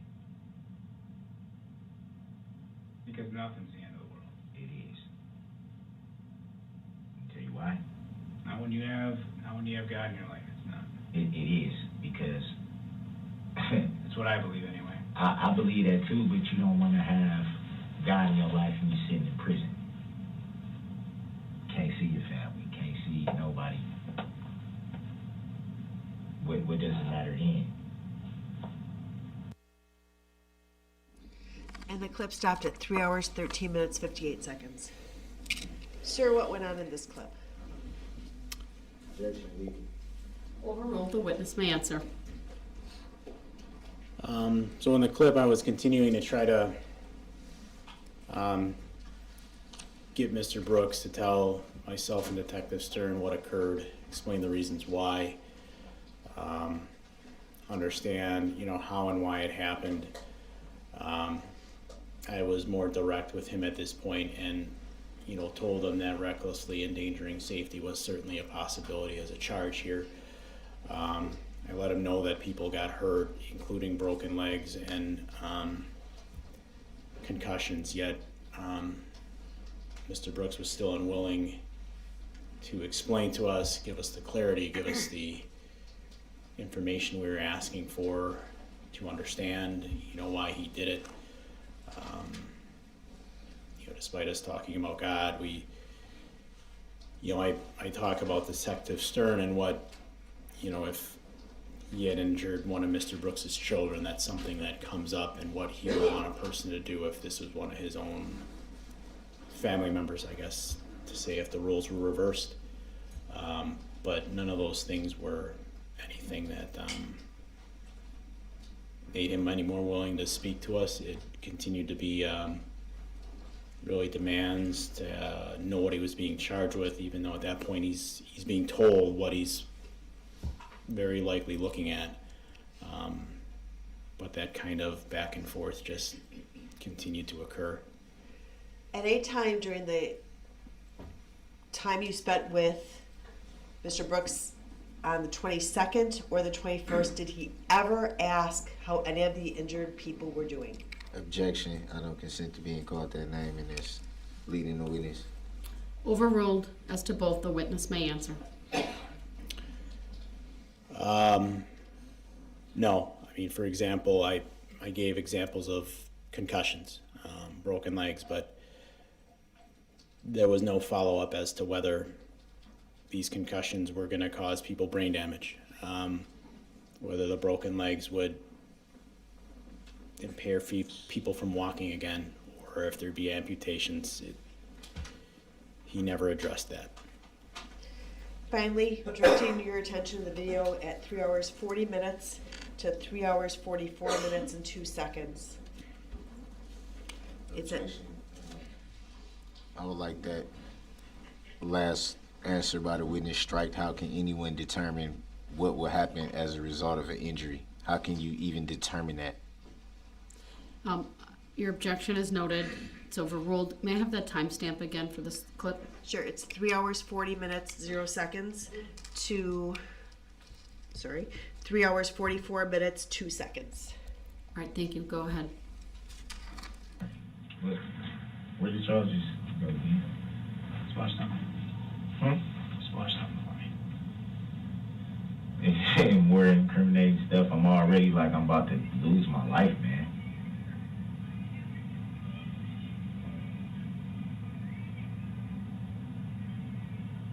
Can I ask a quick question? Hold on, watch it. I know. Why do you want me to watch it? Because I'll show you. I just want you to watch it. Watch it. Why though? Watch it for me. Why though? Because I want you to see what's in the video. Did you watch it? No. Will you? I just want to know why you want me to watch it. Because I want you to see what's on the video. Why don't you want to watch it? I just want to know why you want me to watch it. I didn't say I just want you to see what I had told a you. problem. You're not accepting the answer. I told you I want you to see what's in it. That's why I want you to watch it. You wanted information from us, we're I sharing want it. you to watch it and see what's in it. Yeah, it's a good point. It's information sharing.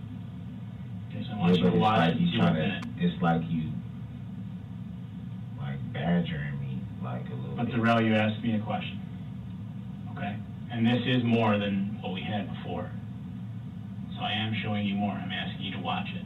Will you watch it? I mean, I don't have a problem with it. Okay, I that's just fine. want to know what was the reasoning. Because I want you to see what's in it. I mean, I'm pretty much. It's not complex, it's just, you know what I'm saying, it's just that, I want you to see I what happens. understand, I'm just saying, I already know, I already have an idea from what you guys was saying earlier. But I want So you it's to like- see it. It's like watching all I'm thinking about right now is Here, we'll talk in a what a second. hell of a journey it's been, but this is how my story ends. That's all I've been thinking about. Like, it's nothing that I want to. Can you look down? Why do you want me to see that card? Why? Because I think it's important. Why is it important? Is it to make, like, what is it? Well, why don't you want to look? I'm just asking. I'm not trying to raise my voice at you, or I'm not. I'm just asking you why you don't want to look. I'm just saying, why do you want me to look? So because I think it's important, so you see what happened. You told me You what see- happened. You already told me what happened, Kurt. Y'all told me what happened. I understand my life is over. I'm trying to come to grips with that. I'm trying to come to grips with the fact that this is how my story ends. From trying to love somebody, I'll never see my kids again. My mom, my relationship is gone from me. And it's like, what is it to look at more? My life is, for me to look at my life end? That's you, Darrell. Is it looking at my life ending? These are the same photo. I'm just telling you that. Okay?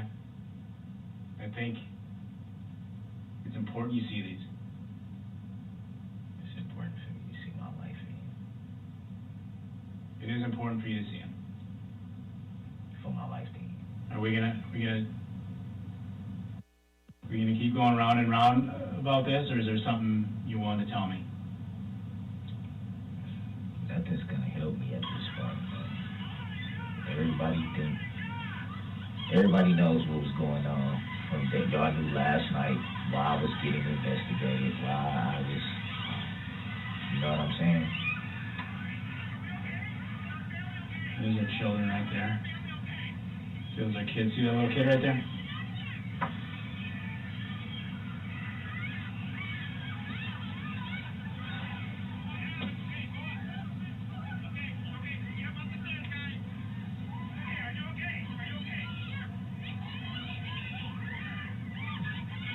You gonna look at it? Sir, and it did stop at 3 hours, 44 minutes, 2 seconds. What were you showing Mr. Brooks? Objection leading. Overruled. You may answer. I don't consent to that name being used. At that point, Hold on. Were you done with the objection? Yeah, I was. All right, it's noted and overruled. The witness may answer. at that, excuse me, at that point I was showing Mr. Brooks a video that had been provided to me of him operating the red Ford Escape through the parade route. At that specific point, Mr. Brooks was struck members of the Waukesha South Marching Band, and I wanted him to see it. It was more information. He was asking for it. I felt it was important to see his reaction to it, to see if he'd be willing to talk about it. And at the point where I paused it and brought the piece of paper that his head is now down on, I paused the video at a point where you could see that it was Mr. Brooks behind the wheel of the vehicle. And the point at which I paused was a still photo of that moment that was on the paper. So it was, I guess, the same picture.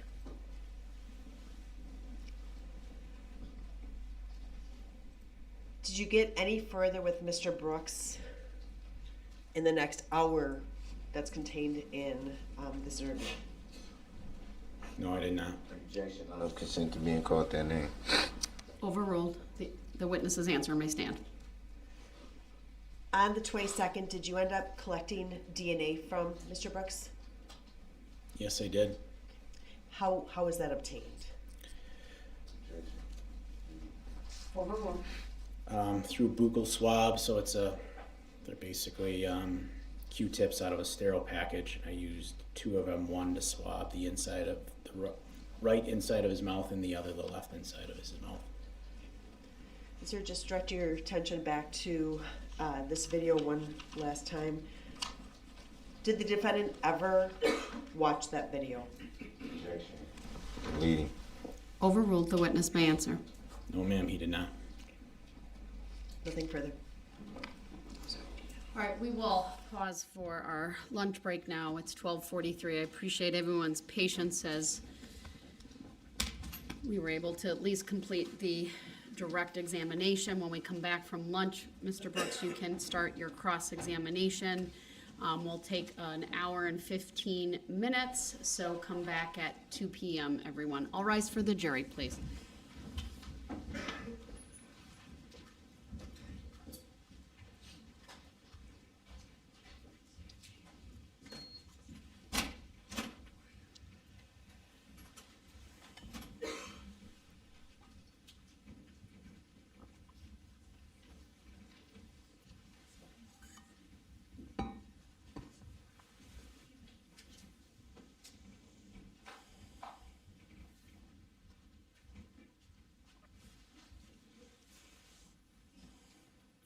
All right, thank you. We are in recess.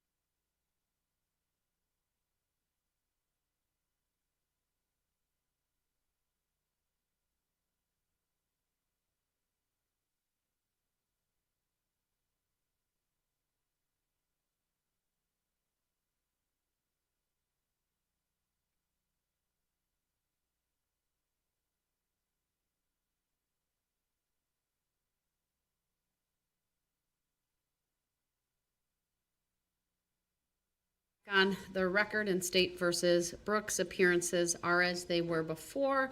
Just want to make a quick record. It's not something we need to address right at this moment.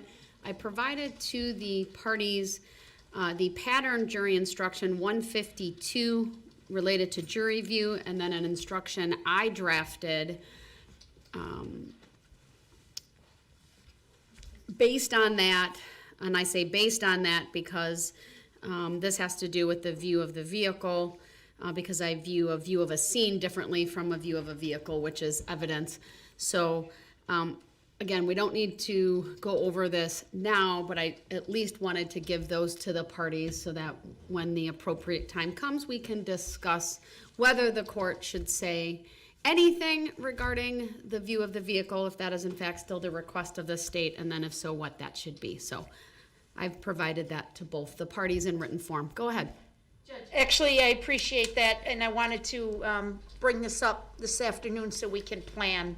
Obviously, I don't know if the mics are on. It should be, yes. Okay. I'm soft-spoken, I'm sorry. Said no one ever. Oh, that was all loud, sorry.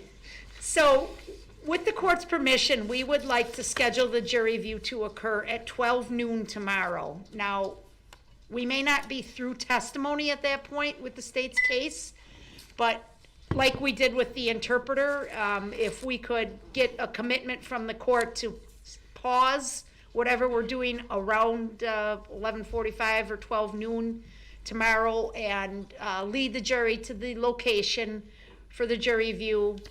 There's obviously some planning that needs to take place by the sheriff's office. The tow truck needs to be arranged, and I believe the maintenance division needs to assist in some way as well. So what I'm learning is that it's best if we just pick a certain day and time and set it, and then, you know, again, with the judge's permission, kind of work around that in the courtroom. So that is our request, if the court is willing to accommodate that. In regard to that request, I know I had internal discussions with the sheriff's department because they're in charge of security over the trial, and I don't frankly know how much we've talked about this previously, but it is in a secure location, or will be. I've made arrangements, or I've instructed the sheriff's department that because of the location that we will be in, it's not something that will be that anyone can just follow us to, but a contemporaneous recording will be made and then placed into the record so that the public is aware of what happened, but after. So I did want to add that to the record. In terms of the request, Mr. Brooks, this relates to the viewing of the vehicle that was recovered by the Waukesha Police Department. There were preliminary discussions when you were still represented by counsel, and the request is being made that the viewing of this vehicle take place tomorrow. Your response, if any? First of all, I accept for value in return for value this paperwork. I guess I'm still confused as to why there needs to be a jury view. I can have the state put their request on the record again. I'm responding to their request, so go ahead, Attorney Opper. Yes, Judge, and I believe the court has already approved this request. The motion was filed and ruled on by the court previously, but as Mr. Brooks has been charged in every count with acting while armed with a dangerous weapon, we believe it's relevant and appropriate for the jury to view what we're alleging to be the dangerous weapon in this case, that is the 2010 Ford Escape. It's essentially, would be no different than bringing a firearm into the courtroom during a shooting case. And I would just simply note the first-degree intentional homicide and first-degree recklessly endangering safety charges are what carry the enhancer for use of a dangerous weapon. Of course, the hit and run does not have that enhancer, nor do the bail jumping and batteries, but with that caveat. Yes, thank you for that correction, Your Honor. All right. Mr. Brooks? I'm confused to that too. Why are there only certain charges that have an enhancer? Well, the court's not going to answer that, sir. Those just happen to be the charges. The state is tasked with proving each one of those charges and any special verdict question that goes along with it. Beyond a reasonable doubt, they bear the burden of proof, as was spelled out in all of the preliminary jury instructions. So that's how I'll answer that. In terms of the jury view, I did grant the motion previously. It was unopposed, and I'm not hearing anything that would cause me to reconsider that. In terms of the time that's being requested, do you have any position on that? Do I have to be present for this? I would like you to be, and yes, we're making arrangements for you to be there, sir. Do I have to be present for it? And also, for the record, I don't consent to the name that's being referred to. I'll use this opportunity, sir, to ask what name you prefer to be called, because we now have evidence in the record where you provided your name upon questioning. There was video from when you were taken into custody, and then, of course, Detective Carpenter has testified about that as well. Again, I try to refer to the parties by name because that is how I believe I demonstrate respect and decorum in this courtroom. And we've been given no other name, sir, by which to call you by. And I must, at that point, go back to what's on the criminal complaint, which is the initial charging document. That is what was filed in order to initiate the case. With all due respect, the record should be corrected. I didn't put anything on the record that was... I didn't state that. I said there's said evidence in the record. Well, evidence, what you referred that evidence to me. Sir, there's evidence in the record, but be that as it may, I'm just letting you know I'm going to keep referring to you sometimes as defendant, sometimes as sir, sometimes as Darrell Brooks, sometimes as Mr. Brooks. I understand you may still have an objection, but I've been given no other name from you by which to call you. I follow, but there's still a lack of understanding. Are you referring to the name that was in all caps on all the filings? Court's Because not every gonna answer filing that, that I sir. have, I find the response to be kind of disingenuous, sir. So there was This is, I believe, a tactic by you to create some type of confusion, which I don't believe there is any, about who you are and what name I need to refer to you as. I never said you had to refer to me by any specific name. That's not what I'm saying. I'm saying that every filing that has ever been filed was in capital letters. That's a fact. I have paperwork to prove that. I don't recognize that name, nor do I know any individual by that name. That's all I'm stating. Well, let's assume for a second that it's not in all caps. Do you recognize that? No, I do not. Okay, well, Because we have our there- answer then. We're gonna keep going, sir. We're a little bit off topic. In terms of the request by the state, I'll give you one more opportunity to answer that. They've requested that whatever we're doing tomorrow morning, whether it be their case, whether it be if you are calling witnesses, that we pause about 11:45 in order for the jurors, the court, and the parties to be taken to that secure location for that jury view. Do you have any position as it relates to that? Yeah, my position was, when I answered, I said, do I have to be present? I'm requiring you to be there, yes. And what reason do I have to be present? Unless you're willing to go through a colloquy with this court and intentionally waive your right to be there, because then I'm going to require you to be there. And that's not explaining why I have to be there, though. Because I'm requiring you to be there, sir.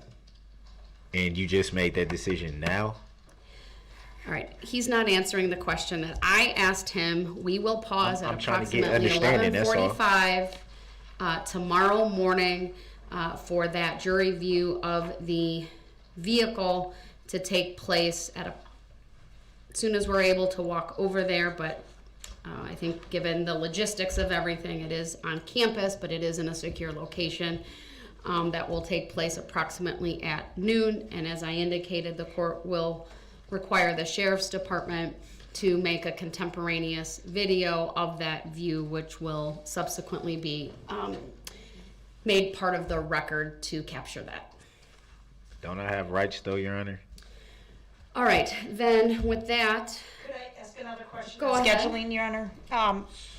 Could you please indicate your intentions as to how late we will proceed this afternoon so we can line up witnesses? sure, I'd like to try to, we had a little bit of a long day yesterday, so I try to balance that out for the jurors. So generally between, 4:30 and 5 is when I would like to break, depending on where we're at. If we need to go a little earlier because of the witness, or if we need to go a tad later, that's fine as well. Okay. And then the last item, Your Honor, is that, to my knowledge, we still have not received anything from Mr. Brooks as to the date and time when he would like his witnesses ordered to appear. I don't see anything was e-filed. So if he is still requesting the assistance of the state to secure the appearance of those witnesses, we will need that information, Your Honor. He does not have to give us the exact order, but if he could tell us, as you had suggested, either morning or afternoon, and what day of the week he wants these people here. We have served the subpoenas that he requested at his request in order to assist him. And these witnesses obviously have jobs and other commitments, so it's reasonable to be able to give them a time frame on when they need to be here. With that, when do you expect to rest?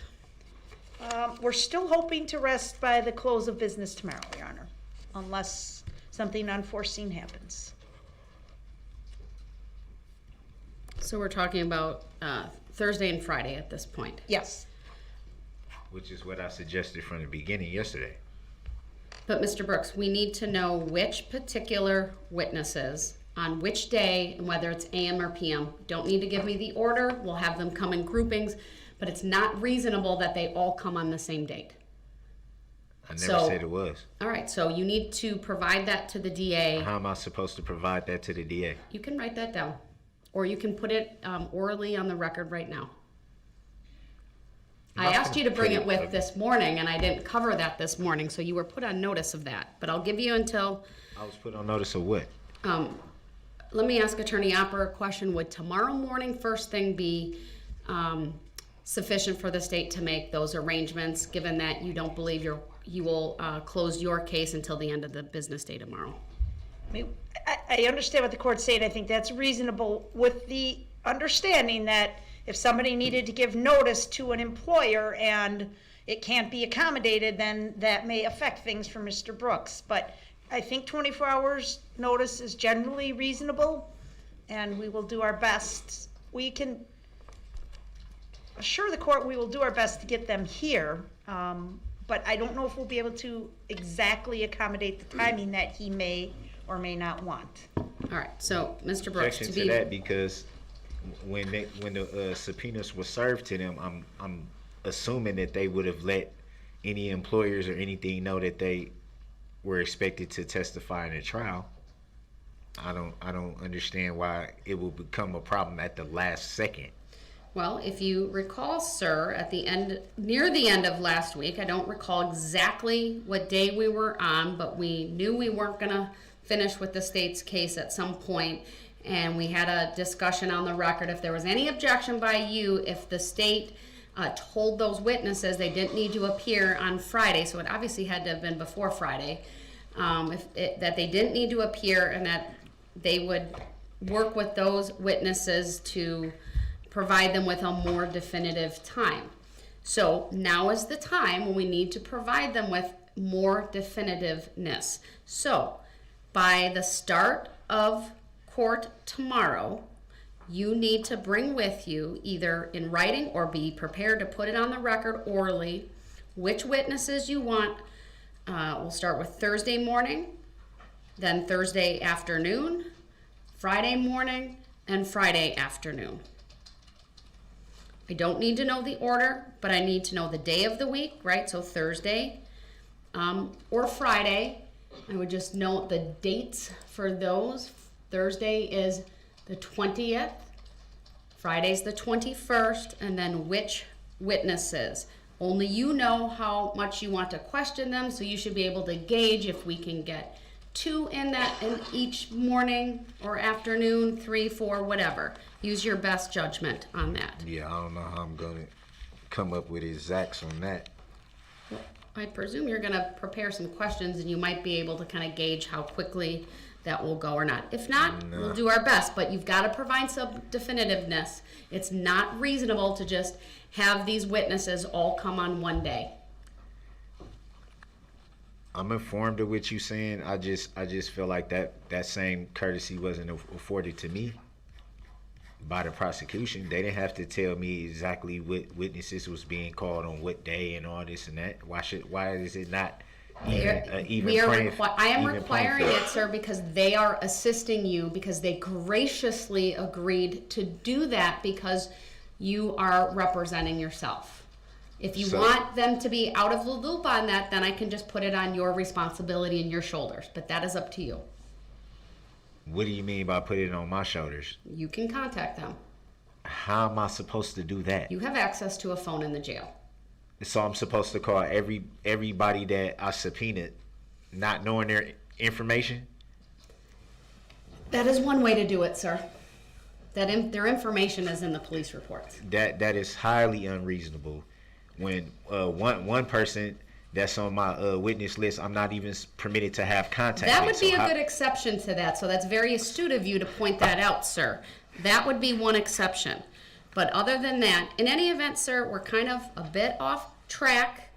We're going to get back on track, and you need to provide the information that's provided, that I've outlined here today. I don't think that's fair, Your Honor. Oh, your objection is noted, but it's my ruling. The state didn't have to do that, but I have to do that.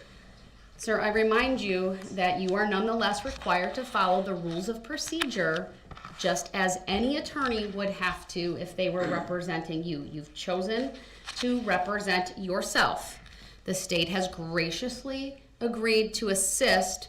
They've served the subpoenas on your behalf. They didn't have to do that, but they did. They've agreed to contact the witnesses throughout so that a better idea can be provided to those witnesses as to when they need to testify. They're simply asking for some basic courtesy so they can then relay that information to the witnesses you want to call in this trial. I'm informed of that, Your Honor, but... All right, then let's move on. That's actually under the confrontation clause in the Sixth Amendment. I should be able to have the right to have witnesses subpoenaed. It shouldn't... Why is that? Again, we're getting a little far afield here, sir. Subpoenas were provided to you. The record is very clear on that. We assisted you with that. I even reviewed them for completeness, and then the state assisted you with serving them. That is something they are not required to do, but they agreed to do in this case. So nothing about your Sixth Amendment has been violated in that regard. Did I say violated, or did I say I'm not? So that's you need to understand that, sir. I don't understand anything, and for the record, All right. I didn't bring up the word Let violated. us continue then. We're going to move on, Mr. Brooks. Let us continue with the So we questioning gonna move on of... to subject matter jurisdiction that No, has I'm yet not. to be proven? Detective Carpenter, you can please come on back up to the witness stand, and Madam Clerk, you can have the jurors brought out. So we're not gonna address that at all? That's not gonna be proven for the record?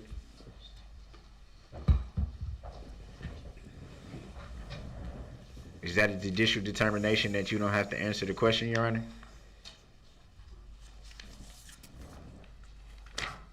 Is there also a tactic agreement? The state would move Exhibit 82 into evidence at this time. All right, you want to do that in front of the jury or just with me? I wasn't sure if the defendant would have any objections that would need to be heard off the record, or outside the presence of the jury.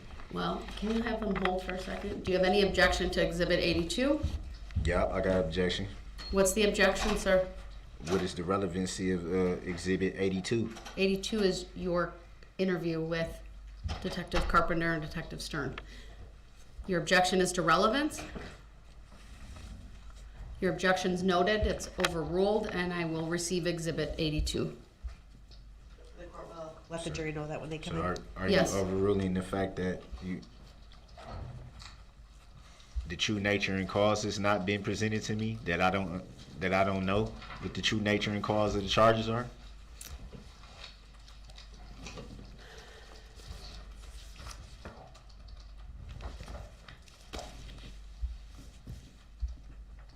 You can have them brought out now. All right, thank you.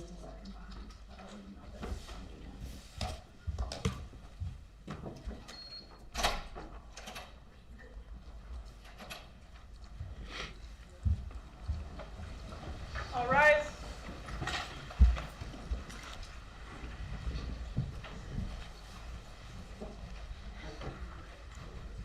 Your Honor, may I see a sworn affidavit of the nature and authority of the court?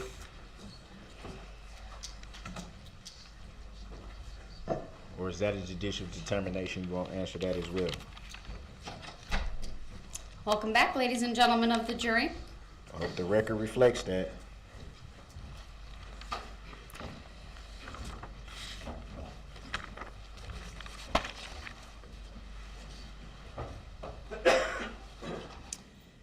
All right, thank you, everyone. Please be seated. Record will reflect that Detective Carpenter is back on the witness stand following the break for the lunch hour. And Mr. Brooks, you may start your cross-examination. I don't consent to being called that name, Your Honor. Your objection's noted. It's overruled. Please ask your Can't be questions. overruled.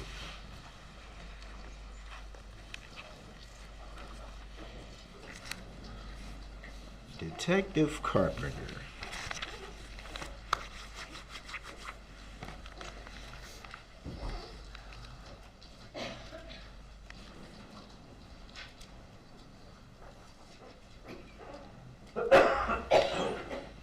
Did you attend the parade that evening, November 21st of 2021?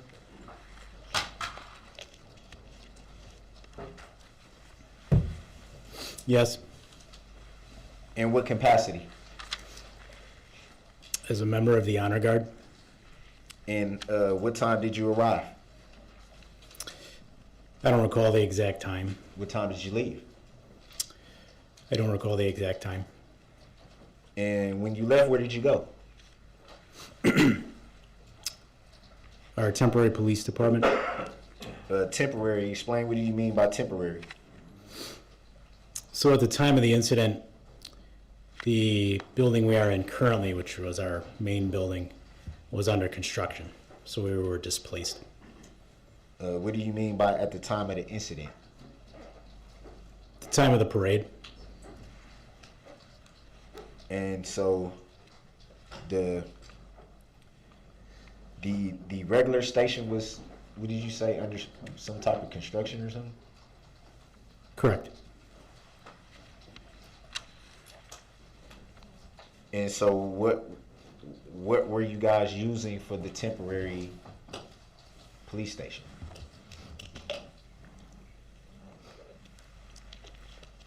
The city annex and city hall. We're in two different buildings. Does any of those buildings consist of a room for interrogation?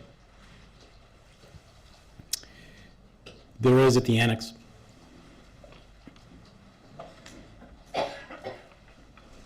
And so when you initially interrogated the suspect, why was the annexed interrogation room not used?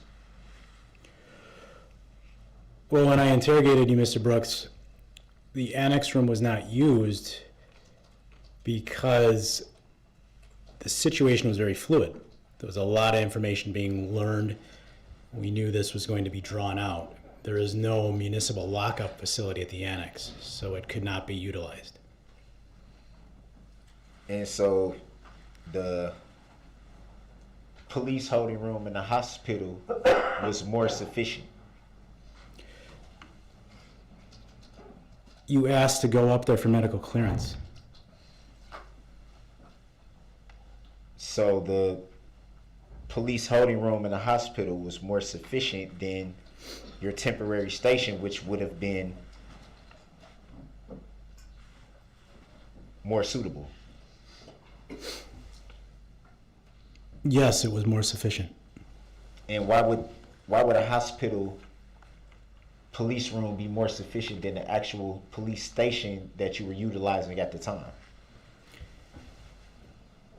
As I stated in my previous testimony, there was no secure lockup facility at the station. In addition to that, you requested medical clearance at the hospital. So was there sufficient lockup at the police room in the hospital? We had areas in the hospital, so when you were being treated by the doctor, you could be handcuffed to a bed. There is no place in the interrogation rooms you referred to at the annex to handcuff you to anything, and the doors did not lock sufficiently.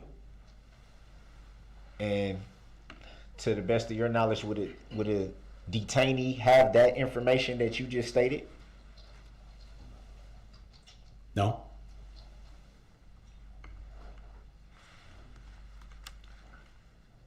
So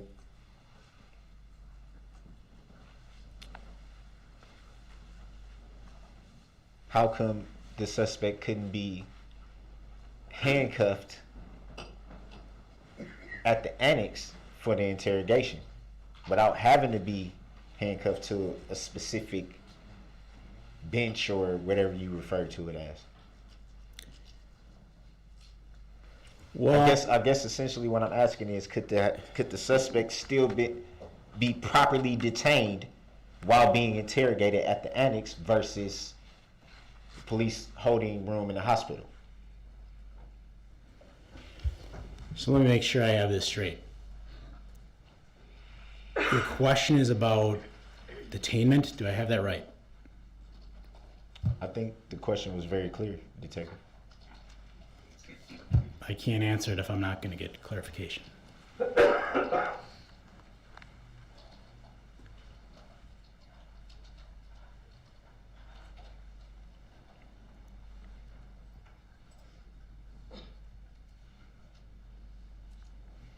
And where was the suspect taken upon being detained? You were taken, Mr. Brooks, upon the time you were arrested, down to the substation on Les Paul Parkway in Waukesha. And do you recall if the suspect was put into a holding room? Yes. And do you recall if that holding room had something that would secure a detainee? Yes. So why couldn't the interrogation happen there if the suspect can be secured at that location? Well, there are various reasons, and one of the most important reasons is when we took you to the hospital, Mr. Brooks, for your medical clearance, there were now a total of 4 officers there, myself, Detective Stern, and eventually the 2 federal agents. The situation was still very fluid. When I began the initial the initial questioning, it was 11:04 p.m. and there were still a lot of unknowns. So the determination was made to start questioning you, see what information you might be willing to provide us, because with 4 of us, we were confident we would be able to keep you where you belonged, where we needed you to be, as opposed to risking another unnecessary transport. Because and it's not just personal against you. Any transport of any prisoner, there's a risk. So there's no point in taking that risk of that transport when we had the ability to do the interview there, especially when there was such limited information that we had. So FBI agents were present at the substation that you referred to? They arrived there at one point, yes. Was that known to the defendant? I don't recall.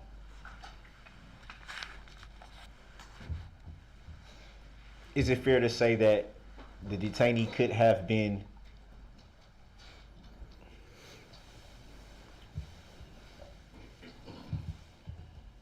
Is it fair to say that you could have made sure the suspect was contained while at the substation, seeing as how that there was multiple officers present? Objection, I think this has been asked and answered. I think he's referring to the substation versus the hospital, so I'll allow it. Overruled. You were contained initially at the substation, Mr. Brooks, but you requested medical transport, so you were transported. So what I'm explaining to you in my prior testimony is I didn't know at that point if you'd end up going straight to the county jail or what have you. Every transport, as I stated in my earlier testimony, there is a risk. There is a danger. It's not just personal to you, it's any prisoner. So the decision was made to start the interview there based on not knowing where you'd end up for sure, not having all the information, that we weren't going to take the risk of an extra potentially unnecessary transport back to that facility. You couldn't be held there. You couldn't be held at the sub. There's no beds. You referred to interrogation starting at a specific place. I'm referring to the substation. Is it fair to say that there was no interrogation that took place at the substation? Yes. Yes, that's fair to say? There was no interrogation at the substation in Waukesha.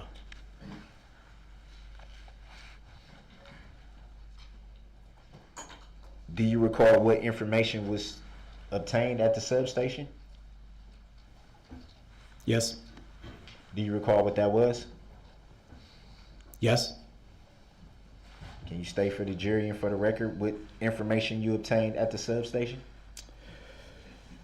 Yes, sir. Basic biographical information. So I obtained your first name, Darrell Brooks, your last name being Brooks, your full middle name, I should say, being Edward.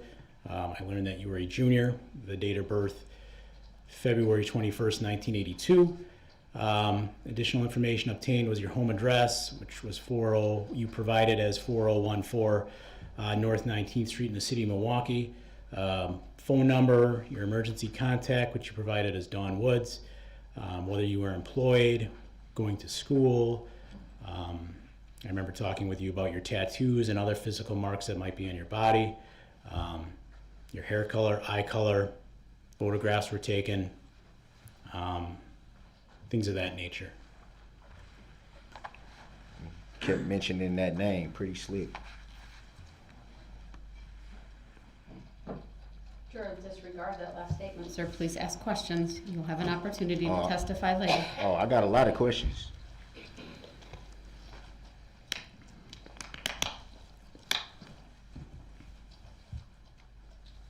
And at that point in the investigation, what did you initially know? At that point, we knew that the red Ford Escape had driven through the parade route and that you'd been identified as a suspect. And why was that information not provided at that time to the detainee? The information at the time wasn't presented to you, Mr. Brooks, because, as I stated in my earlier testimony, it was still very fluid. It was very chaotic out at the scene. There was still a lot more that needed to be learned. So is that standard procedure to not tell a person why they're being detained? Well, we did not tell you. That's incorrect, and it's misleading to the court. You were informed you were being detained for prowling, loitering, disorderly conduct of that nature. Is that the same as... Can I finish, please? I just didn't bring up the parade part of it. Why not? As I stated in earlier testimony, it was very fluid and chaotic, and a lot of information wasn't yet known, so I was waiting to receive more information. Did you state in your early testimony if that was standard procedure or not? It's standard. So with every detainee that you've ever detained during your career, 18 years, right? Yes. It's standard procedure to not tell someone being detained what they're detained for. As I had stated in my earlier testimony, Mr. Brooks, I explained to you were detained for prowling and loitering and disorderly conduct. Based on the lack of information on the parade, that was not brought up.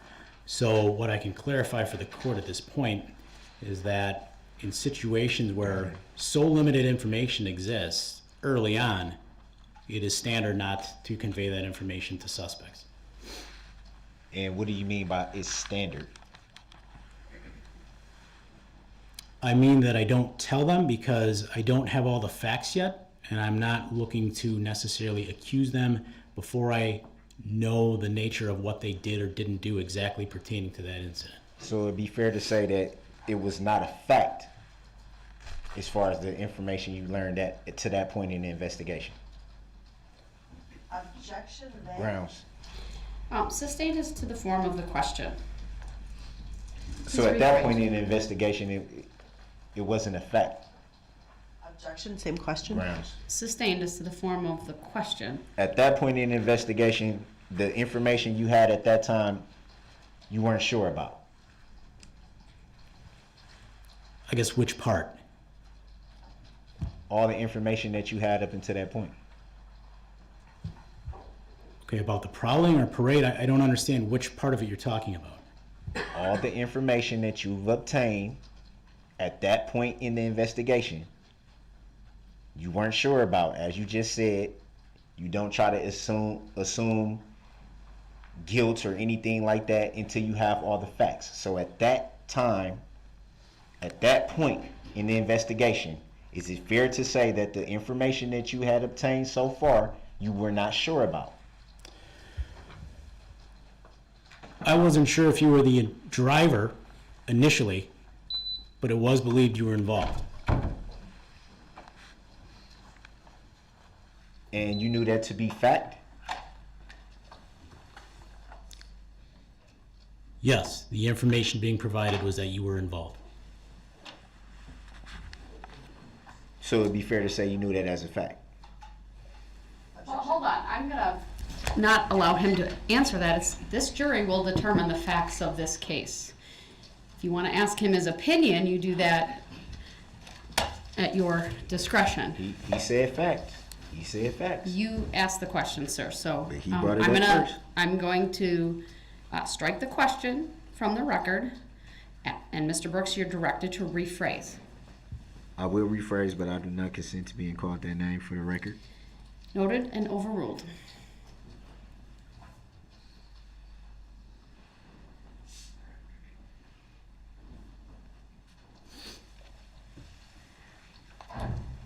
You stated that there were some loitering and prowling allegations. Why?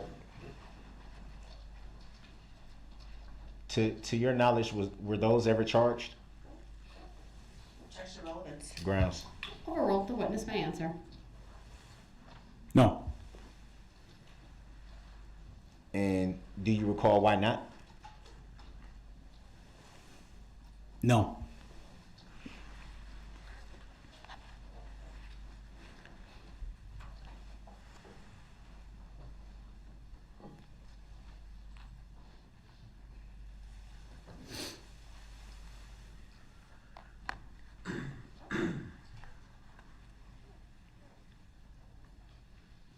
So why did you constantly tell the detainee that they were being detained for loitering and prowling if you in fact knew that there was another reason why they were being detained? Objection asked and Grounds. answered. Sustained. That's the form of the question and assumes facts not in evidence.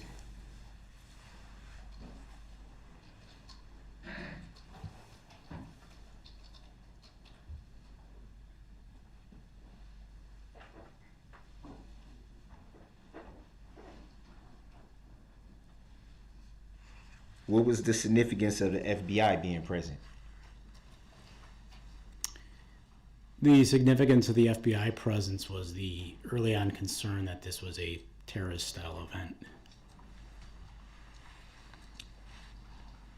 And you said that this was a terrorist element. And what is the this? Can you explain what the this is? When you drove your vehicle through the parade and struck people. Which at the time you stated you did not know is fact, correct? That was still being investigated, yes, but I know that's what occurred now. Now versus then. Initially, it was unknown if you drove. That's what I was stated. That was the question. But the investigation showed that you were the driver of the vehicle. And initially, you didn't provide that information, correct? Correct. So, do you know if the FBI continued their part of the investigation? Eventually, the investigation was strictly run by our department. And do you recall why that decision was made? My understanding is there wasn't a terrorism link.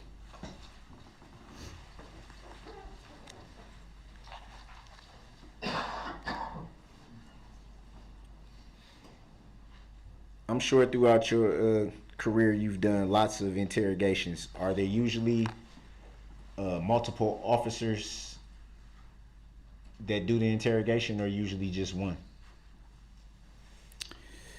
It can depend on the circumstance. It's not always more than one, but it can be.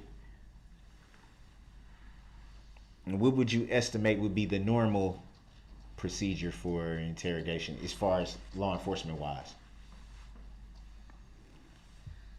I really can't speak to that. I think every department probably has their own potential way of doing things.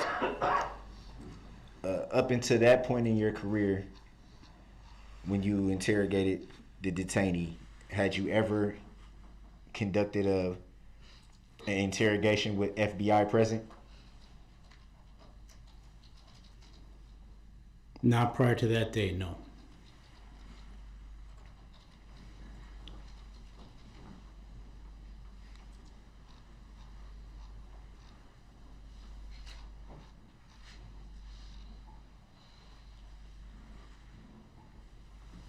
Made reference to a car key being found. Do you recall that? Yes, I do. Did you yourself find the car key? No, I did not.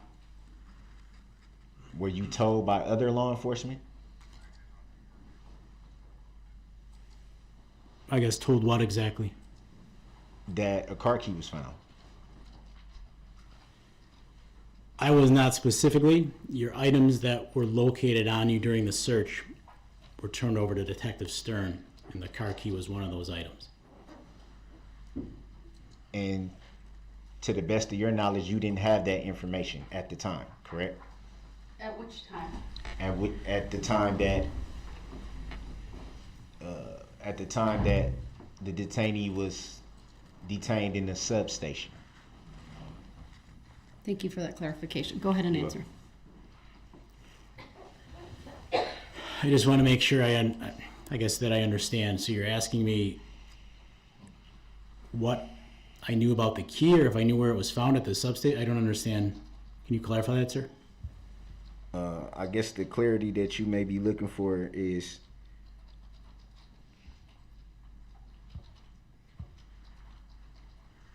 what was found and brought into the substation? Okay. The Ford ignition key and other items that I alluded to in my earlier testimony include your photo ID and credit cards with your name, or debit card, credit and or debit cards with your name on them. That you did not search and find yourself, right? That's correct. Did you conduct any searches?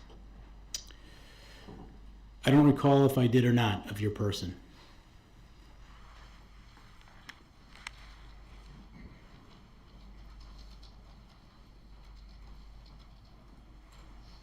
So it'd be fair to say you don't know where certain items were found at the time that you learned of there being items found, correct?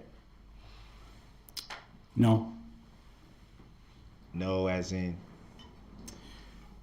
No, I knew those items were found on you in the search. Maybe not the specific pocket, but I knew the officers found those items in your possession. Were you at the scene of the search? No. So how do you know where they were found? Because they were turned over to Detective Stern as your property.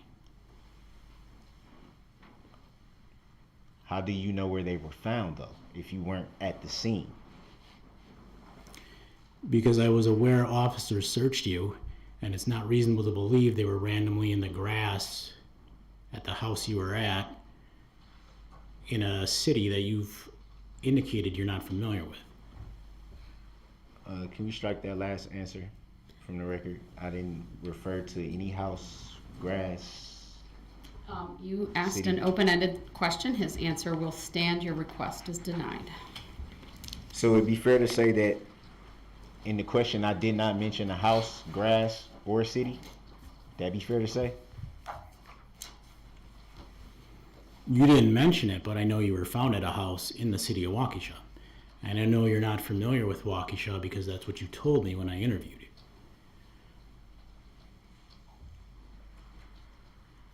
Can you strike that last answer? Request is denied.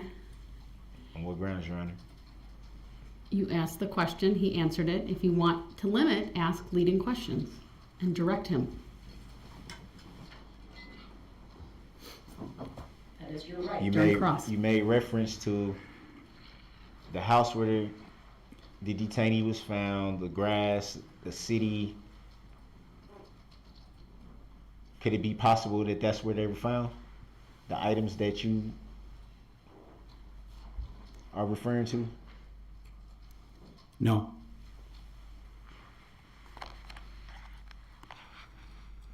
Even though it'd be fair to say that you were not present. Correct.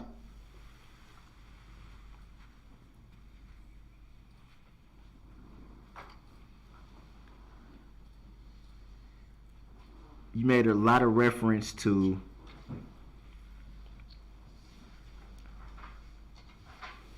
the body pain and having to be checked at the hospital and being medically cleared. Would that be fair to say? Yes, we took you to the hospital for clearance. Are you yourself a doctor or have any training in the medical field? No, sir. So it'd be fair to say that you cannot know how a person's body is feeling. That'd be fair to say?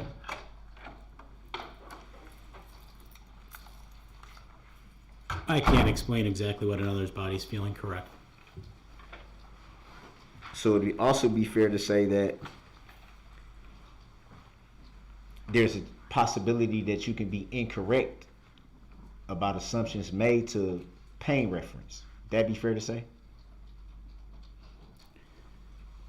I think that depends on the circumstance. In this specific circumstance, you told me. The last follow-up, if he wants it. Okay. Next questions.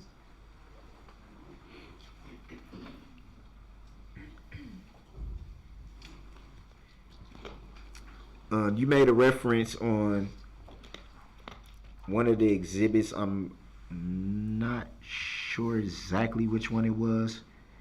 It was the first interrogation in the police holding room in the hospital.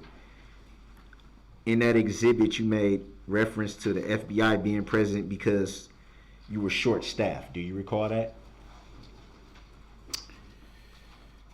I don't recall exactly what I said, but I recall acknowledging their presence, yes. And you made a reference to short staff. Can you explain what does short staff mean? I don't recall if I said that or not.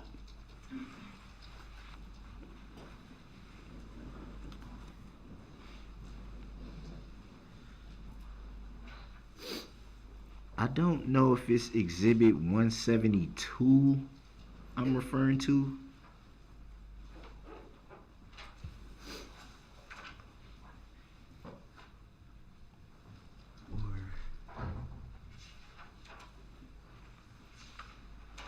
Can you pull up exhibit 172, please? We refer to the photo of the identifiers and the items found.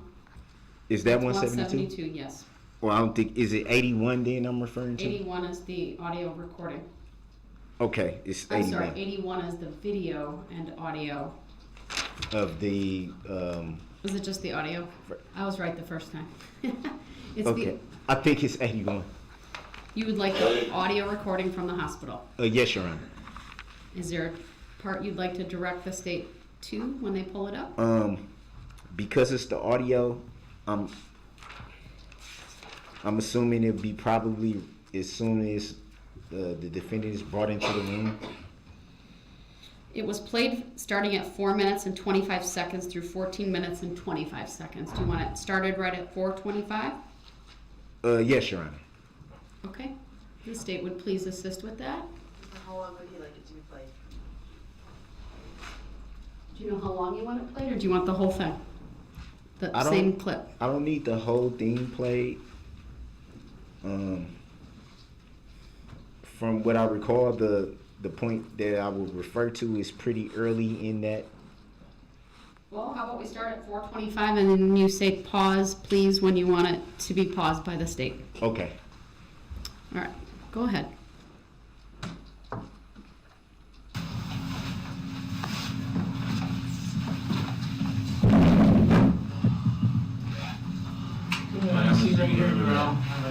I'll go grab you. I'll tell you. Tight. It's Darrell? Yes, sir. Hey, Darrell. I'm Jeremy Wojciechowski. I'm the FBI. FBI. Yeah. That's my partner. FBI. I'm Mary, yep. They're just kind of helping out because we're so short-staffed tonight. So. Thank you. It's paused at 4 minutes and 56 seconds. Go ahead. From hearing the audio on this exhibit 81, do you recall saying that the FBI was present because you were short-staffed? That is my voice. I don't recall saying it in the moment, but that's my voice. That is your voice. That is me talking. So from your recollection, do you recall being short-staffed at that time? Yes. And can you explain what the short staff mean as far as at that time, what would short staff mean? That we were just very short on resources with what happened down at the parade route and the mass casualties and the amount of officers it took to secure that location. We were very short on people. And People were called in off duty. You made reference to the short staff being the reason why the FBI was present. Yes.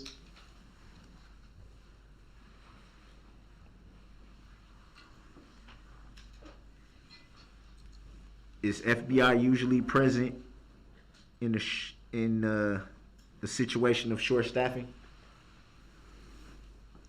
No.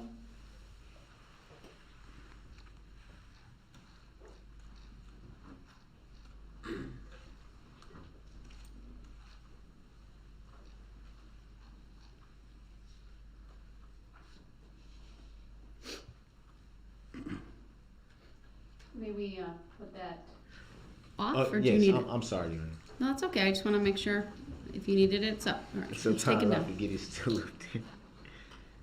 Makes two of us. Yeah.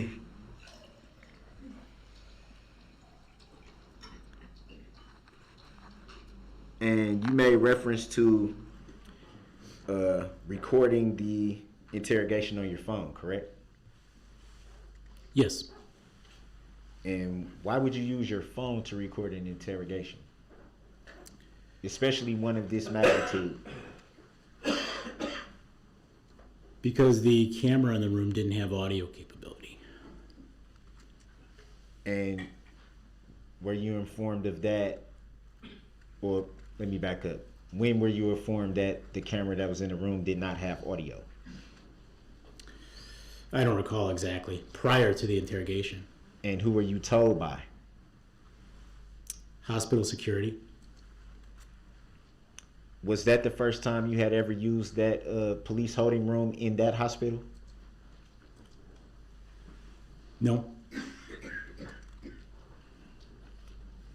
So it would be fair to assume that you were aware that that room had cameras. Yes, I knew it had cameras. And have you ever conducted an interrogation in that room before that evening? Interrogation, no, but I'd use the room for other purposes. So what prompted an interrogation in that room that specific evening? Well, as I explained in my earlier testimony, the situation down in the downtown area of Waukesha where the mass casualty incident had occurred was very fluid. It was still unfolding at that time. We were learning more and more and more about what occurred. We decided to start the interview at that location to see if you'd be willing to shed light on for us as to what you did or did not know.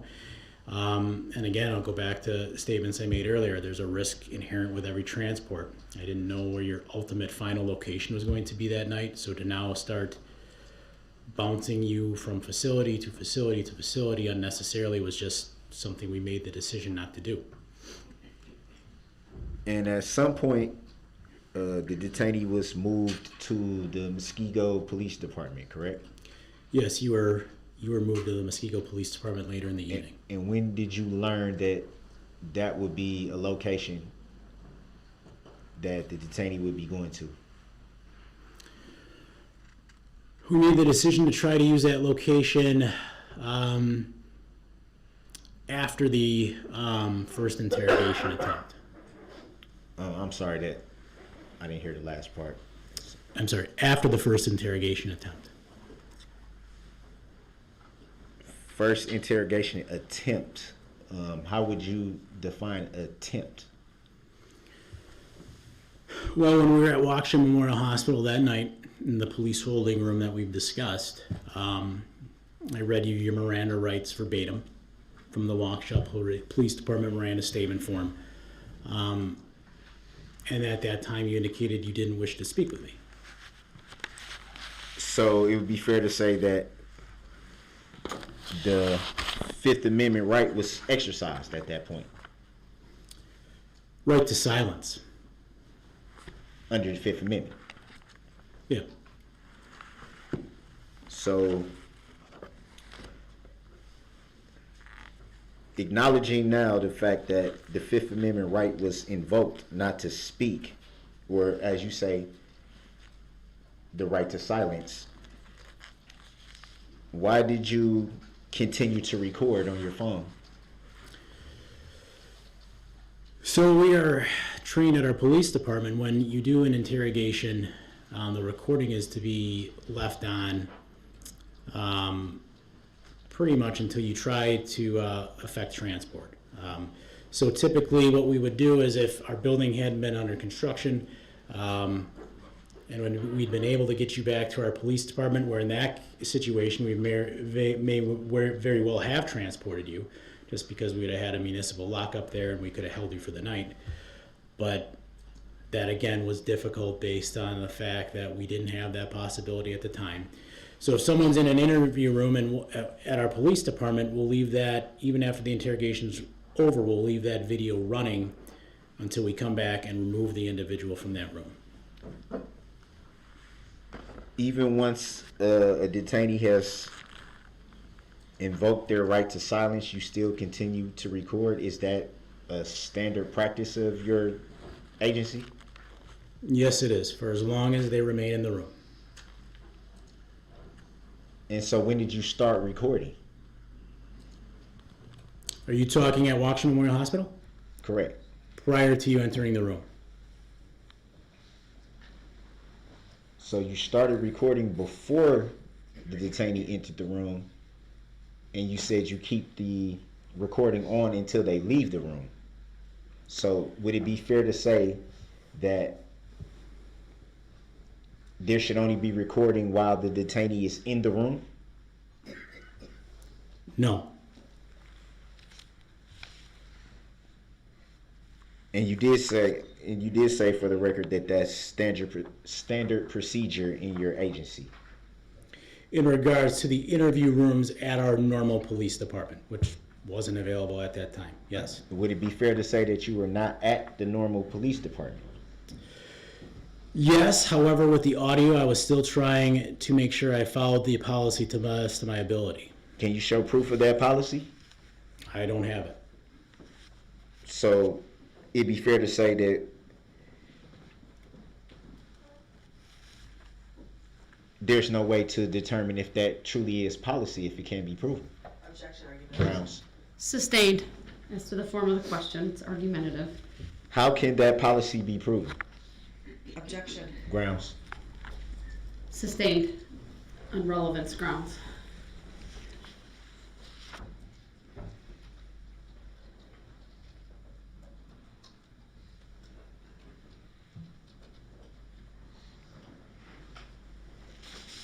Do you know where that procedure is located in your agency rules?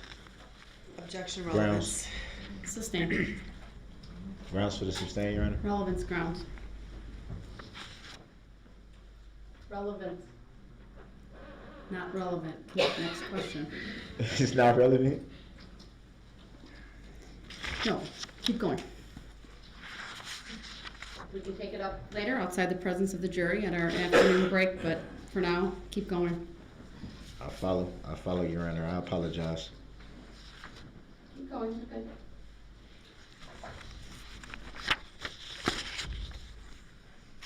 So once the detainee was taken to the Muskego Police Department, that would be a pretty standard police department. Would that be fair to say? Yes. And a second interrogation also took place at that police department, correct? Yes.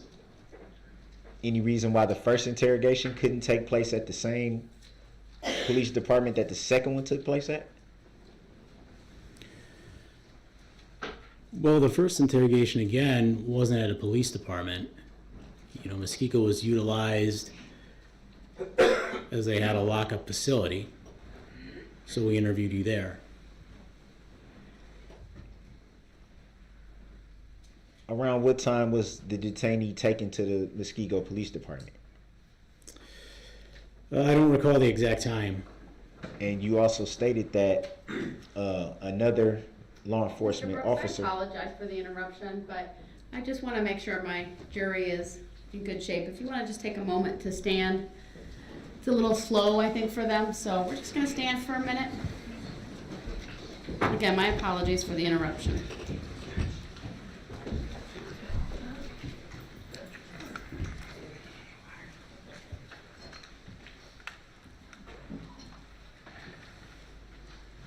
Anyone on my jury need a break? Are we good? I'd like to keep going.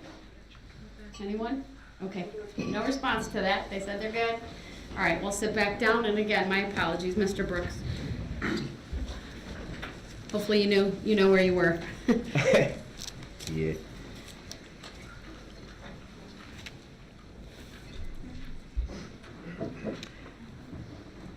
It was another law enforcement officer who actually did the transport of the detainee at that time, correct?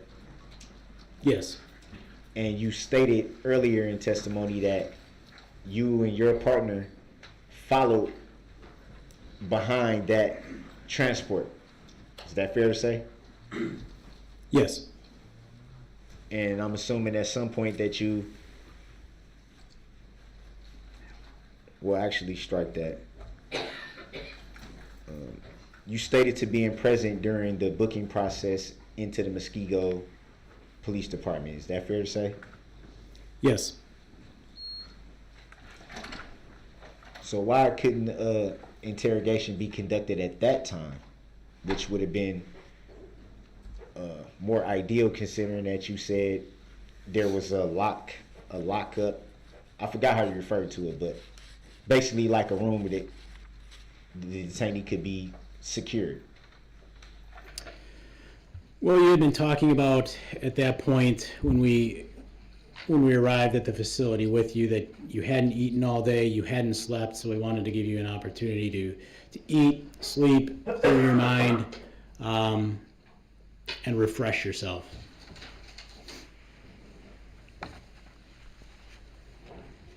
And what bearing would that have on interrogation?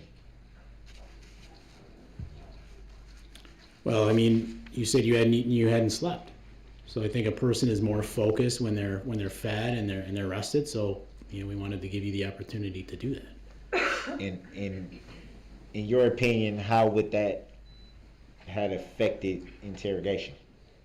I'm gonna excuse the jury right now, so if our jury, we could stand for the jury so I can take up a legal issue, please. All rise.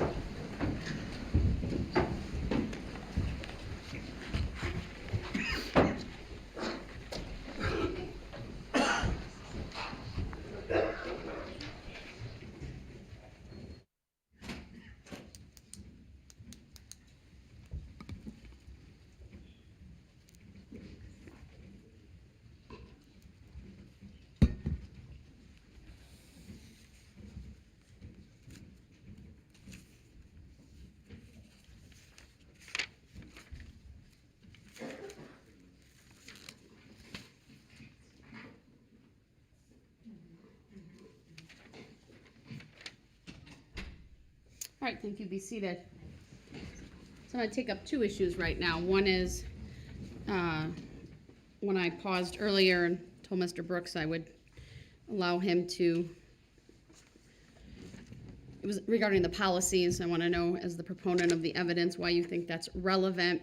And then secondly, the questions I believe that you are asking related to the interrogation, unless you can convince me otherwise, go to a legal issue that this court has already determined, but I'll hear you out on that. I didn't want to make an assumption, but I also didn't want to have you question this witness about what really are legal issues that this court previously addressed regarding the admissibility of the interviews. Well, to the first one, about the policies, that's relevant because I think it should be stated for the record why he left his phone recording after he acknowledged that the Fifth Amendment right to silence had been invoked. At that point, interrogation is supposed to stop completely. Well, I understand what you're saying from a legal perspective, but that doesn't mean the recording had to stop in and of itself at that point. He did provide an explanation on the record. His explanation was that it's policy, right? He answered the question, why do you believe having the specific policy and him testify about the specific policy is relevant to his testimony? Well, I believe that if that's in fact policy, it should be proven. It should be proven that that's a fact, that is a real policy. For all we know, he could just be saying that it's a policy. And at that point, it makes him continuing to record after the Fifth Amendment had been invoked. Well, right now, you assume facts that are not in evidence, sir. And so you're the proponent of this testimony through your cross-examination.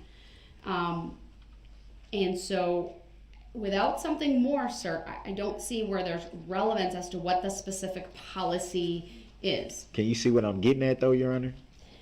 If he's saying that this is a policy of his agency, he should be able to prove that that's policy.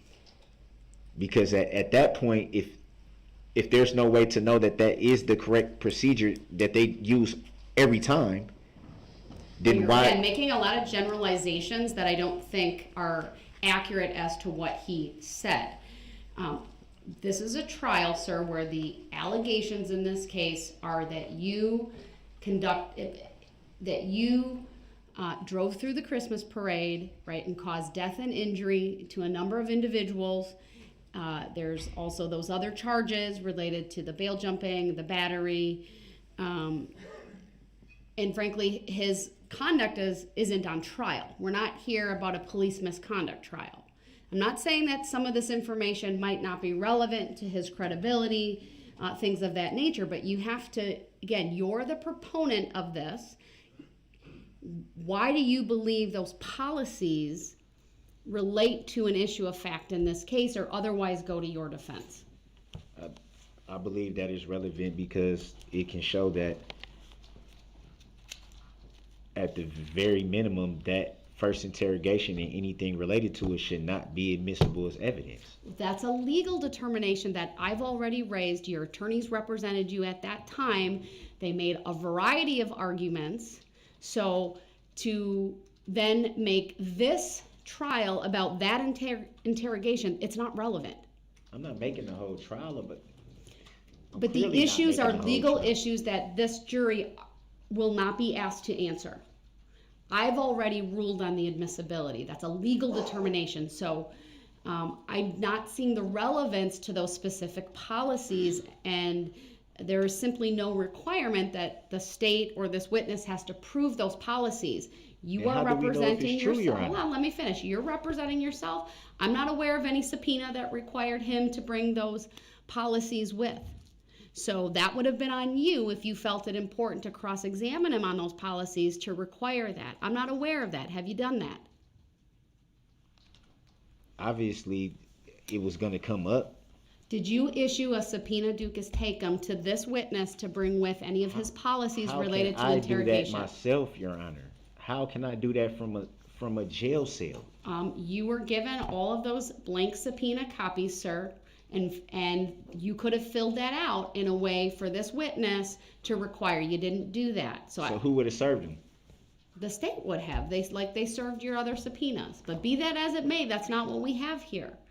So I believe that your line of questioning is on a topic that's not relevant to the issues in this case. So I'll give you one more opportunity. Why do you believe that questioning him about the policies are relevant to your case? It's relevant to the case because why would he be recording before people are even in the room and then after? Well, that's argumentative, sir, so that's not a legal basis. Once the Fifth Amendment is invoked, interrogation is supposed to stop, period. There's supposed to be no more recording, no more questions asked. That should be the end of the whole interrogation.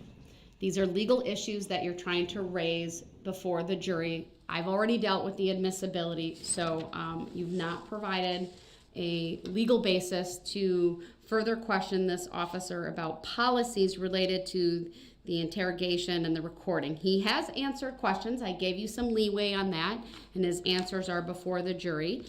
Certainly you'll be able to argue the meaning of that or the lack thereof during your closing arguments if we get to that point. Let's move on, though, to this issue about why I excused the jury. And again, I believe you're questioning him about legal issues that aren't relevant, but you're the proponent. You want to question him. What's the legal basis you believe I should allow you to continue with that? What legal basis are you referring to? I believe you were attempting to elicit information or evidence, testimony from this witness on issues that are not relevant. Is that referring to the same question? Not the policies, what I just stopped the testimony for, because I don't want to create issues in front of this jury related to legal issues that are not before them to determine. And is that referring to the question about the policies? No. You were asking him, why did you stop? Why did you not question him further? Meaning, why did this detective not question you when you got to the Muskego Police Department? Why did they wait till the next day? I stopped because I know the law on this area, and I know that when a subject invokes their Fifth Amendment, or when you're a defendant in state, it's the 14th Amendment, but nonetheless, right, you have rights under the Wisconsin Constitution as well, but that because you only invoked your right to remain silent, they waited to question you until a sufficient amount of time had passed, in addition to the other reasons. I'm not going to let you question him in front of the jury about that specific thing.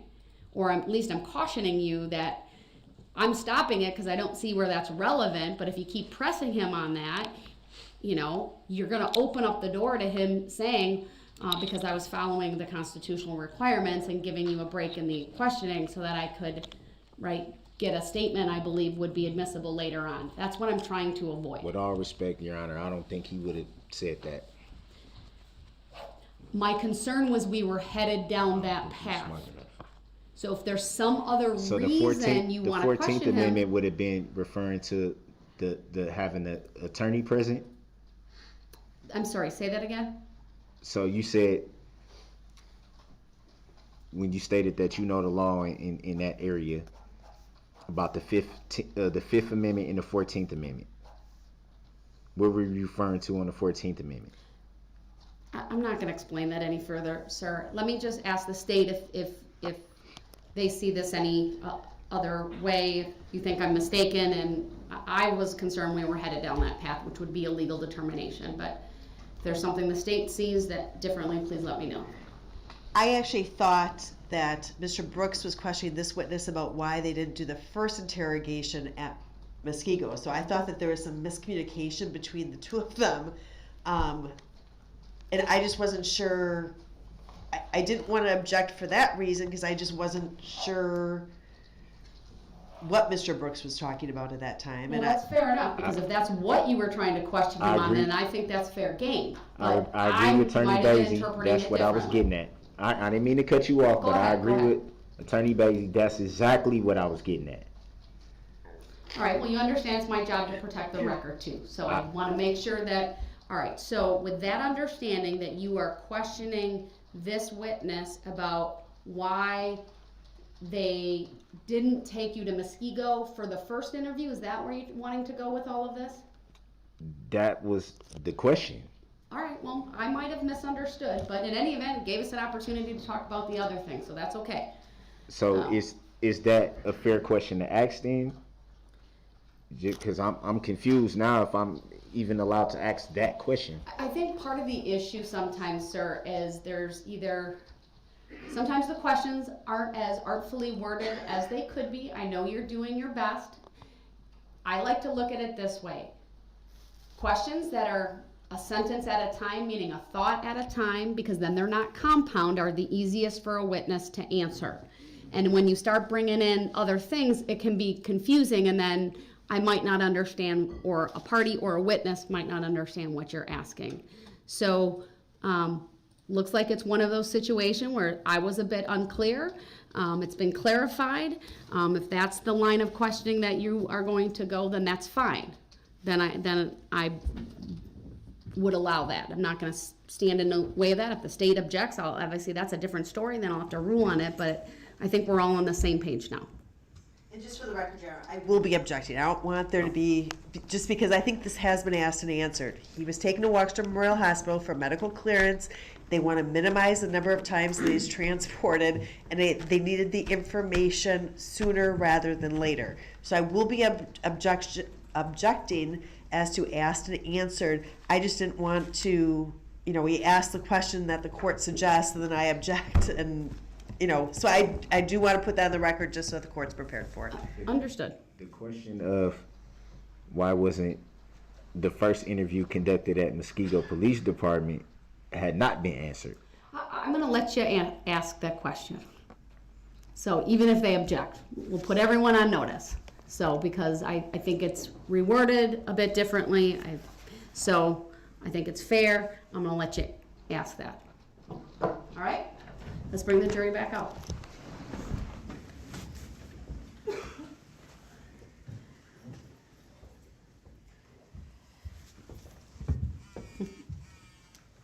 It's time.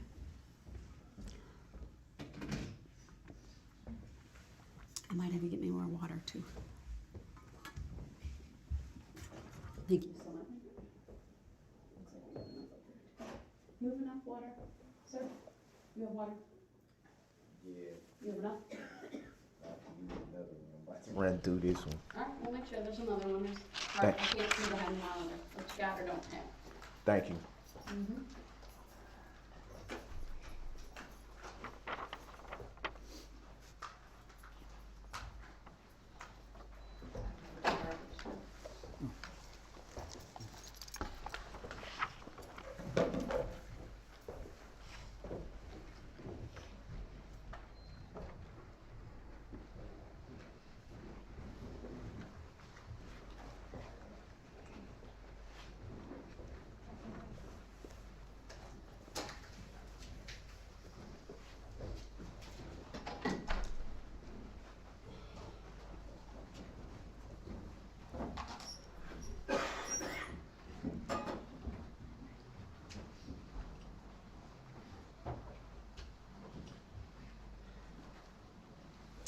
right, thank you, everyone. Please be seated, and Mr. Brooks, you may continue with your questioning of this witness.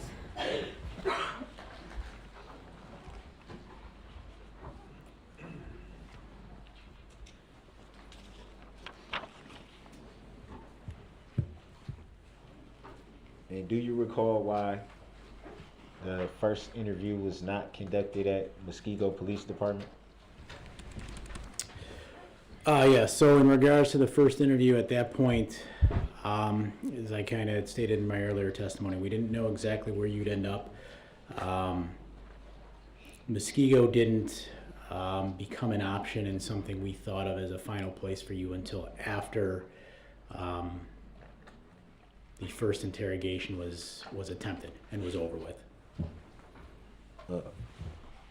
And do you recall if you made that determination yourself, or was it your supervisor or something of that nature? Objection, relevance. Grounds. As to where they were going to take you? Yes. Overruled. The witness may answer. I discussed it with Detective Casey.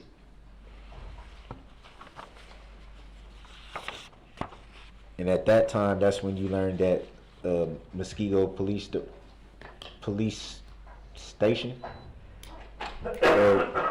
was a viable location. Yes, that's the point at which we made the decision.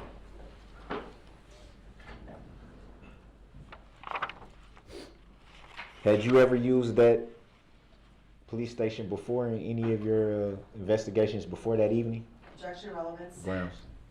Overruled. The witness may answer. I had not, but when our department first closed, that was given as an option for us, being we didn't have our own municipal lockup.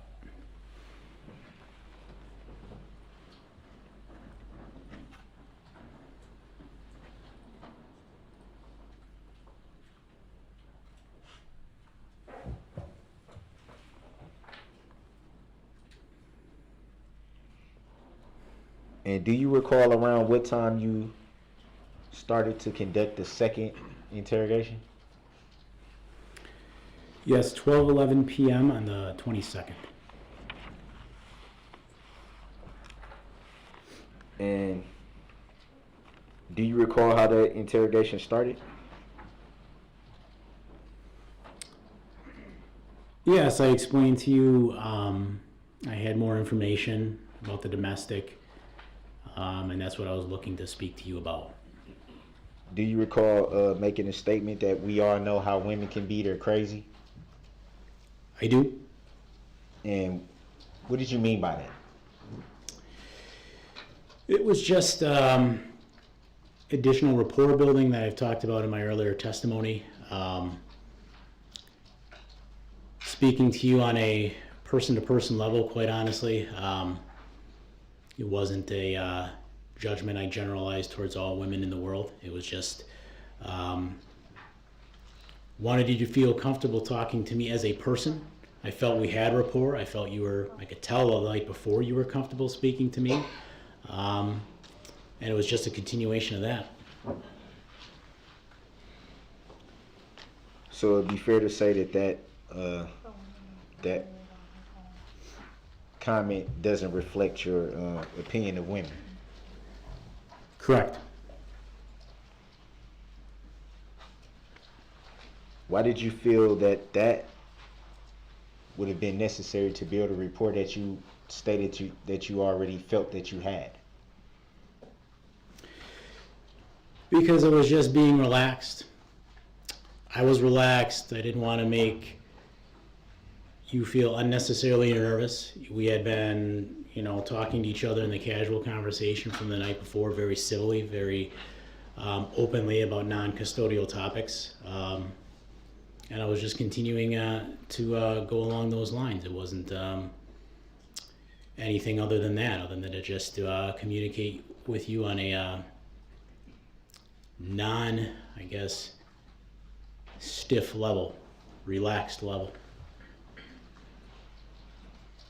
And do you feel, would it be fair to say that other comments could have been used to keep the detainee at ease? Objection, A. Grounds. Sustained as to the form of the question. Was there any other conversational tools you could have used to keep the detainee at ease? Objection, same. Grounds. Overruled. The witness may answer. Perhaps, maybe.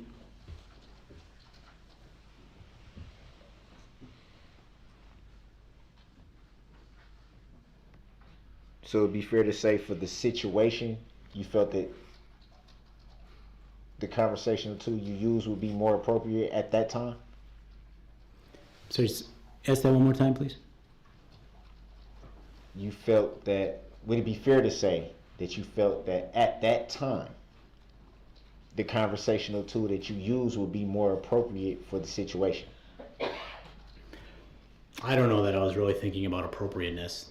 Like I said, I was just conversing you on a normal person-to-person level was my intention at the time.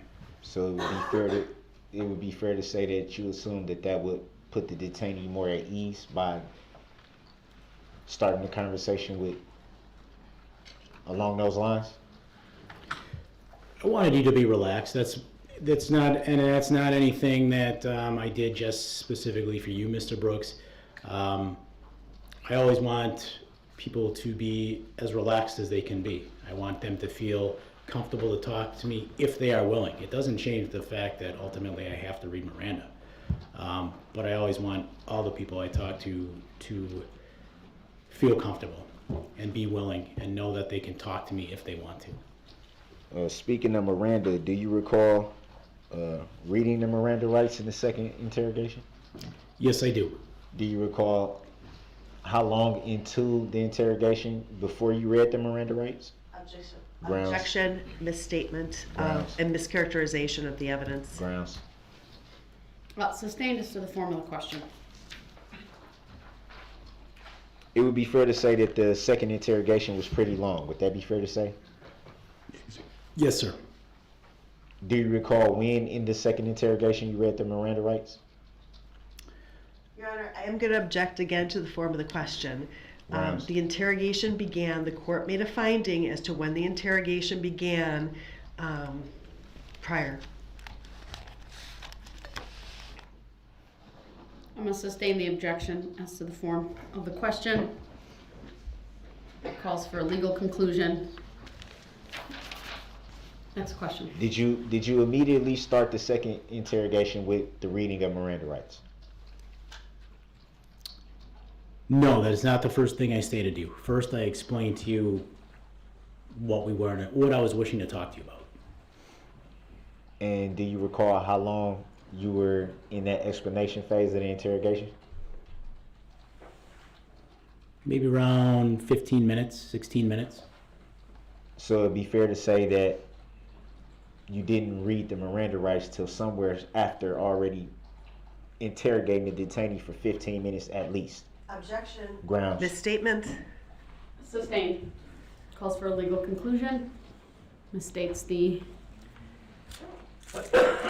testimony as well. You read Next question.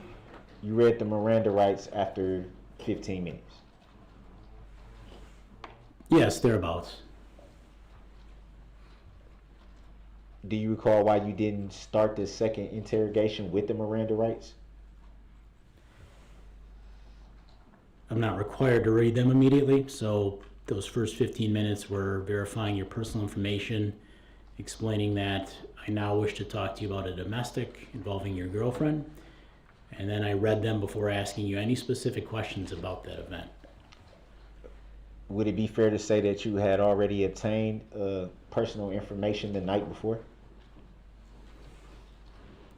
I had, but I didn't have it in front of me, and I have to recomplete the whole Miranda sheet. So I had to refill out the top form of the sheet, which is your name, so I had to verify that.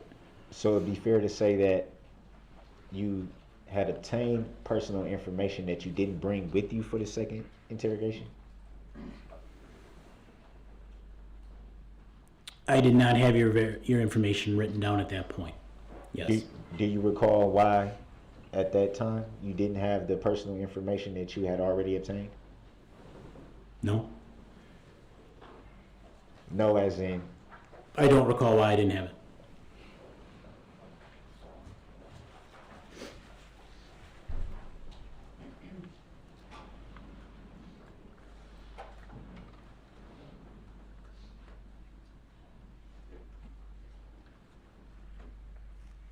and you said you started off the second interview with information about domestic allegations. That'd be fair to say? Yes, after reading Miranda, if that's what you're asking. No, I You're didn't. right. I don't know what are you asking then? Just so I'm clear. The question was, again, you started off the second interrogation with domestic allegations. Yes, that was part of the beginning, explaining to you those allegations that had come forward. Any- Things I didn't know about the night before.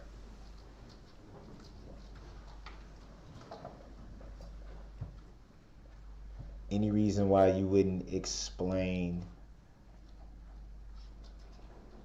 the real reason why the detainee was being detained? At that point, the domestic was part of the real reason why you were being held in custody.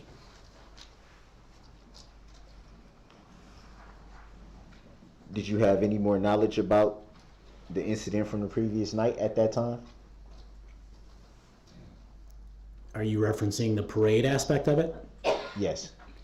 At that point, yes, I did. And why wasn't that information given to the detainee at that time? As I explained in my earlier testimony, the idea behind the second interrogation was I began with the domestic abuse issues, questioned you about those, and then moved into the parade aspect of the investigation. And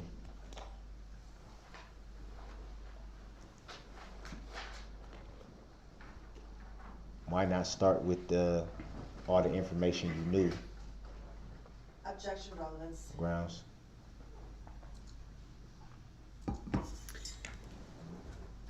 Overruled. The witness may answer. Can you repeat the question, sir?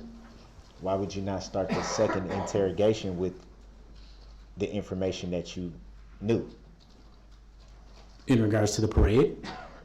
In regards to all the information that you had at the time? Well, as I stated again in my earlier testimony, as we began the second interrogation, I explained it was about a domestic with your girlfriend, Erica Patterson.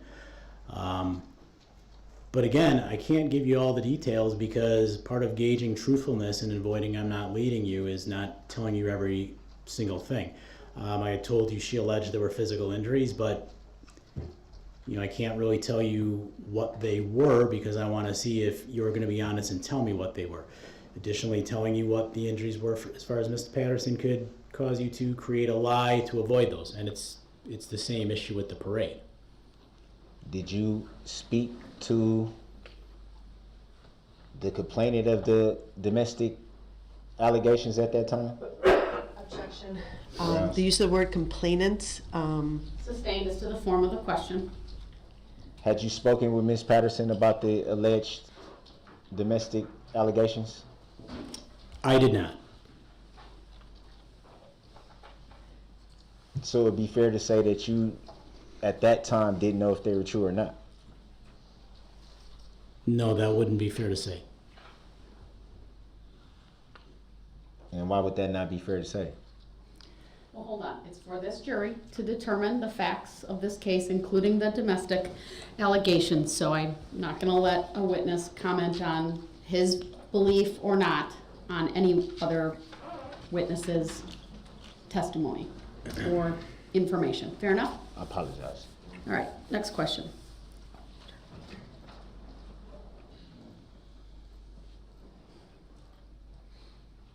Had you at any time before the second interrogation spoke with Ms. Patterson? No.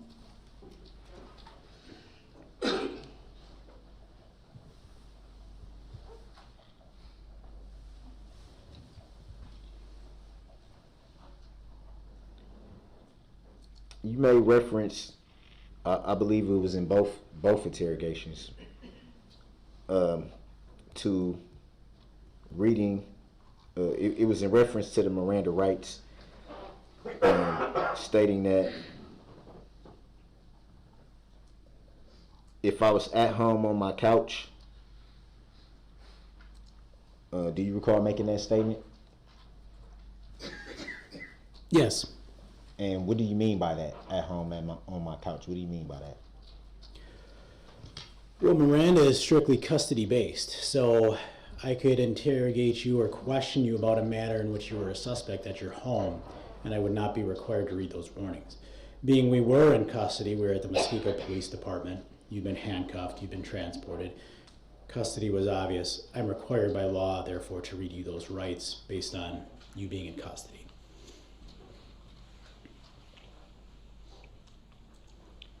You made a reference to that's a requirement by law. In custody, you have to read those by law. Objection. Relevance for this hearing. I'm going to sustain that objection. I believe it's also been answered. So, next question. Do you recall if those Miranda readings are to be at the beginning of interrogation?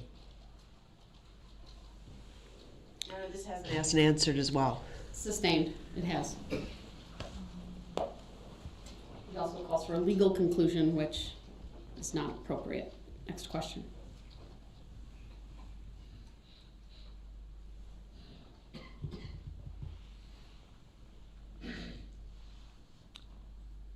In the first interrogation, you spoke of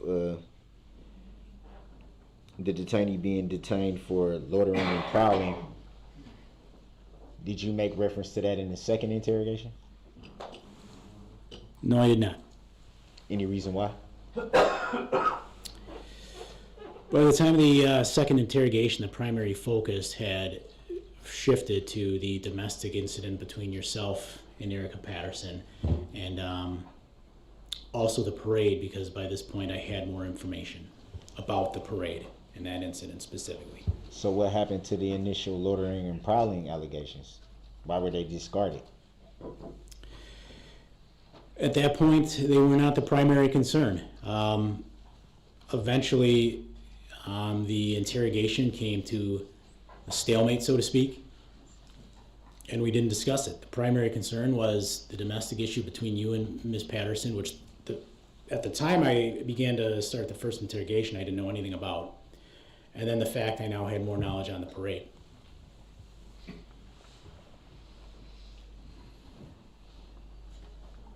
So do you recall who made the decision for the loitering and prowling allegations to be discarded? Your Honor, I think that mischaracterization of the testimony, the fact that it wasn't charged isn't on this officer. I didn't say anything about it being charged. That's not an evidence. For the other reasons indicated by the state, I'll sustain the objection. Just for the record, I didn't say anything about it being charged. Understood. My ruling stands, even with that. So would it be fair to say that in both interrogations you gave different reasons why the detainee was being detained? The explanations that I explained to you did change. However, again, the domestic was not known at the time, so that circumstance changed a bit. That became something that was of importance to us. Domestic abuse is taken seriously. And again, there was more knowledge about the parade.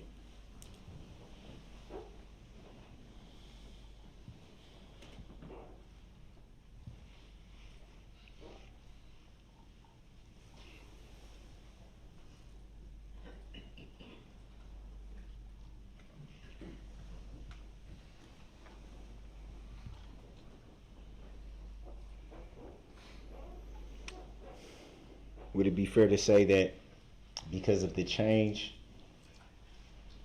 in information between the first interrogation and the second interrogation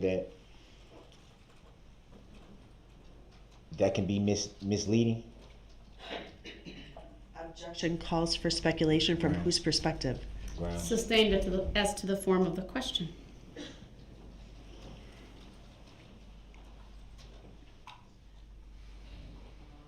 is it fair to say that someone who is being detained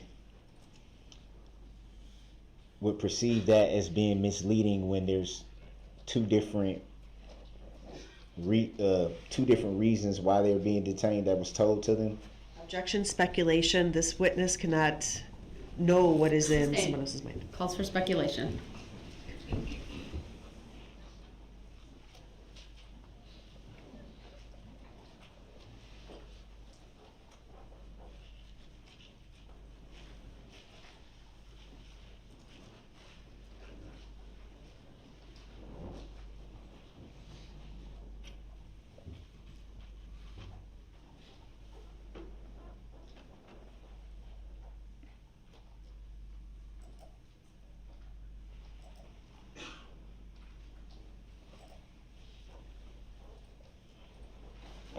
At any point in the interrogations,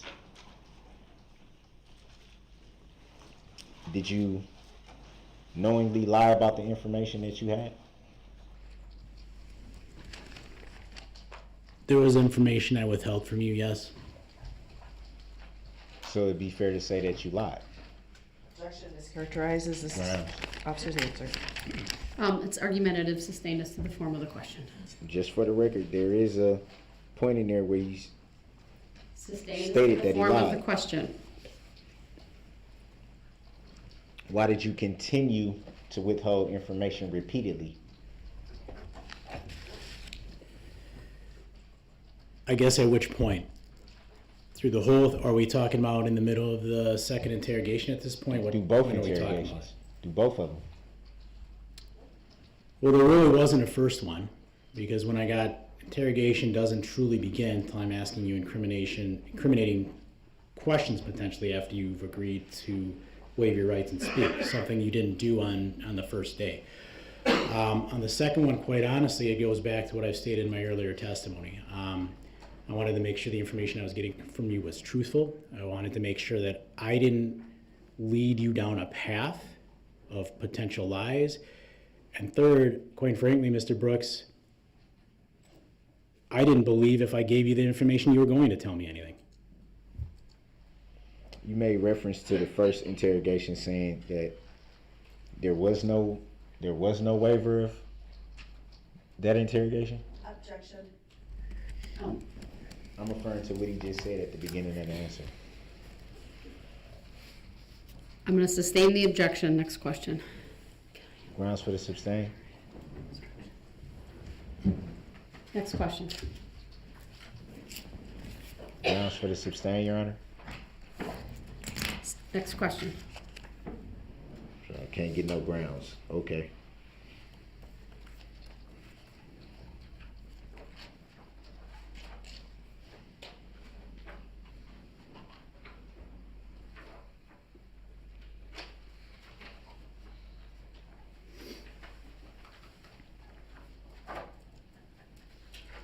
So you made reference to not being sure if you would.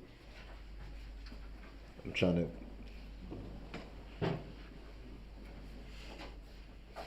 remember exactly what you said. You wasn't sure if you were going to get the information you were seeking? Correct. And is that what led you to lie about the information you knew? Objection mischaracterizes the testimony. Grounds. It's argumentative, sustained.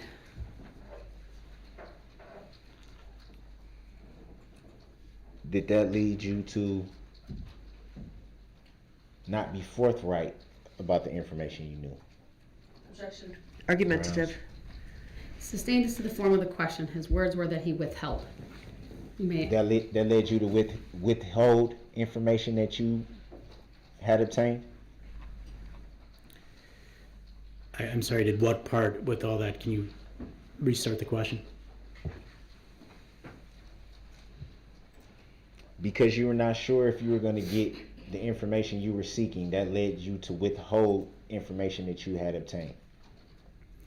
Well, again, as I've stated in prior testimony, strong part of the reason I withheld information is I wanted to gauge how honest and truthful you would be.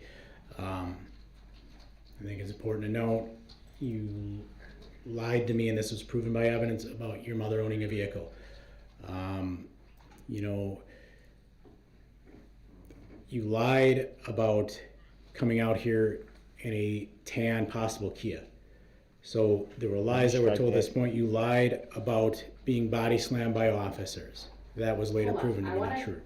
Advise the jury of a couple different things at this point. Obviously, ultimately, the juror will determine the credibility of all witnesses and the weight of the testimony to give for any witness. So whatever any person's opinion about the testimony or previous statements or information from another individual, I'm telling you, is not evidence. You need to determine for yourselves what the facts are in this case. And the other thing I want to remind the jury of is that an accused has the right to remain silent, and when that silence cannot be used against him, since there was a comment earlier. To the extent that it was commented on, I'm going to instruct the jury to disregard that as well. Go ahead. I'm sorry, continuing. So it just was Hold on, that. It's narrative at this point. He's going to ask his next question. Okay. If the state needs to redirect, they will.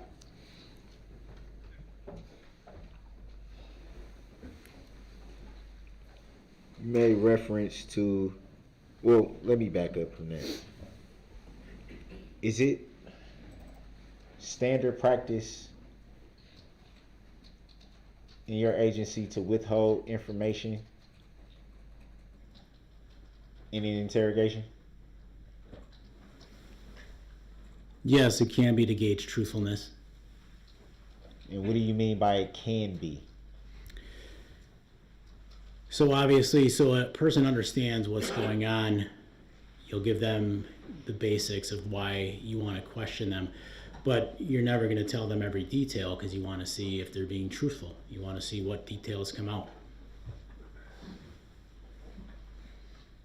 So would it be fair to say by saying that it can be means that it's not all the time used in that fashion? Oftentimes it is. Oftentimes there's information that I won't tell a suspect unless, it's something where I've actually caught the suspect in the act and we both saw the same things. But yes, typically if I want to make sure they're telling truth, if there's certain information I have, I will withhold that. I'll see if they're willing to provide that, and if not, at some point confront them with that information. You had a partner with you during both investigations, but I'm referring to the second one primarily. With that officer had used the same method if they were taking the lead in the investigation at that point? Objections, calls for speculation. Sustained is the form of the question. Would it be fair to say that the way you interrogate is your method specifically? Yes. So it'd be fair to say that that is not standard policy of your agency? Correct.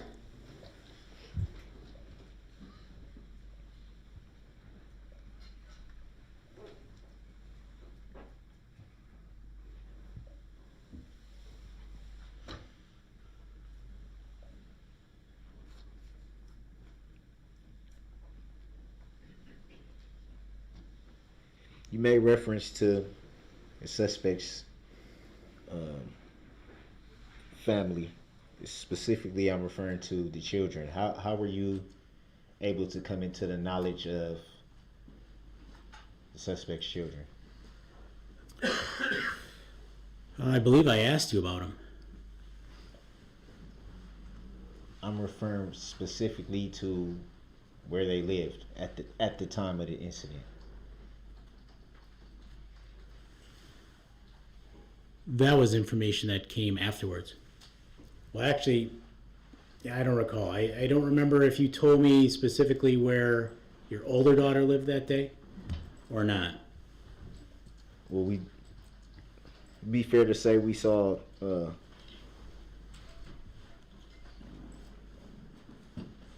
lot of the second interrogation. Would that be fair to say? Portions of it. Well, yeah, portions of it, but a lot of it. I don't know exactly how much we watched. That's really, I guess it depends on your definition of a lot. At any time, do you recall it being stated where the defendant's children lived?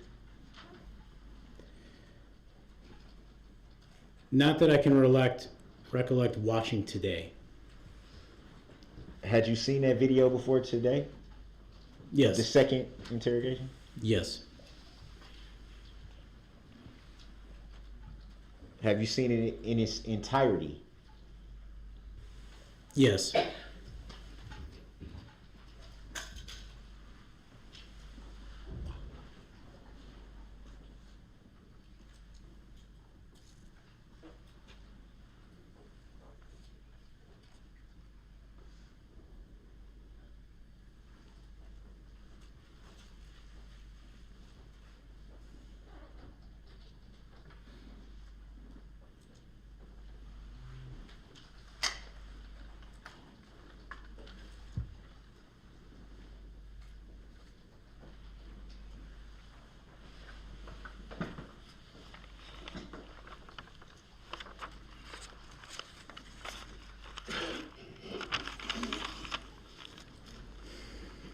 Do you recall?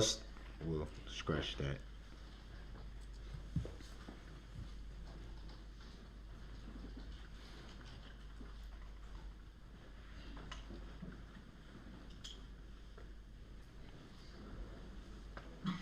In reference to the second interrogation, in reference to finding the phone, did you ever find the phone of the detainee?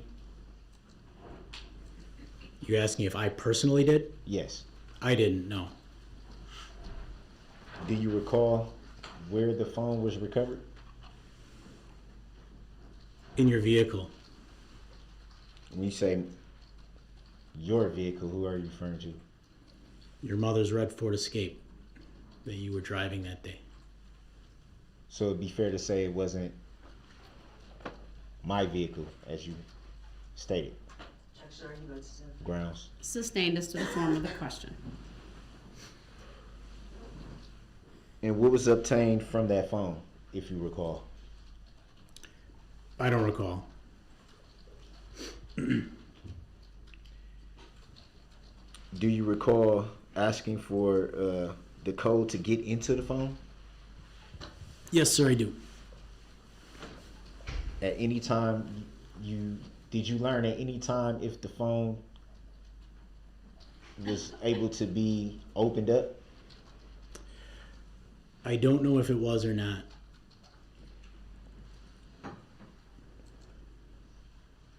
So what would be your reason to ask about the phone code if you didn't intend to open it up? Objection mischaracterizes the testimony. Grounds. Sustained as to the form of the question. Did you yourself intend to inspect the phone? No. So why would you ask for the code? Well, because for the purpose of the investigation, we have people that are trained in doing that types of thing, getting into the phone, downloading the digital evidence, if they're able. So having the code would assist them in being able to do that when that time came. And do you recall if it was more than one phone that you were attempting to access? Yes. Did you ask for the code for, well, back up. How many phones were you seeking to gain access to? I believe it was 2. And do you recall asking for the code for the second phone? Yes. Did you inspect the second phone? Me personally? Yes. No.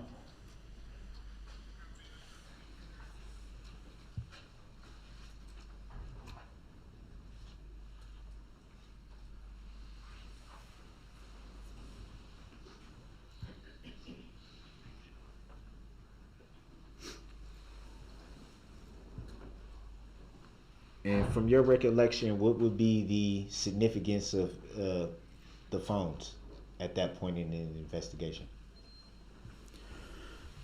Well, it's really this digital evidence that could be inside. So as it pertains to domestic abuse, it's not known if there's going to be any phone calls between yourself and Ms. Patterson.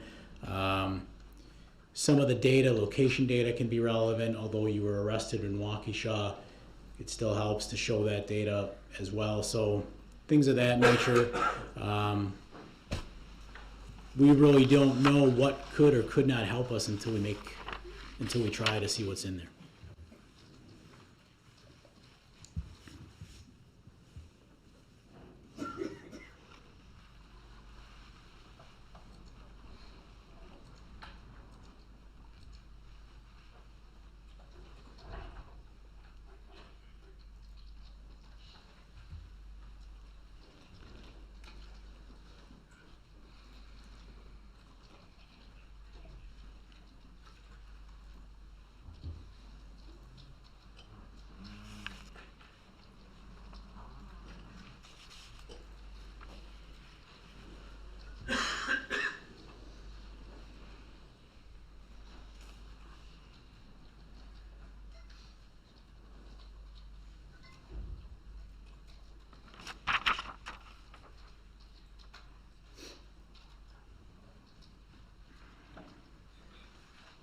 At any time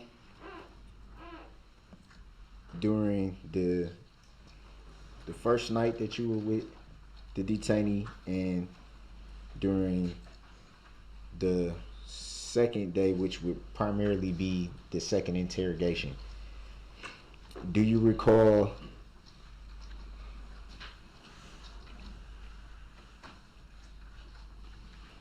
there being any drugs and alcohol in related to the detainee? As in whether you were under the influence? Yes. No, you were not. And do you know that to be fact? There were no signs of impairment that I observed. Did you smell any alcohol? No, sir. Did you smell any drugs? No, sir.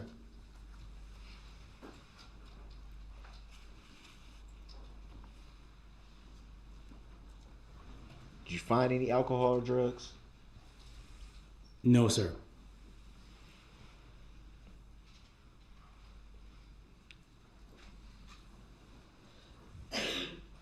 And during both those days, that the night of the first interrogation and the time spent during the second interrogation, someone was always with you when you had contact with the detainee. Would that be fair to say? Meaning you never had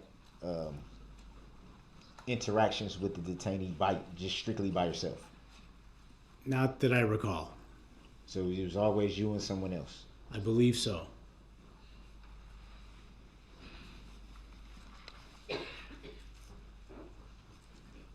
Well, you were always with your partner though, correct? Well, I mean, he may have used the bathroom at a point. I don't remember. If I was ever alone, it was very short. But from the best of your recollection, you were just never, for a period of time, just by yourself with the detainee. The second day before transport, there was a period of time when Detective Stern stepped out of that interview room at Muskego. And I don't know how long it was just you and I in the room, but that's all I recall. But nothing extended from your recollection? No.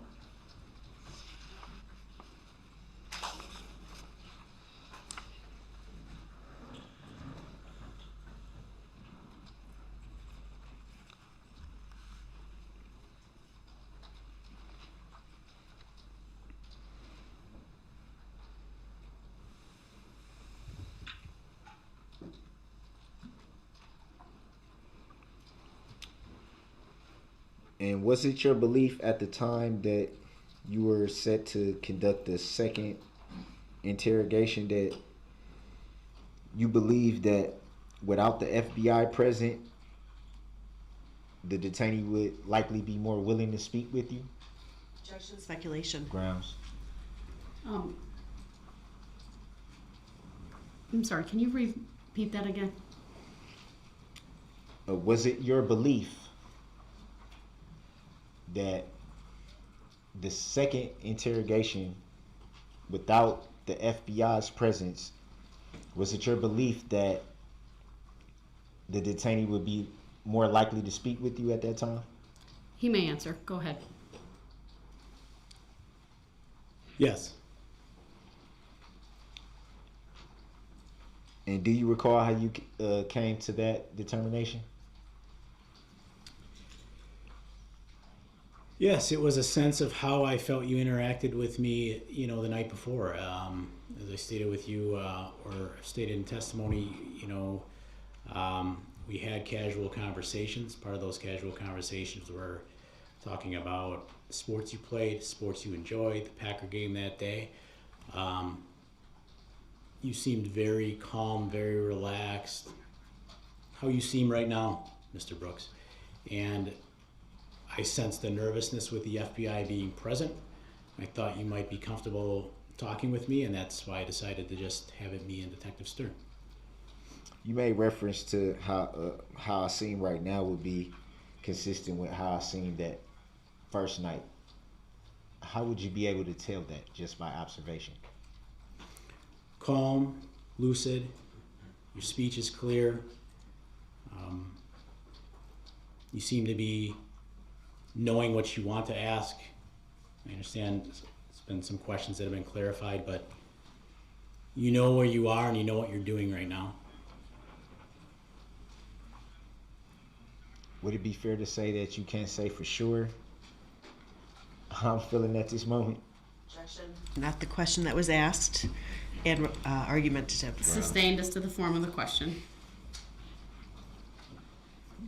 Would it be fair to say that at the time of that first interrogation, you weren't sure how I was feeling? I guess I can't get in your head, but you presented yourself as being very calm and very comfortable. Based on your observation? Correct.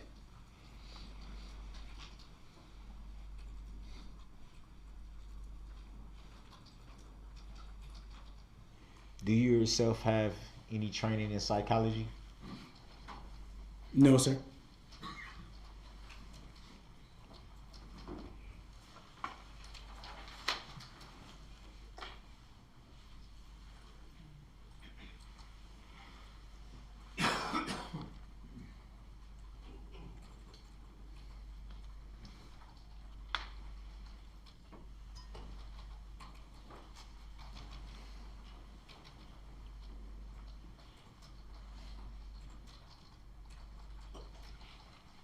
And there was a point in the second interrogation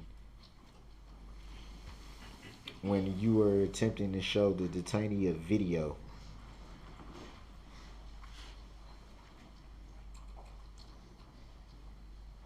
Almost as if you was forcing it in his face. What were you attempting to show the detainee? I was attempting to show you a video of when you drove your vehicle through the parade route. Any reason why you were being so forceful in trying to do that? Well, I felt it was very important for you to see the damage that was caused from the incident. And Detective Stern made the statement as well. You were asking for more information, so we attempted to show you more information. Would it be fair to say that the question of asking for more information was asked even on the first night during the first interrogation? Yes. Yes.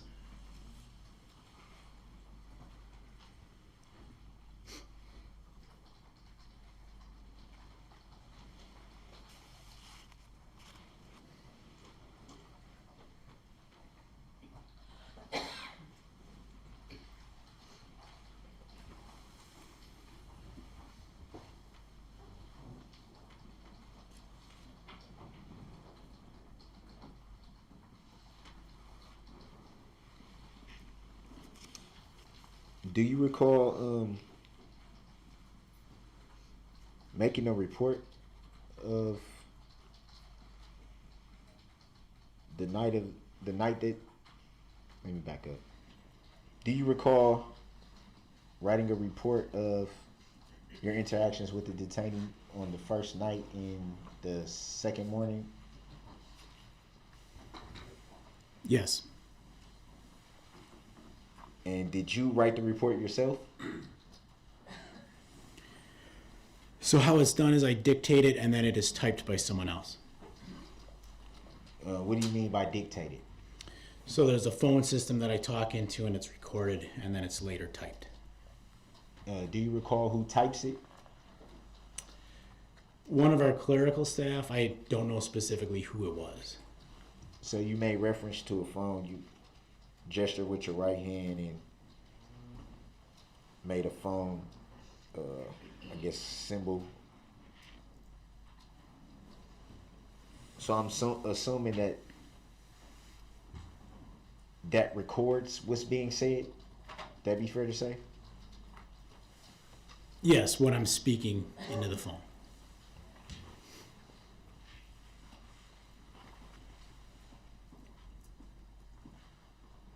And at that time, speaking into the phone,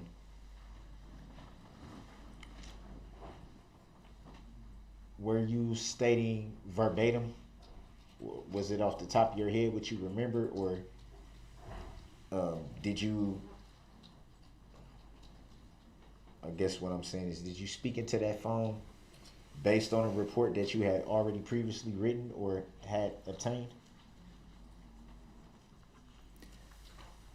Well, I guess I want to make sure I understand the question. Could you ask it again so I understand? I guess I can be more clear.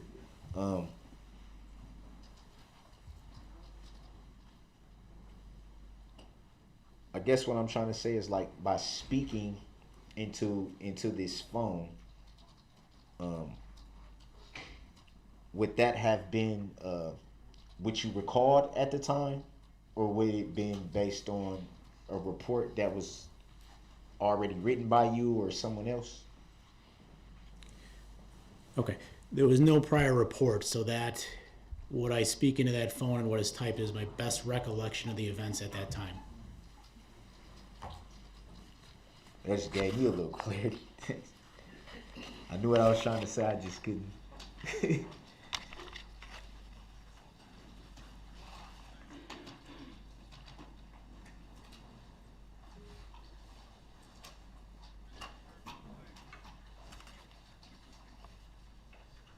So at that time, when you spoke into the phone, you hadn't yet filed your report at that time.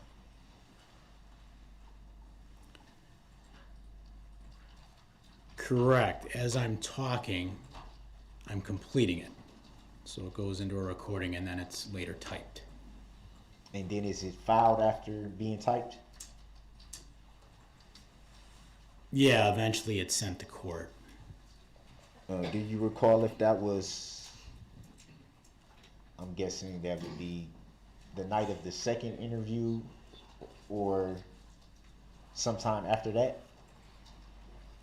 Yes, it was the night of the second, after that interview had been completed. After that second interrogation, had you learned any more information additionally that you didn't have during the first and second interrogations? Yes. And did you put that into your report? I believe I did, if it's the one thing I'm thinking of, yes.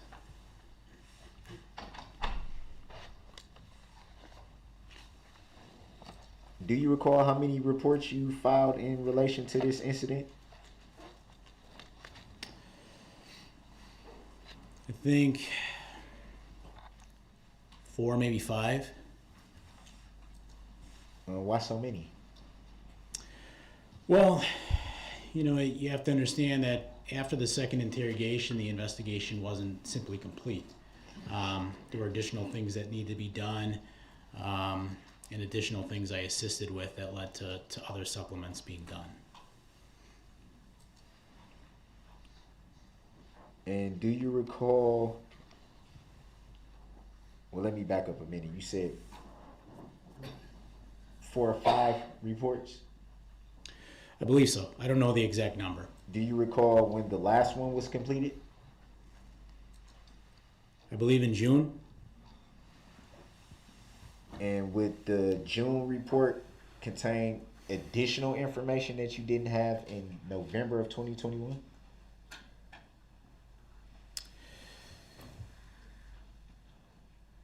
I don't recall either that or clarification. I'd have to see the report, I guess, to know exactly what you were driving at. You don't recall what you reported? Not exactly.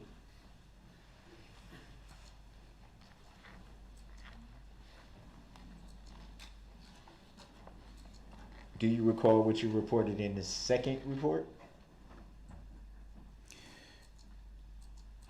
Not exactly, no. I believe, I don't want to speculate.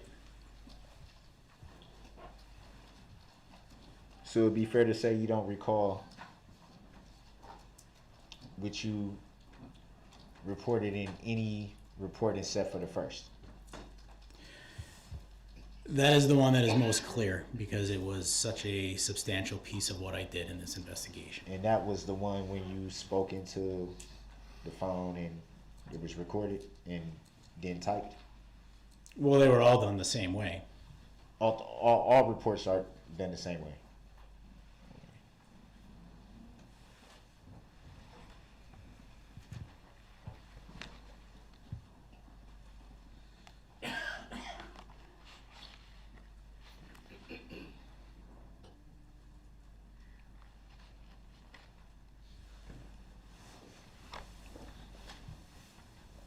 And do you recall coming to the Waukesha County Jail to serve any warrants in relation to this incident? Yes, I do. Do you remember what they were for? Yes, it was a search warrant for your jail property. And do you recall what that jail property was? Property that would have been turned over to the custody of jail when, at the time that you were, so personal belongings. And what would personal belongings refer to exactly? Are you asking, it could be anything you had with you. Are you specifically wanting to know what I seized? Yes. Your red t-shirt that you were wearing on the 21st and 22nd of November, the blue jeans, as well as socks. And do you recall why you needed to seize the clothing? Yes, the determination was made to go back and seize the clothes as it's the items you were wearing during the event. The parade event is what I mean by event. Would that be the only reason why you needed to seize the clothing? There was also possible DNA evidence, but I do not know how that came back. Did you yourself inspect the clothing? I just retrieved it from the property, put it in a bag, and brought it back to the police department. Do you recall if you seized anything else besides the clothing? Not from your property at the jail, I didn't. And do you recall if that was the only time you came to the Waukesha County Jail to serve a warrant? Correct. That's the only time I recall. Do you recall when that was? November 30th, 2021. So roughly about a week after the incident? 9 days.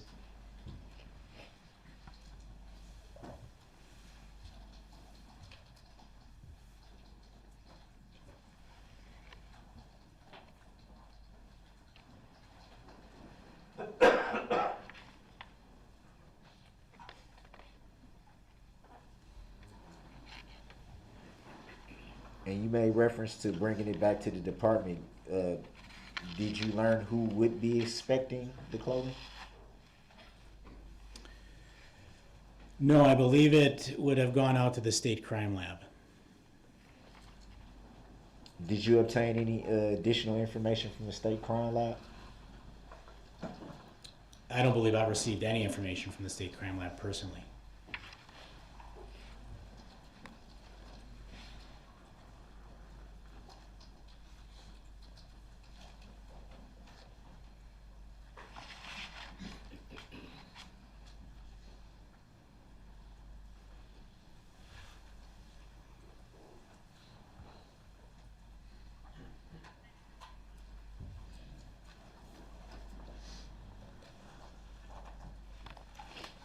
I want to go back a little bit, specifically to the night of the arrest.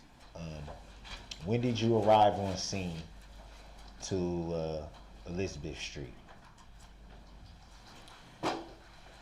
Shortly after you had been taken into custody. When you arrived, what did you see? Can't recall exactly. I believe you were already in the back seat of a squad car. So at that time, suspect was already detained. You were detained. Suspect. Already Suspect detained. is you, Darrell Brooks. Can you strike that last comment? That was his response. It will stand. And did you do any search of the area at that time? I did not know. And what did you do from that point? At that point, myself and Detective Stern were assigned to follow Specialist Mark Howard, whose vehicle you were ultimately placed in, and follow him to our substation, where you were taken. Do you recall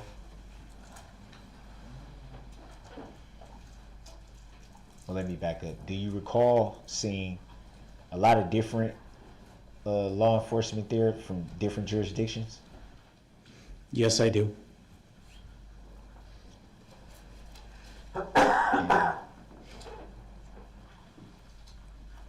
What else do you recall about the scene as far as law enforcement personnel?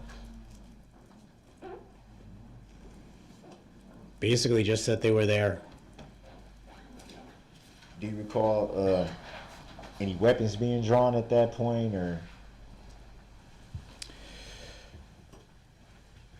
I did not see any officers with weapons drawn when I arrived. There were officers with rifles across their chest, but they were not pointing them at anyone. Any distinct vehicles, to your recollection, utilized by law enforcement? Just squad cars, marked squad cars that I recall. Do you recall seeing a vehicle that was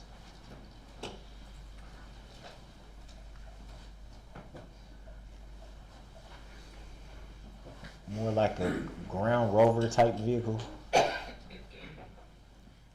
No, sir, I don't.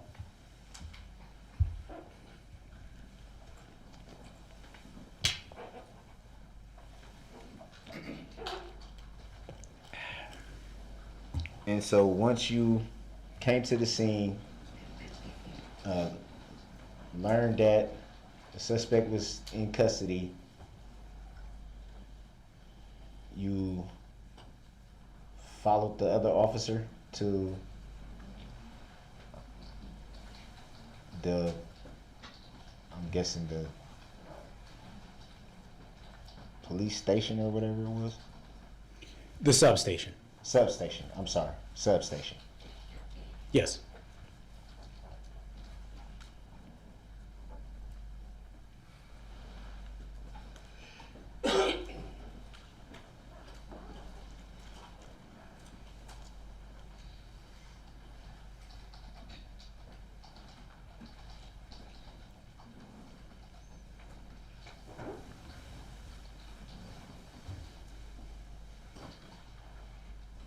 And what information did you have at that time in regards to the investigation? The information, again, was still very limited. That you'd been loitering in the area, would receive calls, and that you were identified as a possible suspect that was in the vehicle. Did you yourself receive those calls or any of those calls? You mean as in like the phone calls? Yeah, in reference to the loitering. No, those went into dispatch, and then they were broadcast over the police radio, which I heard. And did you immediately respond to that radio call? Yes, I made my way to that area. The area of Elizabeth Street. Yes, sir. Do you recall what time that was? It was right around, took place over a few minutes, 5:30, 5:35, getting a little after 5:30. And what time did you arrive to the scene? I don't know the exact time.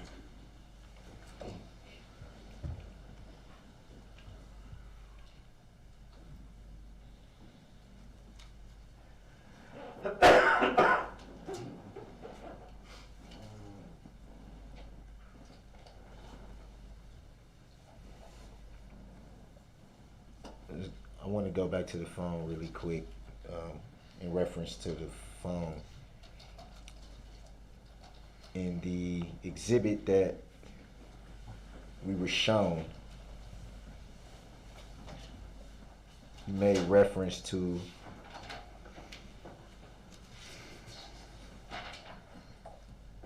not wanting someone else to claim the phone. Do you recall saying that? Yes. What reason would someone else claim a phone that isn't theirs? Could be their own reasons. One thing we have to do once we have possession of property, we have to make sure that we release it to the appropriate person. So that would be important. Is it fair to say that all property obtained from a detainee is sealed? I guess, what do you mean by sealed? Like placed in a sealed bag, pursuant to whoever's the property belongs to, it's sealed. Typically, we would take property and probably put it in a paper or plastic bag. We don't necessarily seal it and then place it in a locker. Would you write on the bag who the property belongs to? Well, if it's personal property and it's going to be returned, it would go in a locker, typically that's associated with their cell. But if it's evidence, it would go, to a different place. It depends on the type of property you're talking about. Would it be some type of identifying something to identify the property to the owner of the property? Yes.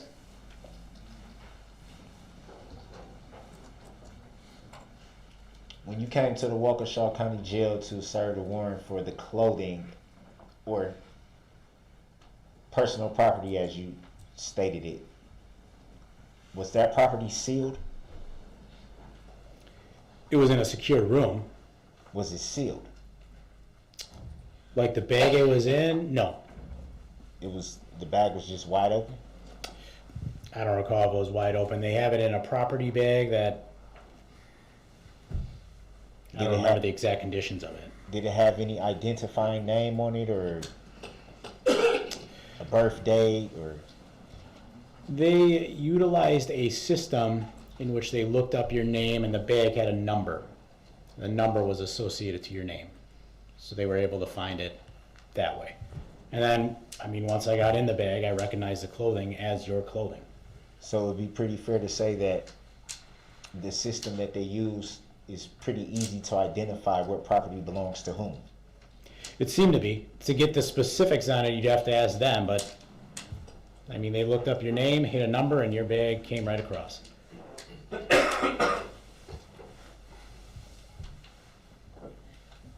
Does your agency use a similar method? No. And what method does your agency use to identify property? My agency would simply, well, we're not a large county jail, so we only hold about 5-6 people at a time. We would take personal property, put it in a paper bag, put that paper bag in a locker that typically would correspond with the cell number that you were placed in. And then your property would also be documented on an electronic form, so we knew it belonged to you.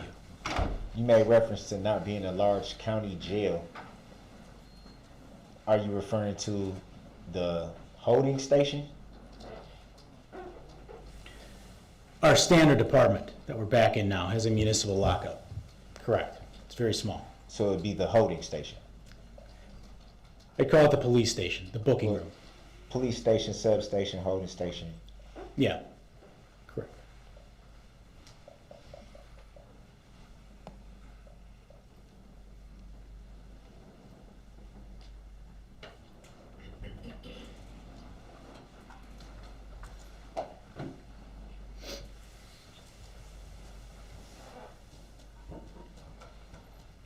At any time during the second interrogation, were there any other law enforcement watching the interrogation from another location? Yes, there were. Can you explain why? Well, again, the FBI was present in a different room because we still did not know whether there was a terrorist nexus to this incident at that point. Is that the only other law enforcement that was watching the interrogation? There may have been some of our own officers. I don't know how, if they were moving around the building or I don't know what they were doing. So it'd be fair to say you can't recall if they were- Correct.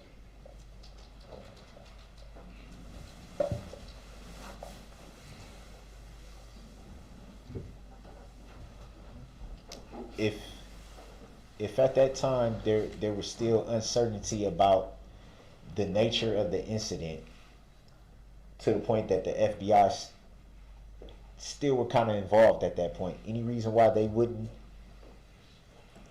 accompany you and your partner for the second interrogation as they did with the first? Objection, relevance. Grounds.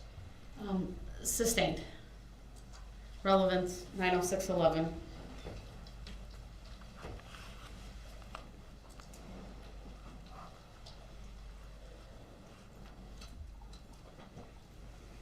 Is there any reason why the FBI can conduct their own interrogation? Objection. Calls for Grounds. speculation. Sustained.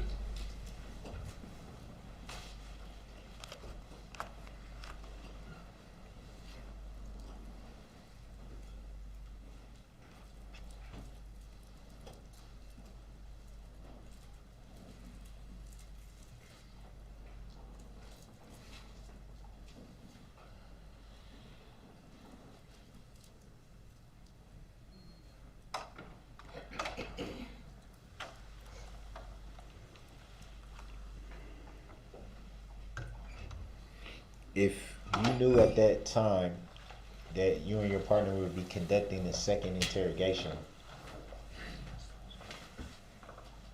why did the FBI need to be present? Objection, relevance. Grounds. Asked and answered. Next question. Answered? It's sustained. You said asked and answered? You've asked why the FBI was there multiple times. Under 90611, please move on.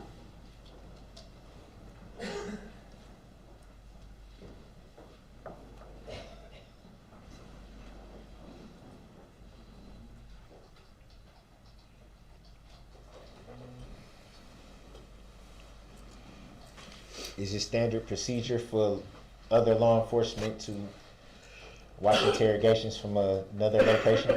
Objection, relevance. Grounds. Overruled, you may answer. I wouldn't say it's standard, but this wasn't also a standard incident. So the magnitude of the incident is what prompted the change? That's right. Do you recall who made that determination? Objection calls for Grounds. speculation of relevance. He asked, do you know? So overruled, the witness may answer. So I'm sorry, just so I understand the question correctly. Why the FBI would, is the question why they'd be there at all? No, that wasn't the question. What is it again? The question was pertaining to standard procedures, Okay. and I believe the question was, You asked who made the determination to allow for other agencies to observe the Right. interview or interrogation. thank you, Your Honor. You're welcome. I don't know exactly. I only know that the FBI became involved due to the terrorist concern, so that's why they were there. My question wasn't towards the FBI. It was law enforcement in general.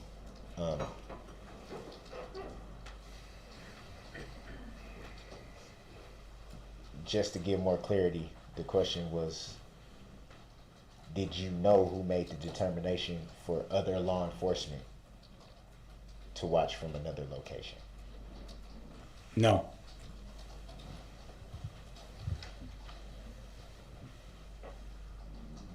Were you at any time aware that there would be other law enforcement watching the second interrogation? I knew the FBI was coming back, yes. Did you know if there would be any other law enforcement outside of the FBI, like from your agency or anything like that? Were you aware that they would be watching as well? Objection of relevance. Grounds. Overruled, the witness may answer. Not that I knew of. But you do recall other law enforcement outside of the FBI being present? Yeah, so we had an officer, based on you being in our custody, that had to stay in the room with you, their jail area for the night. I don't know how much of the interview that officer was or was not present for from another location. Do you recall leaving out of the interrogation room during the second interrogation? Yes. And at that time, did you speak with any other law enforcement? FBI.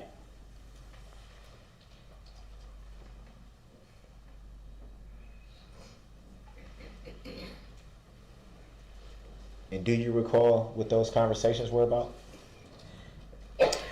Not specifically, no.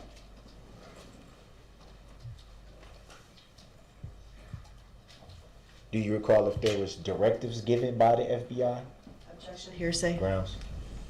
He asked, do you know? Not what they were. You may answer. I don't recall if they gave directives.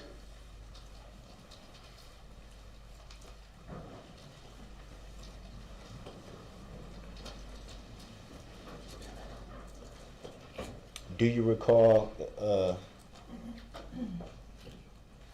your partner stepping out of the interrogation room at any time? Yes. Do you know if they spoke with FBI at that time? If my partner did? Yes. I don't know.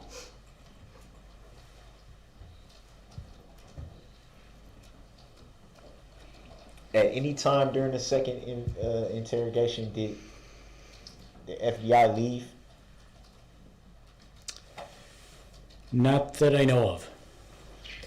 So to your recollection, they were there the whole time? I believe so, yes.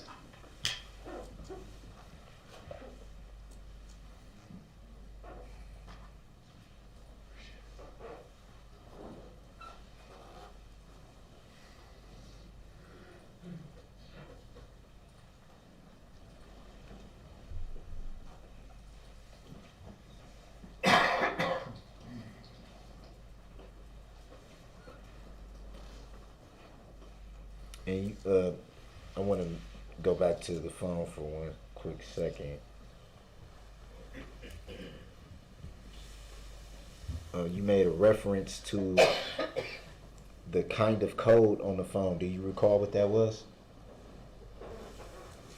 in reference to the phones that you were intending to access? You talking about, there were two, one of, any one phone specific? You talking about the iPhone? Yeah, the iPhone. I'm sorry. Yes, you gave a pattern code.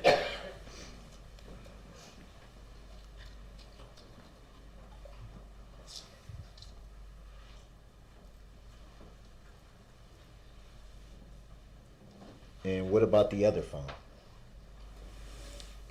No code was ever provided that I recall.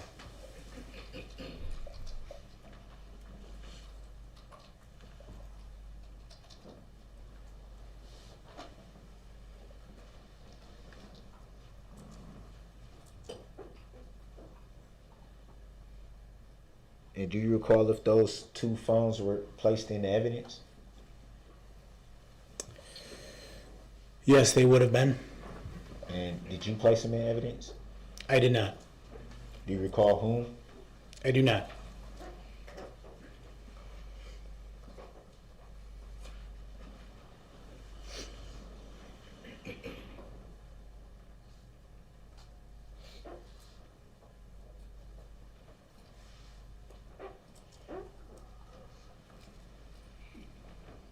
During your investigation, what? Let me back up. I don't want to say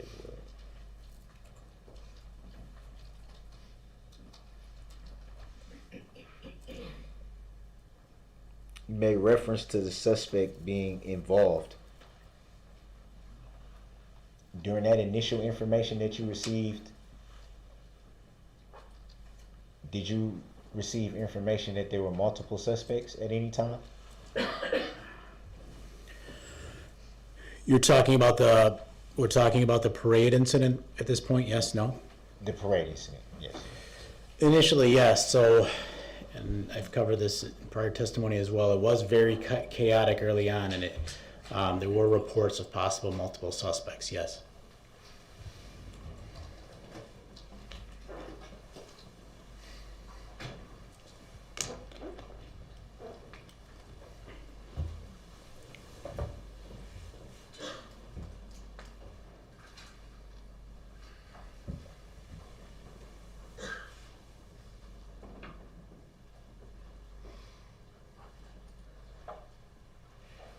That just about does it. No further questions.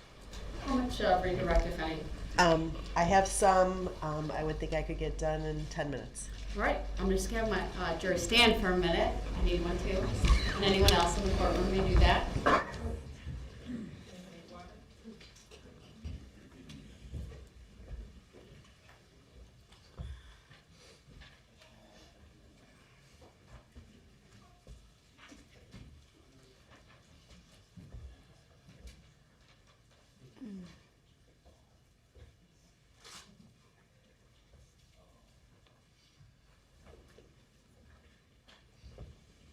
All right, thank you. Please have a seat.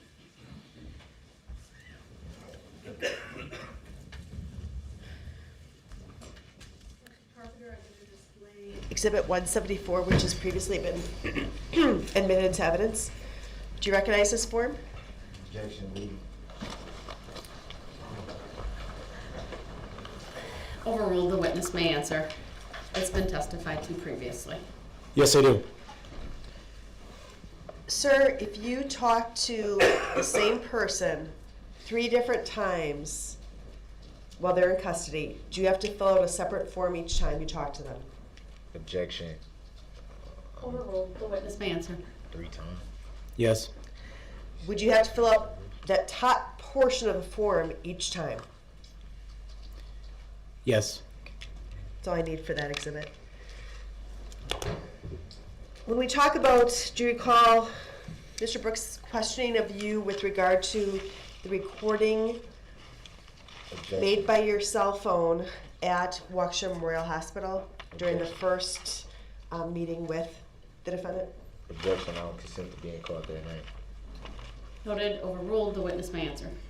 Yes, I recall. Are you familiar with the term excited utterance? Yes, I Objection, am. leading.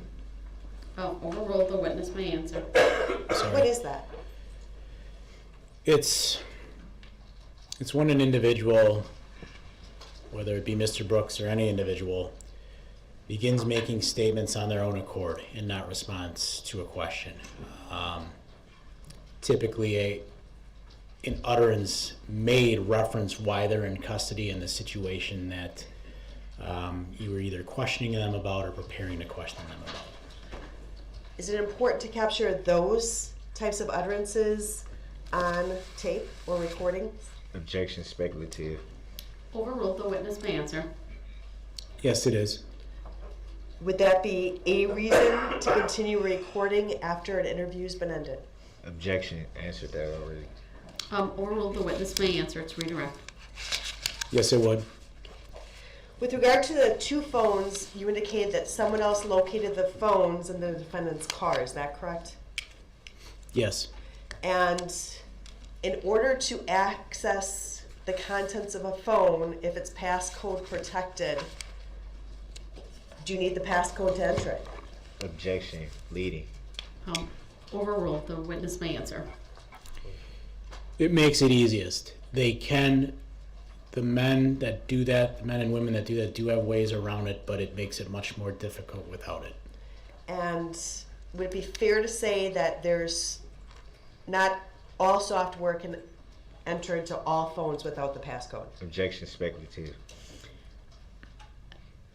Sustained as to foundation. Have you had experience in your position as a detective seizing phones off of defendants? Yes. And have you had opportunities to turn those phones over to your forensic unit to have them analyzed? Yes. When you don't have a passcode or a swipe pattern, have you received those phones back with information that they were unable to be accessed? Objection, asked the form of that already and answered. Overruled, the witness may answer. Yes, I have. So if you're not provided a code or you're provided an incorrect code, there's a possibility, or are you definitely getting into that phone? Objection, speculative. Overruled. No, there is certainly a possibility that we would not be able to access the content. You had talked about on cross-examination your reports that you dictate over a phone line. Do you recall that?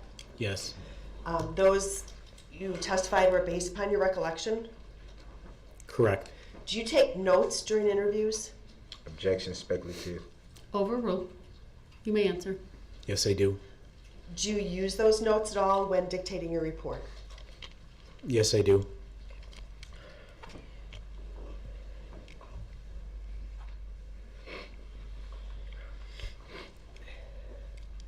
The defendant asked you about multiple suspects, you having information about multiple suspects. Do you recall that line of questioning? Yes, I do. Did the defendant ever tell you that there was anyone in that car other than him driving it and possibly Erica Patterson? Objection, leading the witness. Overruled, the witness may answer. No, he did not. And finally, you've been a law enforcement officer in Waukesha County for approximately 18 years, is that correct? Yes. Who makes the charging decision when deciding what charges get issued in a criminal case? Objection, leading.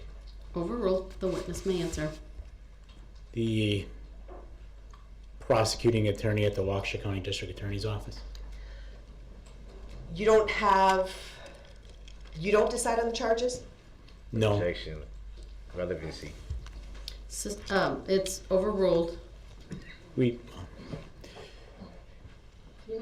can forward what we believe is appropriate, but we don't ultimately make the decision to charge.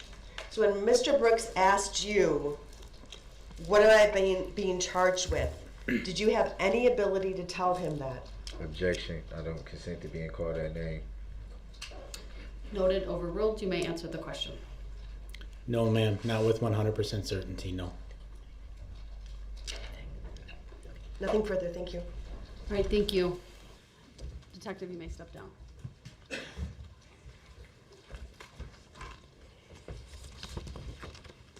Ladies and gentlemen of the jury, as Detective Carpenter is stepping off, I will read the instruction that I've read to you every day, but it's important that you hear it again. Do not begin your deliberations and discussion of the case until all the evidence is presented and I have instructed you on the law. Do not discuss this case among yourselves or with anyone else until your final deliberations in the jury room. This order is not limited to face-to-face conversations. It also extends to all forms of electronic communications. Do not use any electronic devices such as a mobile phone or computer, text or instant messaging or social networking sites to send or receive any information about this case or your experience as a juror. If you come in contact with the parties, lawyers, interpreters, or witnesses, do not speak with them. For their part, the parties, lawyers, interpreters, and witnesses will not contact or speak with the jurors. Do not listen to any conversation about this case. Do not research any information that you personally think might be helpful to you in understanding the issues presented. Do not investigate this case on your own or visit the scene, either in person or by any electronic means.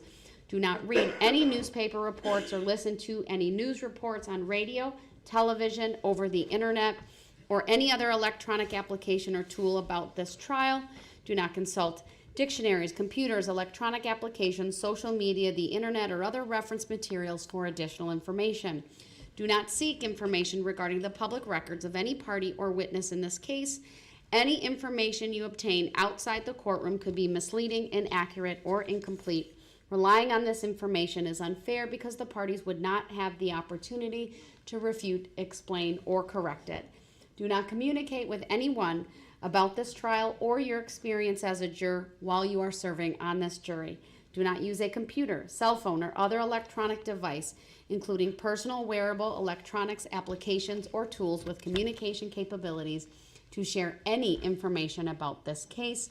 For example, do not communicate by telephone, blog post, email, text message, instant message, social media post, or in any other way on or off the computer. Do not permit anyone to communicate with you about this matter, either in person, electronically, or by any other means. If anyone does so, despite you telling them not to, you should report that to me. I appreciate that it is tempting when you go home in the evening to discuss this case with another member of your household, but you may not do so. This case must be decided by you, the jurors, based on the evidence presented in the courtroom. People not serving on this jury have not heard the evidence, and it is improper for them to influence your deliberations and decision in this case. After the trial is completed, you are free to communicate with anyone in any manner. These rules are intended to assure that jurors remain impartial throughout the trial. If any juror has reason to believe that another juror has violated these rules, you should report that to me. If jurors do not comply with these rules, it could result in a new trial involving additional time and significant expense to the parties and the taxpayers. You are to decide the case solely on the evidence offered and received at trial. And while I still have you here, I neglected to tell you one thing about an exhibit that was received. Exhibit 81 has been received by the court. With that, you are excused. Thank you, everyone. 82. Boy, it's been a long day, but okay. 82. Thank you.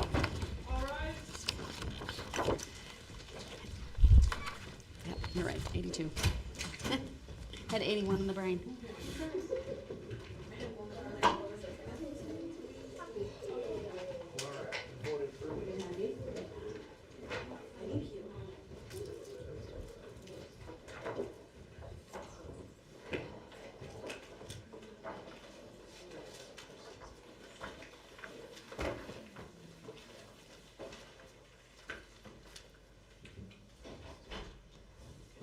All right, thank you, everyone. We are in recess. We'll see everyone at 8:30 tomorrow morning.